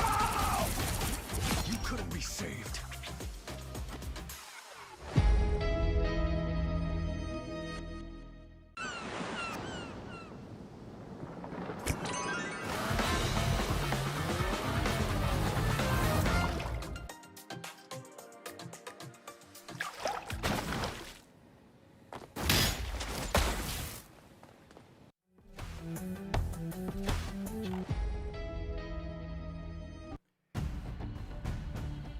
been a long day for Reject, and a long day of Marvel Rivals for them. This could very well be their, 7th map overall in the last few hours? But for Gen G, they've been chilling. They've only had to play 3 so far, and they are 1 map away from that $42,000 grand prize. They've already secured their spot at the international LAN, and so has Reject. But it's a grudge match between the two, a rematch many times over, and once again, in the upper bracket to the lower bracket, to grand finals, Reject have to find a way to get back into the grand finals. My name is Kag, I'm your host, and I'm with my 2 amazing, beautiful commentators. We got CB and Dan. The map pool is finally open, you two, for Reject to go wherever they want. But there's a problem. It's a best of 7, and all the safety options for Reject are gone, but they chose Celestial Husk. Yeah, gonna take it back to domination, and I think, that might be the best case scenario for them, is the map pool opens back up and they can essentially choose any game mode that they want. But I think of the last 3 maps, Burn and T'Challa was the closest, and if not for that clutch play from Salvation, Reject would have won that map. And I think their mentality is like, okay, we've burned our safety nets, let's go back to something that we know we can win and just execute it better. Stick the landing, clear that last hurdle, and don't let Gen G get away with absolute thievery once again. I mean, technically speaking, Gen G hasn't lost a domination match really at all this year. But at the very least, the closest we've seen Reject to taking a map was in that very first map. It just felt like, again, the cleanup just wasn't done in time, and then Gen G got to regroup, and then just ran over Reject. Reject needed to clean that up, because right now, you had your best shot in map number 1. I hope the mental isn't getting in their heads, right? They're not letting map 1 affect them too much, because I don't know.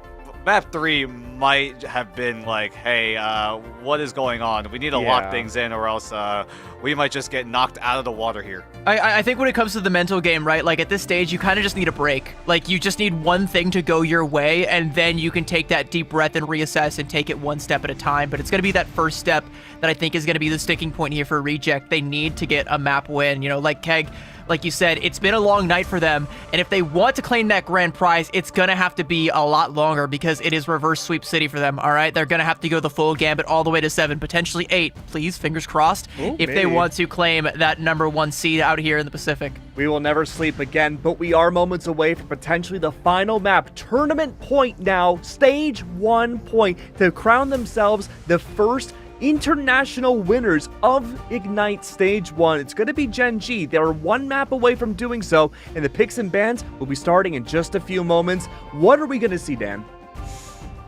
Adjustments in ban draft. Reject I would hope so. They've been playing around, right? Maybe we go for Gamma Loki, maybe we do the Cyclops Wolverine, and it just felt like your best bet was the Gambit and the Loki. I don't know if Reject are going to try to prioritize Loki a little bit more in this ban draft. We'll see how they decide to adjust this time around, because right now, this adjustment needs to be perfect, or else it could mean you losing out here in this best of 7. As I often quote, because I think it is such an important moment in the Rivals esports history, again, Bobo, when he said those words, "Now everybody knows us, we are Chopper Mag," Gen G have given Reject a firm reminder of just who the heck they are, who the heck they are dealing with, and forced Reject to be the ones to try and crack this puzzle, that one code that they just can't seem to solve. They've managed to beat everybody else, conquer their region decisively, and even put down the would-be usurpers in XOXO01 just to get here, all to fall 3-0 in grand finals, and now on match points, Celestial Husk, it's all or nothing. Yep, and I think the biggest adjustment Reject definitely needs to do is please deal with the Star-Lord. I feel like every single map so far, Gen G have already dealt with the Star-Lord. Yeah, exactly, and Reject needs to do the exact same thing, because if you look back in every single one of those maps, it was Bobo on the Star-Lord just ripping apart Reject. Sometimes it wasn't even eliminations that came in, but it was just the amount of space that it gives for Gen G to work with was just so much, and the value just came in every single time Bobo pressed the Q button on the Star-Lord, and Reject, you can see it, they've had enough, they take it away. There's going to be a Daredevil Protect that comes through, so FMCL is going to have a pretty solid option here, and I mean, you know, with both teams banning out that Star-Lord, I think that's wise because, you know, this map in particular can be a playground for Peter Quill. And gonna be the Captain America ban that comes through as well from the side of Reject, and that's been one of these staple bans that, while it hasn't really net them success, I do think they need to keep going back to that well because you can't risk, you know, Gen G having a little bit more of that stall tactics that Captain America can buy you, right? You want to talk about some of these clutch moments. Captain America is a tool that is capable of giving you those clutch moments, handing them to you on a satin pillow. Interesting. Daredevil makes an appearance in the ban draft. We haven't seen that Twice. a whole lot. Yeah, twice, but from both sides. Very interesting approach. Both teams having an idea of what they want to go for. Okay, all right, we're just going to throw everything into the mix. Gen G, another adjustment being made to take away Piggy's options of a little bit more of that dive Vanguard potential. Takes away the Angela, but definitely very interesting. It's not onto the Captain America, which Piggy's rolling out on. Will that be the final nail in the coffin for Reject? Well, we'll have to see. Now or never, they have to put up or shut up if they want to try and claim that grand prize. Gen G on match point and Reject looking to try and scout out the skies. This is FMCL doing a little bit of scouting on his own on the Spider-Man. I mean, it's a bit of a rough neighborhood, but still going to be made all the friendlier for Gen G. Zenstari going in for the dive onto the backline, cleaning up Sunghoon, and that is not the right way to start this one off. Just setting up a shooting gallery for Bobo, and he'll clean up Lastro, and it just looks so easy for Gen G. Even Lastro, even on the White Fox, at the very least, try to stall out, or at least stave off the dive potential that Gen G have. And if Zenzari is just solo diving and is just able to rip apart the strategists of Reject single-handedly, that's concerning. Yeah. If Zenstar is able to 1v2 the backline, Reject need to find something and find that fast, because right now Gen G, with already at 23%, the tempo just gets faster and faster, and Reject's options are starting to dry up. Duep gonna try and lay the hammer down even more thick with the ban hammer, force Reject to react to it, and that's gonna cost them even more time, and also create some more time for an opportunity to present itself, and FMCL is gonna go in and seize that very opportunity, a hit and run, and Sunghoon never saw what was coming, but might see it in that KO cam as he's gonna be revisiting that one, and his head's gonna need to be on a swivel from now on because FMCL is getting the most out of this Spider-Man pick, and this is Gen G playing with confidence, potentially playing with their food. We'll see if Reject are able to, at the very least, make things a little bit more competitive. Gargoyle does have the banhammer, but look at the rest of Reject. They're still struggling to get those ultimates online. Bobo applying even more pressure with the Ruby Rage, parting Reject up separately one more time, and with Salvation getting closer and closer to that Raging Royal Flush, Reject need to find picks quickly. Salvation gonna pop that Raging Royal Flush, and Reject again on the back foot. Bobo just melting Piggy with that primary fire. Like, it just doesn't feel like Reject are in this matchup right now, Dan. Zenstari goes in with that Feast of the Abyss. FMCL got his spectacular spin on deck here before long, and like he just forced out the Kumiho, and he just dips. Lastro kind of just like, wait, where did everyone on Gen G go? I thought they were gonna keep fighting here, and Gen G are able to identify it perfectly. At the very least, Reject are able to trigger overtime, but with how fast Yaki got exploded, Sunghoon needs to find a way to pick up the pieces in a 5 versus 6. FMCL gets that ultimate canceled. What a play there by Sunghoon, and Brownie now with that Ruby Rage, and finally Reject feeling like something is going their way. Skittles looking to try and turn it around on its head with the CYA. Duep also with the ban hammer. Brownie is going to take down that CYA, stop the overshield from happening. Nice little shot there into Salvation, and it's starting to go, it's starting to mount, it's starting to stack up, and Reject are starting to get themselves in the right foot again. Can they keep this pace up, though, as a portal play comes out from FMCL? Yaki looking to try and hunt down Salvation, stalking his prey, looking to try and seize the moment, and he does! Reject have lost 2 in this fight, though, but the Devil Beast Rampage is making it difficult for Gen G to withstand here. Yaki letting the Devil out, trying to take some more down, does get Skittles and Zenstari, and that's going to be Reject finally getting themselves on the board. Piggy barely survives. Reject ended up with no heals, but at the very least, Reject are able to, at the very least, recover from the mistakes that they did back in map number 1.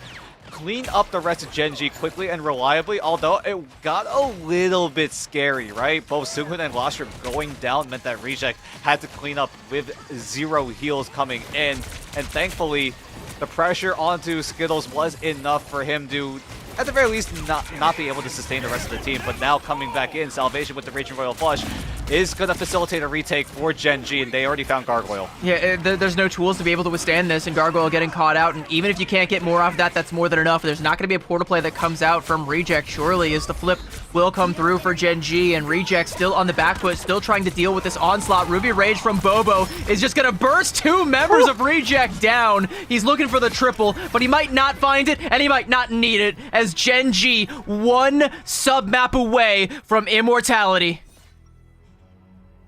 I mean, we talked about how strong this team is. They went toe-to-toe against some of the world's best back over in DreamHack Atlanta. And now coming in here, they're looking to dominate not just OCE, but the entirety of the Pacific region. We knew that this team is just levels above OCE, but now coming in this crossover episode between some of Asia's best, they're looking to be what might be the best team coming out of Pacific from just seeing the overall dominance from this entire roster.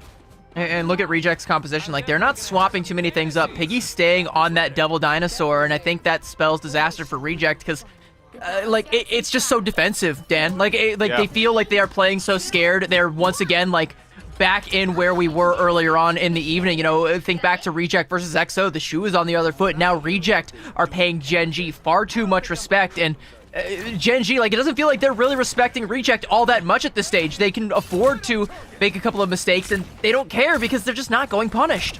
It just feels like they're also limit testing in the end. Brownie, though, does have Ruby Rage. Maybe create space for Reject to at the very least walk into this first fight, but after that, it's just Reject trying to navigate closer and closer to those ultimates. And Gen G do have Duep with the Banhammer. Skittles closer and closer to that CYA, but the pressure is mounting on Reject with that Banhammer. Oh, there's going to be that regen domain saving Zenstari's life. Yaki looking to go in and try to take the duel with Skittles, and does finally get the target he was looking for, and that is a pretty big one, as Skittles with 97% to that CYA, and Yaki going to be saying see ya to the entire backline. He takes down Salvation as well, and again, Reject have managed to not quite find a crack in the armor, but make one.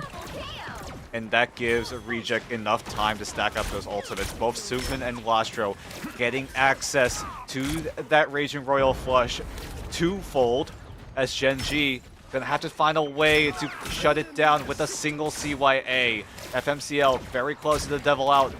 Maybe he makes a proactive move to try to pressure Reject's backline, but Sukun will be the ones to initiate. It's going to be the CIA from Skittles. It's not an interesting angle as Gen G looking to try and flip the map, deny any value that could come out from this this Raging Royal Flush, and now FMCL, like you say, gonna let the Devil out, and he's got Brownie all by his lonesome. Nobody was coming to save him, not Yaki, not Piggy, not nobody, and ain't nobody saving you from the wrath of FMCL. Yaki now with the Heartbreaker, though, has his eyes set on Salvation. Can he confirm this heal him? He will, and that is a huge trade as Reject keeping themselves in the driver's seat, as Lastro from on high will drop a bomb on Bobo and keep this one going for Reject.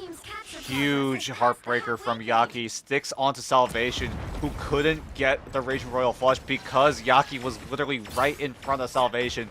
And even securing the elimination means that Reject are able to keep this mission area to themselves. Gen G looking to try to spread out, look for any opportunities in these side angles.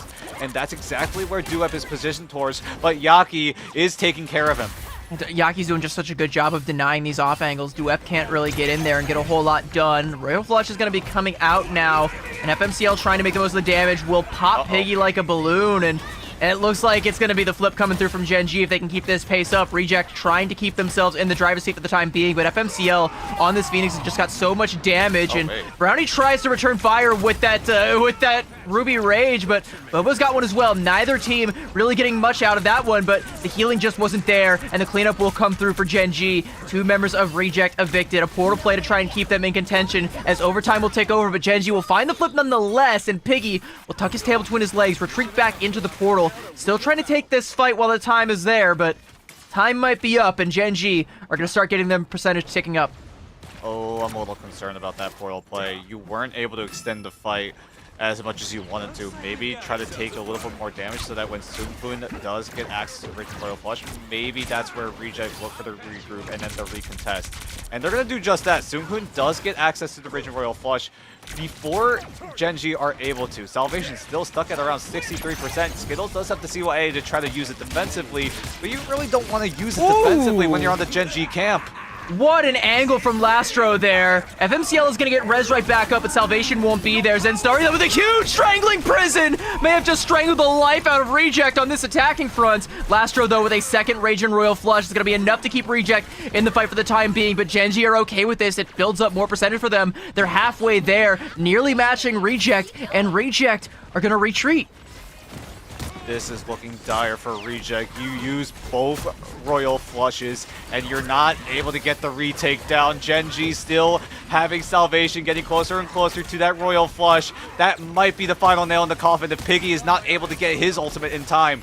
Alarm bells are blaring right now for Reject. They have to make a play. They have to pull magic out of a hat one final time, but it might just not be in the cards. Salvation currently holding all the cards. Duep holding a band hammer, and he's got your name on it, and Reject are forced to react to this one. There's that winning hand, and FMCL gonna come down with the Ensong Inferno as well as Zenstari goes into the backline trying to throw those Spore Bombs, but no KOs coming through. Reject able to absorb this one, and Zenstari is being pummeled currently by Yaki, and he will confirm that one, and so much more damage off of that Freedom Charge now coming out, giving Reject a red carpet rolled out that could potentially lead them to a third sub map here. Yaki now with the Heartbreaker, and Piggy with the World Breaker, the Face Breaker, the shots coming through with the Vibranium Energy Saw, and Gargoyle claiming Bobo as well, and Reject have seemingly done enough. Zenstari forced to make a play with the portal, but FMCL so far away from his team, so far away from Salvation, quite literally could not heal him up, and Reject, they still have a lifeline as they claim Celestial Hand,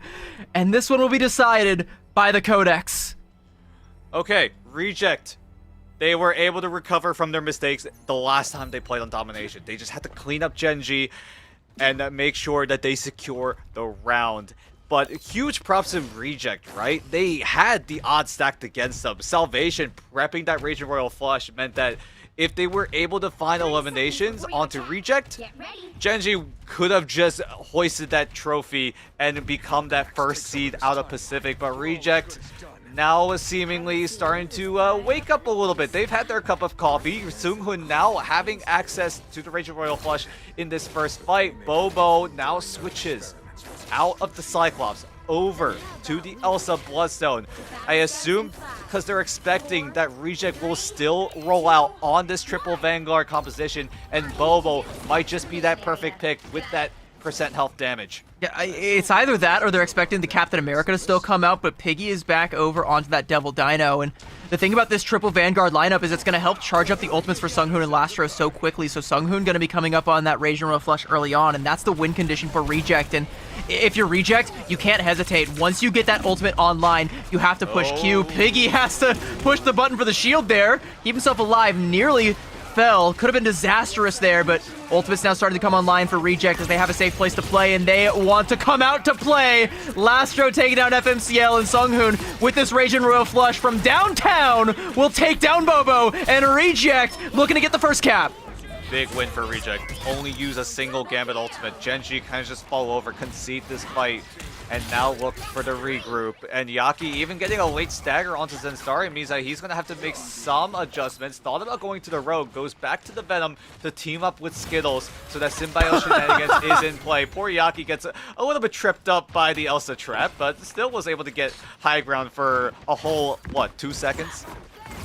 I realized that Genji was actually coming out on the low ground, so had to sheepishly head on back down there, but Genji going to be sheepishly having to absorb this banhammer that comes out from Gargoyle, and he is under fire as well. Ability absorbed to nearly shut him down, but the Raging Royal Flush is good. Brownie's got the angle. Skittles looking for the Jeff ultimate, and wow, Brownie just simply turns around, pops a Yui, and just deletes FMCL, but Gargoyle and FMCL will be seeing each other in the locker room as Duep is going to take him down. A Raging Royal Flush now for Genji. They are done playing around, and with the Ruby Rage and the Galartrox Reject under so much fire, and they didn't seem to bring their sunscreen. 51% in Genji. Find the flip, but Reject They have managed to live through this one, and they still are in this fight, but that might be to their detriment, Dan, as it might take a while for this fight to play out, and that's going to be more percentage gained for Gen G, as FMCL looks to sink his teeth in the back line, and he will chomp right down on Lastro and onto Sunghoon, and he will find himself chomped, but the damage has been done, and Reject will stake their claim.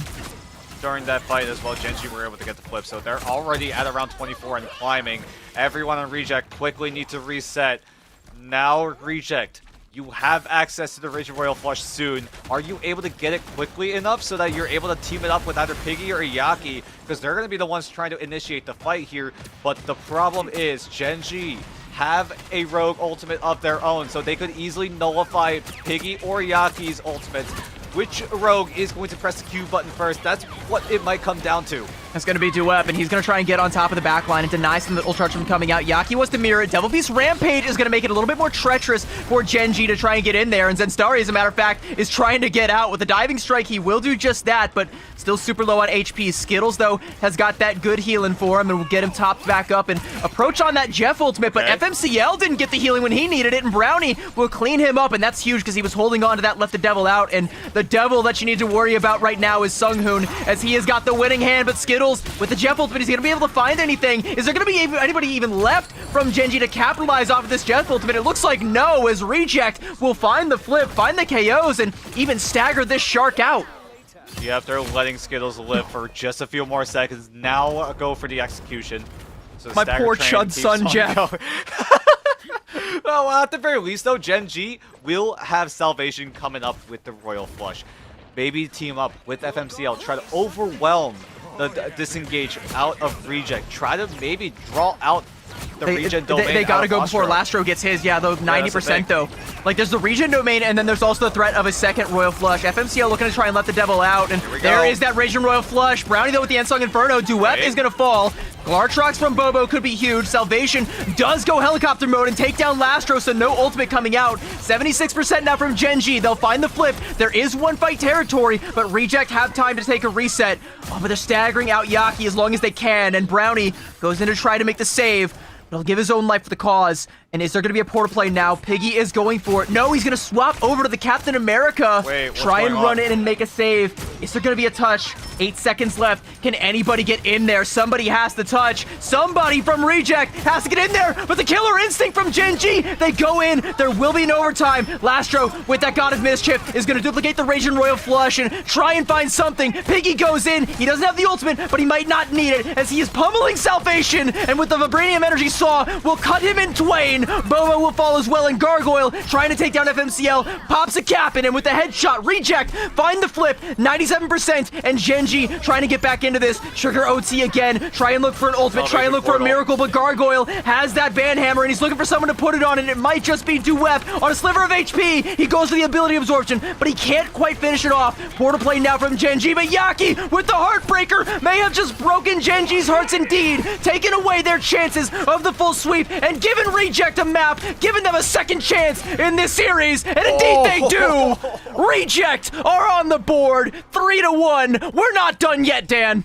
We are still here. Grand Finals is not done. Gen G, you had your moments, you had your chances. I gotta call back to that second round where there was a chance that Gen G, with one Royal Flush, could have just ended this entire Grand Final, but Reject are disengaging well. They were able to stall out what Gen G threw at them, and then Reject finally are able to clean up from their mistakes, right? That big mistake was not being able to clean up the rest of Gen G, but this time it was way more efficient. And I think a large part of it is the fact that they got that ban onto the Star-Lord. Like we said, this map is a playground for Peter Quill, and not giving Bobo access to that one meant that you didn't have to deal with the Galactic Flush composition. You did have to deal with FMCL's Let the Devil Out, but I think Reject dealt with that quite well, and you can see 12 casualties for FMCL. It was Yaki on that rogue that was keeping him checked on a lot of these flank angles, didn't let him have access to the backline, and that's also reflected in the casualties for Lastro and Sunghoon. 5 and 6, that's not a whole lot, Dan. They were staying alive and able to weather so many storms and find comfort in the eye of it and come out the other side with a map win to their name. And Dan, all they needed was one thing to go their way to get back in this series, get themselves on the right foot, and potentially still have a chance at apotheosis. And you talked about it right before we went in here. We needed Reject to, at the very least, get a little bit of a break. Because for the first 3 maps, it just felt like they were getting tormented time and time again. There was just nothing that Reject could find in order to facilitate a comeback. And now with Reject barely squeaking away with Celestial Husk, means that they still are alive.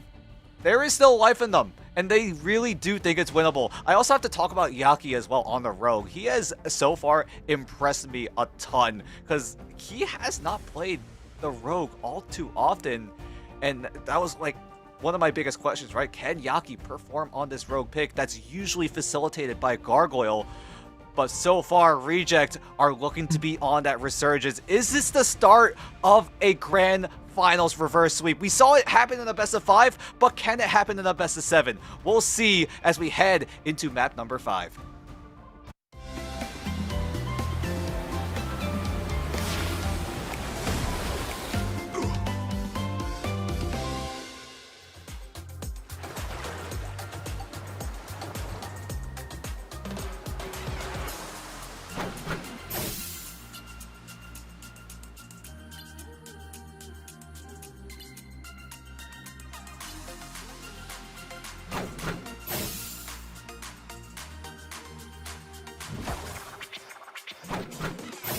Pentagram of Farala. Our enemies are near.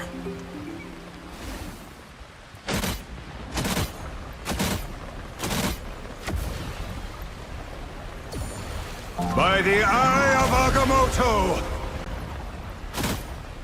Out, dark magic!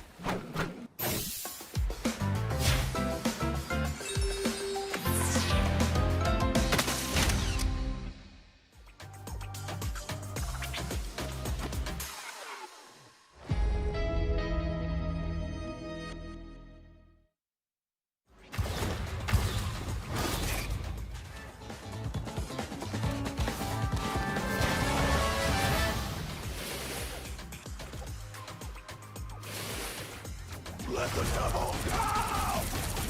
You couldn't be saved.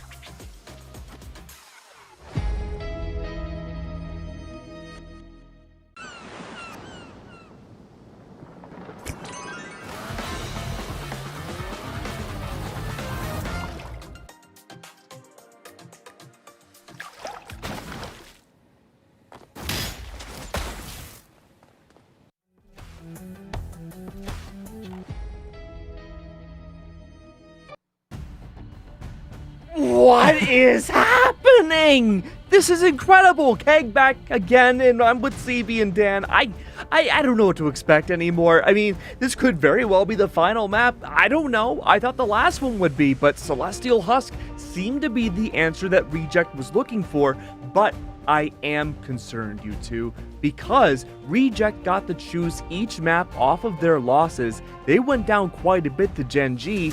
Now that Reject has won Celestial Husk, it's up to Gen G to choose where they want to go next. It's fully their terrain. Yeah, but I mean, at least Reject did get that one, and you had to know that they weren't going to go down quietly. Central Park is going to be where Gen G take us, and I think that does play very well into Gen G's wheelhouse, but it does also kind of set off a signal flare, Dan. We've seen a lot of these triple compositions that come out from Gen G, and I believe... Was it? No, it was against XO that Reject lost this map. So that's right. Ooh, okay, wait, maybe they're trying to like twist the knife here a little bit. Maybe try and break the spirit of Reject just as they're trying to build it back up.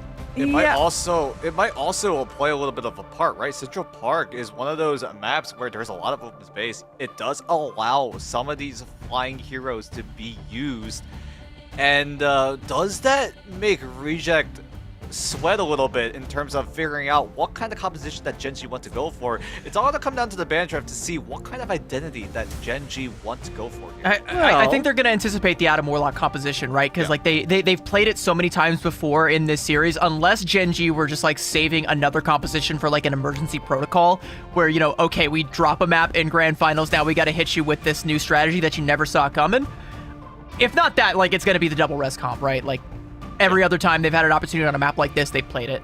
Well, luckily for us, though, we're not too far away from getting to our picks and bans of what could very well, this time around, be the final map of Stage 1 Pacific. We're going to have to wait and see how it all plays out. It was wild last time on Celestial Husk, but like you said, the XOXO matchup versus Reject here on Central Park was a barn burner, and I don't know, has there been enough time for Reject to kind of loosen things up a bit and maybe learn their lessons from the XO matchup? It really depends on how they decide to, at the very least, approach this ban draft, right? We saw on Convoy and Convergence maps from both sides really love that Loki Adam Warlock composition. Get that safety net, some of that insurance policy of that Karma Revival, and if it doesn't work out, you do have the Loki copy just in case. And the only way you can really shut it down is by going fast and just wipe them out before those ultimates are even in play. We'll see if they're going to be able to do just that, at least get the execution down in game, or do they just get rid of it in the ban draft? We shall have to see. Mantis is not going to make it through the ban draft, though. That is about as predictable as death and taxes, and I think the next couple of things are probably going to be also quite predictable as well. Of course, Gambit Protect going to come out from Reject. Sunghoon has been playing quite well on that Gambit, so no reason to change up the calculus, at least on that front. But now the onus is going to be on Gen G to break the mold here if they should so choose. Maybe they also go for another Gambit Protect as it were. Maybe they go for a Loki Protect, and again, that looks like a loud signal flare. An adjustment being made by Gen G. Just as a heads up as well, Gen G are starting out on the defense, but Reject, when they're on the attacking side, they see the Loki save and they're like, hey, you guys want Adam, right? Yeah, nah, we're gonna take it away. Do you think that would have been intentional, though? Like, to go for the Loki Protect and, like, bait Reject into wasting a ban on the Adam? Like, maybe we have seen teams do that, right? They force Gambit saves. Protect. Yeah, they force saves, and then at the very least force a Reject to think about, hey, do we adjust here, or are they just kind of bait and switching us right now? As a Gen G, they do limit the Gambit on the side of Reject by taking away the Rogue and are able to secure the Gambit for themselves. Reject don't invest onto the Gambit at all, and that allows Gen G to get Gambit Loki. But at the very least, though, Reject will have that same resource. So what is this last ban going to be from Gen G? So I'm wondering, okay, it's going to be the Groot, and I do think that, they are definitely playing for the offensive side, so that's not going to come into play quite yet, as it's going to be Gen G on the defensive side first time around, and without access to that Adam Warlock, it's going to be it's going to be Loki, Gambit, and Invis, and again, that does kind of give you that good, that good choice. You can take either the Royal Flush or the Invisible Boundary, and either way, it could be a win condition for Gen G. I mean, the best way you can isolate some of those Vanguards, because both teams really love that triple Vanguard setup, and the best way you can isolate and try to eliminate one of those Vanguards is with Groot. So the walls being able to cut off the line of sight of the strategist means that you have a golden opportunity every few seconds to try to eliminate some of those Vanguards, and with Reject not being able to do that means that they're gonna have to resort to the Devil Dinosaur in order to try to cut off healing. Yaki gonna go in with a big test early on. Bobo just letting the cards rain. In fact, gonna get all the way across the point using both his dashes to help keep the rest of the team alive. But that's one tick already given over to Reject, and more potentially to come if Gen G can't get out of this choke point safely. 2 ticks now, and as one member, Zenstari, I believe, tried to set foot outside. Brownie is gonna make him regret it. Nearly the full cap coming through, and only FMCL standing between Reject and this first point capture, and more bodies from Gen G have to get on the point, but they are hitting the floor as Brownie is just hitting every single shot and then some, and the point just gets capped.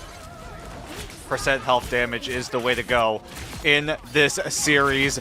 Piggy and Brownie utilizing both of their picks to perfection. Although Piggy does a little bit less of that percent health damage here in Season 8.5, it's still going to play a huge part in terms of shredding down Gen G's front line. Now they make adjustments, right? They put Zenstari still on the Groot, while the rest of Gen G, they stray away from this triple Vanguard setup, and are now looking to provide even more damage into their own team composition. So here's the thing, though, is Bobo was the one on the Gambit, and he's going to swap over onto that Punisher. So even though you win this fight, you're not going to have a Raging Royal Flush, so that advantage will go Reject's way, and FMCL is going to be going the way of the Beast. Does have a Mega Health Pack, so is going to be topped back up off of that Glartrox from Brownie, so that is one ult dealt with, and Gen.G able to stand their ground.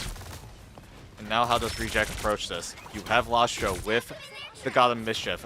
Inevitably will copy Sunghun, but the problem is, Gen.G, they have so many of those ultimates. Duet's gonna try to, at the very least, stave the oppression coming in from Reject with his rushdown potential, but with Bobo on the Punisher turn of all things is just throwing in some suppressive fire.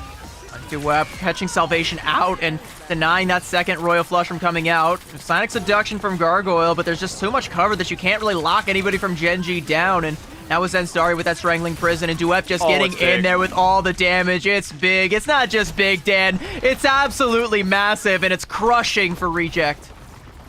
And Reject, at the very least, will have another rotation of the Raging Royal Flush, but now Gen.G, you used a lot of your resources to just scare away Reject with the Psionic Seduction, with the Galactic Legend, even the Invisible Boundary invested. But at the very least, though, Gen.G will have offensive moves. Bobo with the Final Judgment. Maybe try to pair it up with Skittles' ultimate. We'll see how Skittles uses the God of Mischief. Maybe he tries to go for the aggressive steal onto Sunghun if he's able to find access to get into the line of sight of it. But for now, Gen.G are holding off, waiting for Reject to pull the trigger. There's going to be that Final Judgment now coming out from Bobo in response, as well as an Invisible Boundary, but Piggy with that Meteor M is going to suppress that Final Judgment that comes out. He doesn't get any elims with it, but it's a total armistice, and Brownie on a sliver of HP, trying to go on a flank, trying to catch out FMCL, and with the breathing bullets and an Elephant Gun shot, he'll do just that, and that's going to be Reject going up in this fight, and there is a Glartrox down a narrow hallway, will carry Zenstarry out of it, right into the waiting arms of Reject. And those arms are reaching out for point B, and there's not a whole lot left that Gen.G can do to stop it. Gen.G did a good job, though, utilizing that small room to, at the very least, stack up together so that when Reject go into that small room, it's easier for Gen.G to target down the rest of them. What in the world was that? Bro has got his sixth sense. I don't know if he's got wall hacks or whatever. Check him, PC. That is not normally, but the cap comes through, and the portal play can't stop it. What a play from Sunghun. How in the world did he know Salvation was there? That was just some crazy Spidey sense. Bro was just like, I think the Invis is right here. And then just goes for the knockup, finds him with his pants down, and is just able to secure the second checkpoint. Reject now barreling Ratatosker towards those stairs, but now Gen.G are looking to stabilize with some adjustments. Zenstarry goes over to the Angela to take advantage of those environmental KOs here right at the staircase as FMCL goes in with the Wolverine to team up with Bobo so that FMCL has a little bit of that extra mobility, and that's allowed him to get that pick onto Piggy. Yeah, Piggy going to be... I mean, if you're Reject, you're still happy that you were able to get away with that point, though, and Gen.G, I think, are pretty pissed, because you could tell kind of by the timing of that portal, they were counting on Salvation to get that contest, but being forced to miss out on that one does now mean that Gen.G are able to stand their ground at the top of the stairs here, reset, regroup, and just set Bobo up with a shooting gallery here, and the Sonic Seduction is going to line Reject up for a few more shots, even through Lastro's God of Mischief into that Raging Royal Flush. Reject can't really make a whole lot out of the hand they're dealt. Pun definitely intended. And now, wait, hold on. Gargoyle's ultimate got canceled by something. Not entirely sure what it was, but that puts Gargoyle at 50% ult charge, and now Reject have a little bit less of that influence in terms of creating more of that space. Piggy tries to use the Meteor M defensively, but it does scare away Gen.G. Bobo just hurdles over the meatball as Reject are still looking for advantages in. Sunghun does have the Raging Royal Flush, but Skittles does have defense mechanisms online. Bro, next time I'm in a dodgeball game, I want Bobo in my team. He can dodge anything but Salvation. Off two with the force physics, getting his pound of flesh, his revenge for what Sunghun pulled against him. And this is going to be another easy fight win for Gen.G. It's just a matter of how long Reject want to overstay their welcome. Gargoyle will be doing no such thing as Zenstarry skewers him. And the last denizens of Reject will be sent to the wayside as another successful hold for Gen.G in a minute 23 still in the time bank.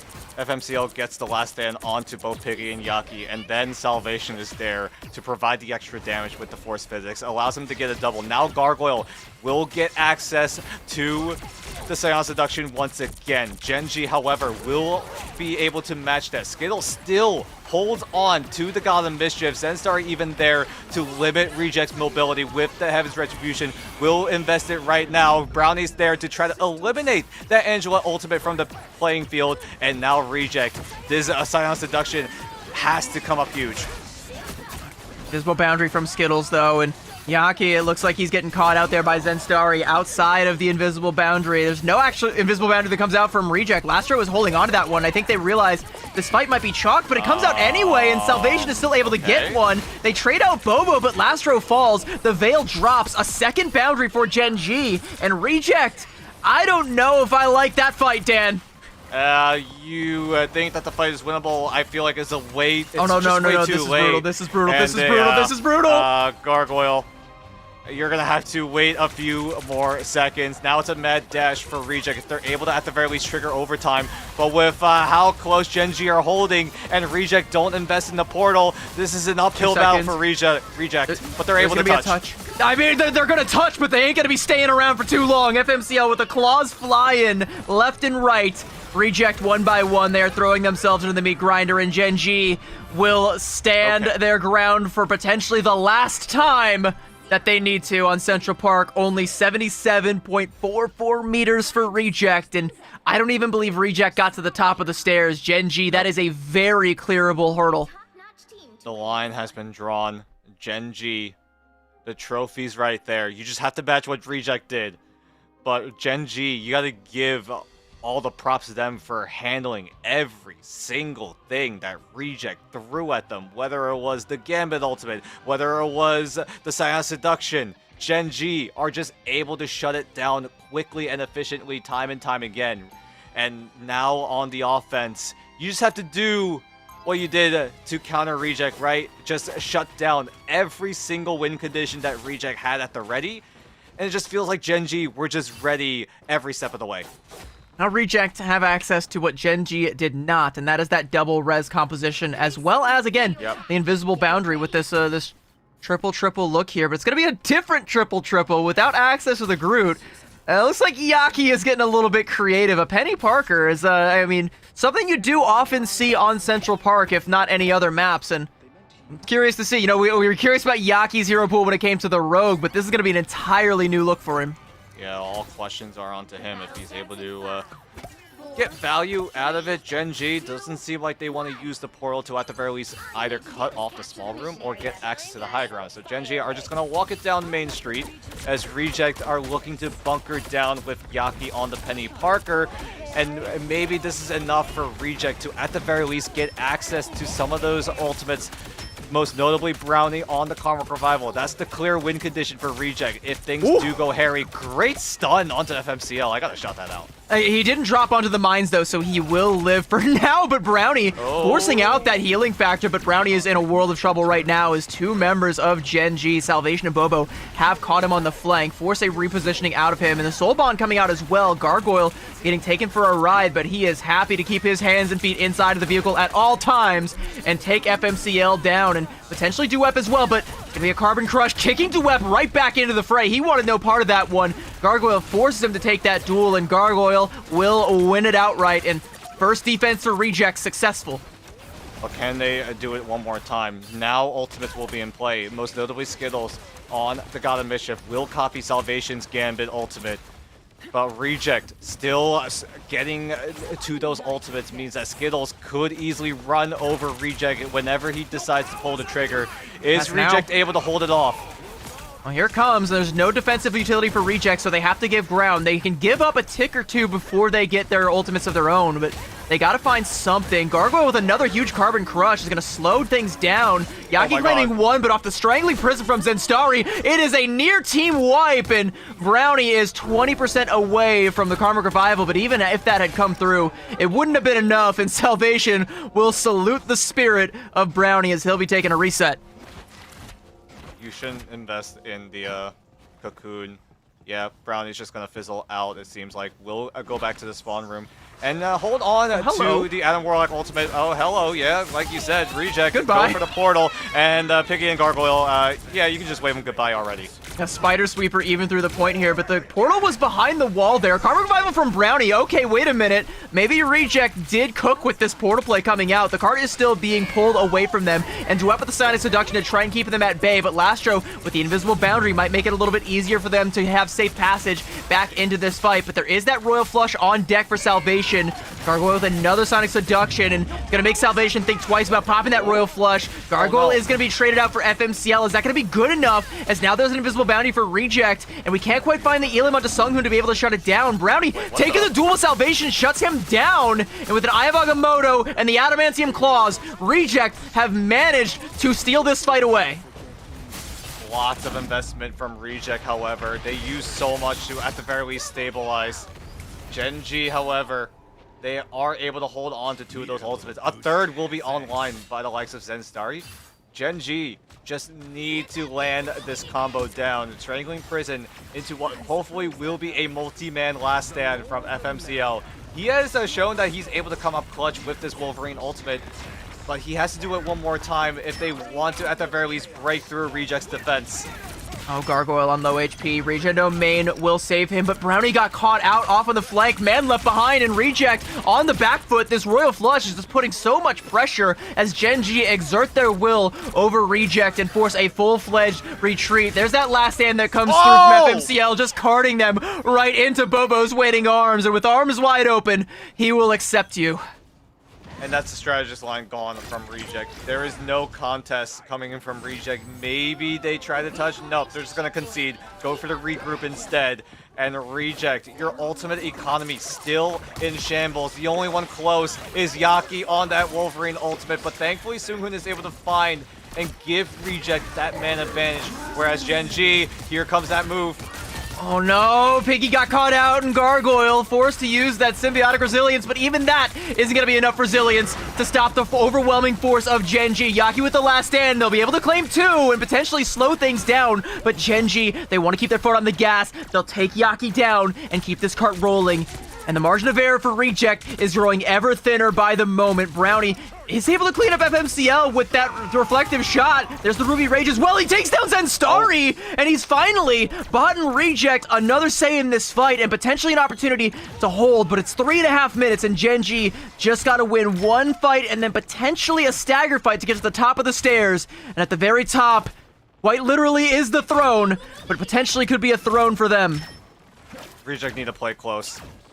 Bobo has the Ruby Rage, and if we know anything about that Ruby Rage, it might be the perfect width onto the staircase. So if Reject want to, at the very least, stay alive, they need to find picks close. And now, FMCL going down. There's already bad news on the side of Genji. Bobo follows suit. Reject have a chance here. This is exactly what they need. They just need to keep finding these stagger KOs in the middle of these fights, not let Genji get what they want out of any of it. They take down Zenstari, and they know ultimates are going to be coming online for Genji here shortly, so Brownie taking down Duep, that's going to be another good one, buying them more time, another 10 seconds off the clock before Duep will be back and before Genji will be back at full strength. And now this next ult fight could go the way of Reject, as they are going to have 4 ultimates coming into this fight to match what Genji, in fact, outclass Genji's 3 big ones that are going to be coming through. And I mean, 2 of those, the Royal Flush and the God of Mischief, they're going to be staggered out nevertheless. Skittles is going to use his first up, and if they don't get the most out of this one, it's another opportunity for Reject. Gargoyle going in with a diving strike, holding on to that Feast of the Abyss, knows he can pressure out some resources with it, and he himself is not feeling any pressure. There is that late Royal Flush. Now he wants to go in and stall things out. Lastro now with the Fate of Both Worlds, keeping Reject alive in this fight for the time being, trying to pressure Genji back. There's going to be a second Royal Flush from Salvation before long, and Reject have to strike before it comes out. They're trying to hunt down Salvation, but he might just get away. He does pop it, but Piggy locks him down with the Heaven's Retribution, but he won't be able to confirm that Elim, and the cart is inching closer and closer to that final checkpoint, Dan, and Reject have to try and make something happen. It's Jeff now coming out, as well as the Feast of the Abyss. Can they find anything with these 2 huge ultimates? It's a last-ditch effort. A freeze coming out. Zenstari bursted down. Duep gonna follow as well. Brownie finds 2, and Reject still alive. This was a tough affair from both sides. How did Reject hold off the aggression coming in from Genji? That was 2 waves of Gambit ultimates that were coming their way, and Reject just disengaged perfectly. Bobo never found an angle to use the Ruby Rage because everyone on Reject were close holding. And Reject, knowing this, they had to do it one more time now. With 55 seconds left on the timer, how do you shut this down, Reject? I mean, Brownie with the Ruby Rage is going to try to, but the problem with that last fight is that Gen G didn't play their whole hand, and they might have the winning one now as Instari taking down Piggy and Bobo with the Ruby Rage, and it looks like it is all over Yaki with the last stand, trying to turn it in favor of Reject, but it won't happen. It's a golden medal and a golden crown for a golden team, as Gen G will force Reject to bend the knee, and they will be crowned as the new kings of the Pacific. We had questions coming in. Is OCE's best able to topple what is Asia's best? And we got the answer here in stage 1. Gen G, overall dominance from start to finish. They dropped one map, but it was just a mere pity point for Reject as Gen G come out of Pacific being the #1 seed going into the mid-season finals. And if you didn't know who they were, if you forgot who they were after DreamHack Atlanta, they are Chopper Mag, they are Gen G, they are your Pacific champions, your kings of the Pacific. The best in this part of the world, this neck of the woods belongs to them, and they'll claim that cash prize and that first seed going into mid-season finals. You heard J-Mac in that previous interview. Reject, they're happy that they get to go to mid-season finals alongside Gen G. He's glad they get to go together, but they wanted that first seed, but Gen G said no, that belongs to us, and there is not a thing in the world you could do to take it from us. They took it, they seized the moment, and they are your champions. And it just to show how strong this team is as a whole. I mean, we saw the amount of times that they turned heads over in the grand finals, and now coming in to Pacific when both OCE and Asia are going to merge. This crossover episode now gets the happy ending. The entirety of OCE are just rejoicing right now. Gen G are one of, if not the final hopes coming out of OCE. We saw the Chiefs make a run in the lower bracket, but they had to make a somewhat middling exit, and now Gen G forced to carry the torch, carry the flame, will now seize the top of Pacific. I know somewhere, wherever they are, up in the great beyond, Liger and Matsi are grinning as wide as the sun. The Chiefs are going to be so happy to see Gen G up at the top. All of OCE are so happy to see their standard bearers, their friends, you know, their colleagues, Gen G, ascend to the glory that they all knew they would, that they always believed they would. And I think, you know, there was really no doubt from any of us. I do also want to say, though, I was correct with the scoreline 4-1. You know, I knew Reject weren't going to go down quietly, and to their credit, they didn't. They came out swinging, and they hit them with a haymaker on Celestial Husk, but it just wasn't enough. Central Park went the way of Gen G, and the entire tournament went the way of Gen G, and only dropping 2 maps all throughout, both to Reject. Two regions combining forces. You had OCE and Asia, and then in the playoffs, they would combine together. 6 of those teams would go to Asia. Only 2 would be Oceania. Only one of those teams made it to grand finals, and they were the representatives to win it all. $42,000 for the first place winning team. That goes to Gen G. And goes to show that no matter how big or small your region is, there can be world-class talent any which way you look. And who knows, so far it's just been playoffs for stage 1. Gen G crowned themselves the winners, but honestly speaking, I think you could make a pretty good argument that maybe they could win mid-season finals.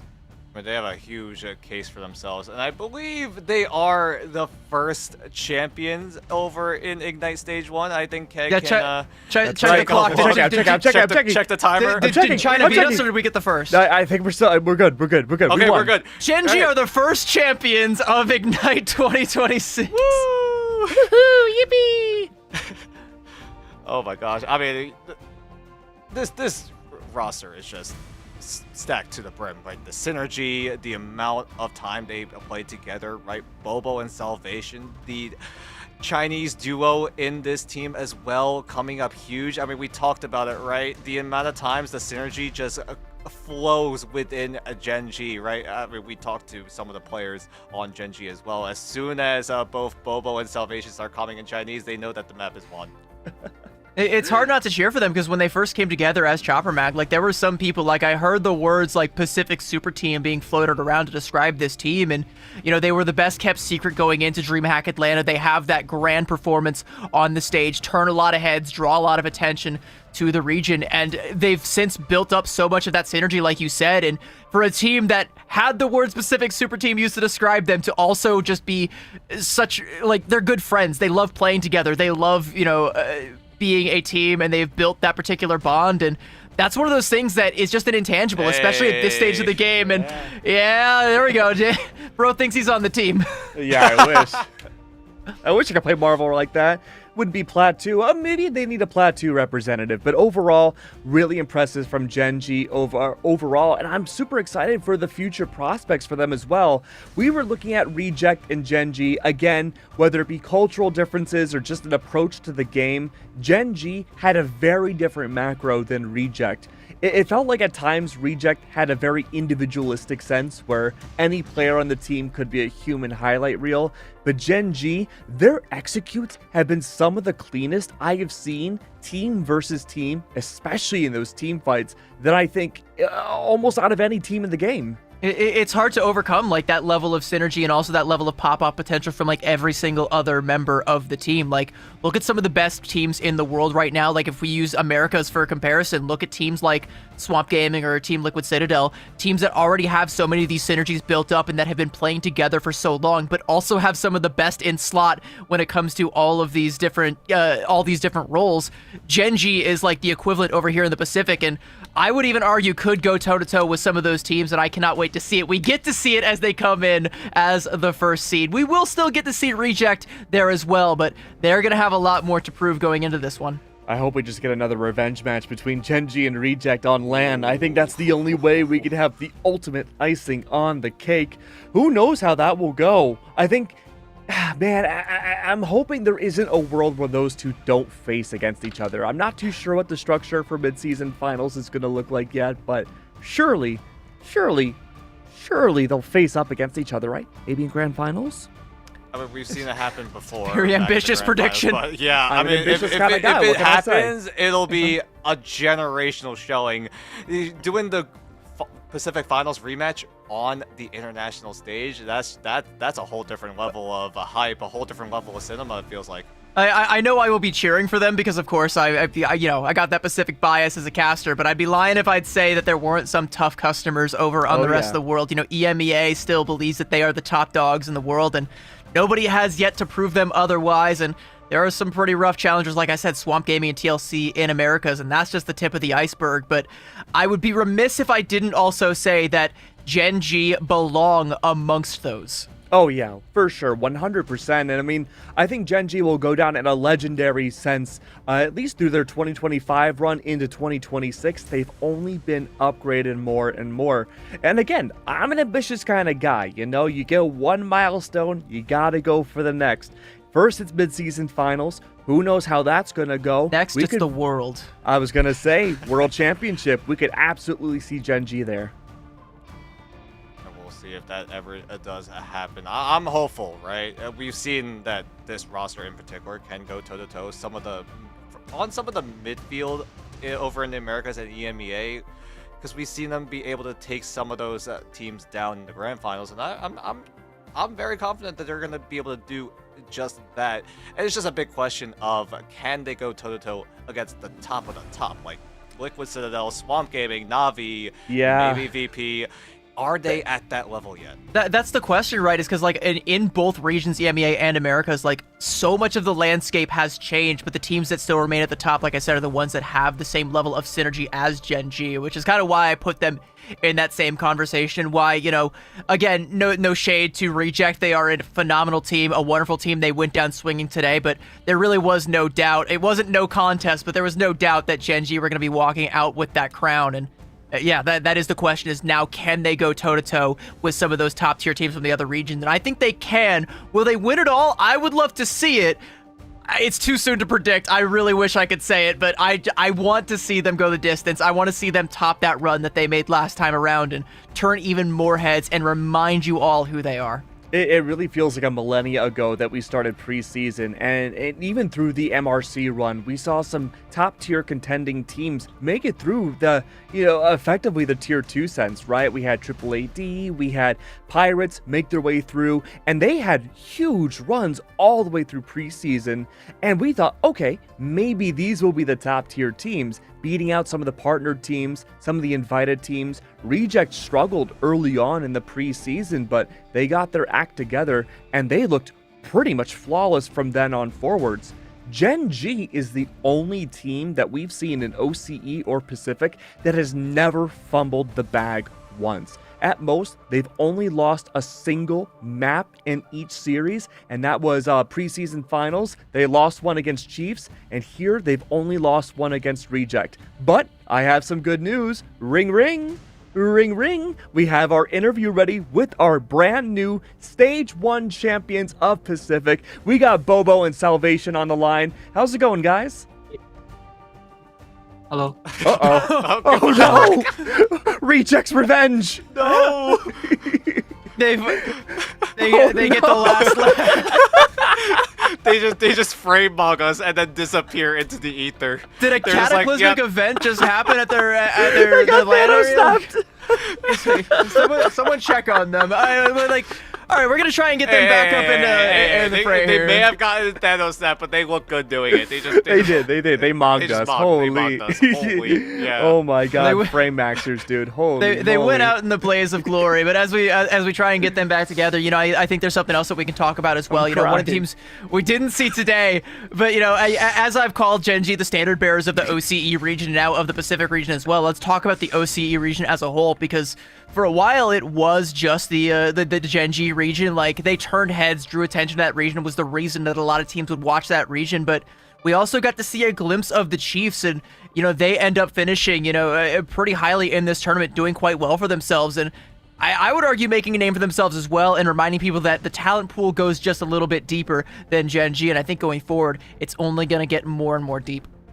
Yeah, I think you bring up a really good point, and I think people tend to forget with Gen G being such a powerful, and like you said, going into this year, a super team being formed, that OCE is really the smallest region in Marvel Rivals Ignite. They only got 2 representative slots going in the playoffs, where Asia got 6 overall. Only 2 teams got the fly out into China to get the proper ping to even play out here, and they still won it out. Okay. Here we go. Round 2 Let's of try the again. interview. Ring, ring. Oh. Ring, ring. Bobo, Salvation. How's it going, guys? Hi, hello. Wait. Oh, we're good. Hello. We're good. We're good. We did it. Congratulations on being the first regional champions of Ignite 2026. Yeah, thank you. Thank you. It's as fuck. Yeah, absolutely. So talk to us about that journey, right? Because so far you're the only team that hasn't really struggled a lot, at least in series. You always come out 3-1, 4-1 in these matches. What does the preparation look like that separates Gen G from everybody else in the region? You see. I don't know. Oh, yeah. Okay. Fair enough. That's a good that's a good enough question. You second? Yeah, sure. Um, So he didn't understand. what is Gen G's? Oh, gotcha. So what separates Gen G from the rest of Asia? I don't know. Just dominate. Very much. Yeah, Uh, I'll take it. Yeah, you guys are pretty dominant. Like, we are a young team first, and like, how to say? Because I think everyone in this team, we just every day focus this game, and we will think about like every day how to fix our problem and try to be better. Just thinking every day and just try to be better and best. That's our everyone All right. Sounds good. opinion. Yes. Yeah, you're a young, a hungry team that wants to win and wants to be the best. You guys are going to mid-season finals. Do you think you can win it all? I hope my visa can get visa. Yeah, maybe our biggest problem is visa. Maybe. Yeah, just if we can fix the problem, I mean, that's think step we one. will- yeah, I think we have chance to be champion. I think. Okay. So, Salvation, have you already started trying to apply for your visa to get there this time? I try every day. Hey, if it's persistent, then that's good. I mean, I gotta ask, right? I mean, we talk about Gen G as a whole, but I want to like scope in onto you two in particular, right?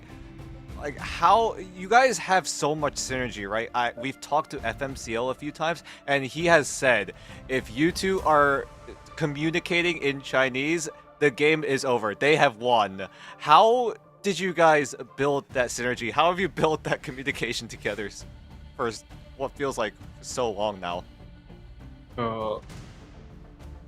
We didn't talk anything. When we use Chinese talk, maybe it's spamming some people like Speedo, Basic, and maybe I'll just use Chinese fight. I don't know. We never talk to game with Chinese. Like,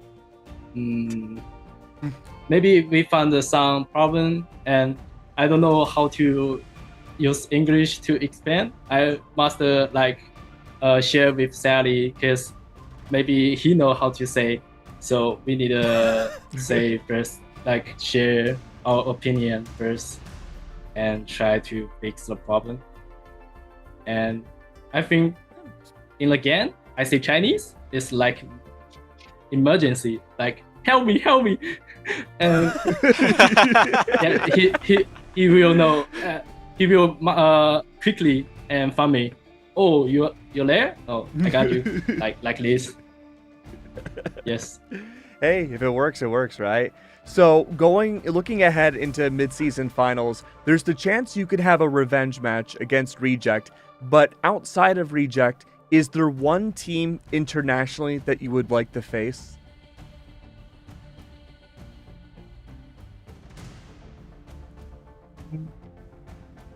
Navi, Heretics, I think. Mine Okay. is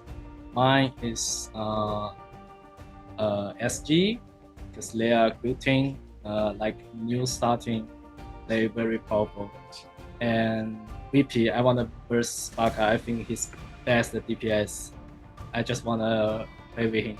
Yes, against the team. Okay. Yes. Sweet. That sounds incredible. Well, Bobo, Salvation, you two have to get some rest. I believe your flight is tomorrow, so definitely need to get your rest. So congratulations again, being the first Stage 1 champions of any region in Marvel Rivals Ignite 2026. And thank you for giving us one hell of a performance today. It was amazing to watch. Thank you guys for watching. Absolutely. Remember, Thank you so much, Bobo Buy and our Salvation. button. Oh, Buy our button. Buy our button. the bundle. Buy yes. the Gen G bundle, guys. Do it. Thank you. Oh wait, Keg, I have the pillow. get it. Yeah. Hey. Hey. Got it. Oh, yeah. All right. Thank you so much, Bobo and Salvation. Appreciate having you on once again. If you haven't already bought the bundle, I think they gave you a pretty strong case for buying Oh, one yeah. today with the performance they put on. It was a generational performance, and it's the performance that net them another championship in the bag. You know what's crazy? That's it. That's it for us. Yep. Stage Yeah. 1 is over. done here. We've gone through preseason, we've gone through group stage, we've gone through playoffs. Up next is mid-season finals, and after that, it'll be stage 2. Now, rumor on the street is that it's Pacific that we're in, right? This is our region? Yes. Yes. As a matter of Huh. fact.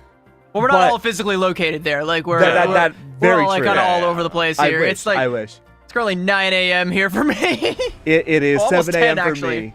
But you know what? Rumor on the street is that you two will be on the America stream next week for playoffs. Yeah, maybe we'll go on a little bit of a field trip, maybe a little bit of a 4th of July vacation to maybe a different region, maybe on camera. We'll cross that bridge when we get there, but we gotta get a little bit of a recap going, right? In terms of what we just saw here tonight on Championship Sunday here in Ignite Pacific Stage 1. That's right. It was 3-1 for Reject and XOXO, and it really goes to show how many matches Reject had to play today because, unfortunately, even though they went 3-1 in that first best of 5, the best of 7 got the best of them. 4-1 for Gen G overall, and again, we have yet to see a series where Gen G has dropped more than one map at all this year. And we might not see it again until mid-season finals when they face the toughest of the tough, but they get to come in with a crown on their heads as they are crowned the champions of the Pacific. And here is how it all shook out. Reject with a nice little upper bracket run, besting N1 Hex and the Chiefs, and then running into the brick wall that was Gen G. And try as they might, on 2 separate occasions, they could not overcome Gen G. They couldn't take more than a map off of them, just like you said. They're the only team to take any maps off of them since the start of Stage 1, and gonna be the last ones to do so before mid-season finals. It's gonna be a dominant showing for them, and you know, quite the feather in their cap, you know, going into such a big international tournament. That's right, and I'm so excited, but of course there's a few more things we need to talk about for the day. Did you know that the Hellfire, so much amazing things are going on? Because we can welcome to the Hellfire Bay Beach. Happy Rival Summer Festival, everyone. It's time to trade those heavy combat suits for swimwear, because the Ultimate Beach Party has officially arrived. The sun is shining, the waves are rolling in, and our seasonal hub is packed with exciting activities and rewards. The Summer Snapshot photo event, remember that? Pop and win, Krakoan reels, and simply, all you gotta do is log in daily to claim up to 1,500 limited time units and participate in festival activities for a chance to earn up to 2,500 units in total. And if those units are burning a hole in your pocket, you gotta spend them on something. Might I suggest the Aquatic Assassin and Sonar Savior costumes for Black Widow and Daredevil. Strike from the shadows or guard the coast. Black Widow brings lethal elegance to the depths, while Daredevil ensures nothing slips past his watch. Gear up to dominate the shore in Marvel Rivals Season 8. These skins are available right now up until July 24th. You got a month to grab them, so make sure you get in there and get them. Make sure that you claim the coast and leave them breathless. And if that Black Widow skin does not leave you breathless, I don't know what will. Hey, at least you got Twitch drops coming your way. You still have a lot of time to claim these. You got nameplates, you got emotes, you got sprays, and the Will of Galacta Storm costume. If you missed out trying to get these drops here tonight, that's okay. You have Americas, you have EMEA coming at you for their Stage 1 playoffs next week. So tune in to your favorite streamers to earn these nice little rewards up until July 10th. Hey, that's not too far away from now. I have plenty of time to get that, right? Exactly. Man, if only there was a long broadcast I could watch to get all those rewards. It says 4 hours, right, for that Storm costume? Guess what? This stream alone was 5.5 hours. You could have watched the whole thing. And I've seen people in chat. There were some people here from the very tippity-top start of the broadcast that is in chat right now. And I think they've gotten it twice over. I did also see someone in chat who said that mid-season finals is going to be at Keg's house. I don't know if that leak is accurate, but if it is, I'll have a nice little block party outside in your driveway. You got a grill. You got room for Gen G and Reject there, because you'll be seeing them both there. I can make some room. I just hope they don't duke it out, have the rematch at my place. I don't think I can pay the cleaning bill, but overall, it has been an absolute pleasure to be a host for you all for Stage 1 and preseason, and of course, joined by Ooey and Gooey, CB and Dan over here. I am so unbelievably proud to be working with these amazing individuals. Diatonic, Matsy, Liger, also so thankful and so lucky to be working with this stellar crew for Pacific Side. With that being said, it is 7 a.m. for me and it is 10 a.m. for these two. We are tired and we are going to sleep. We will see you all very soon.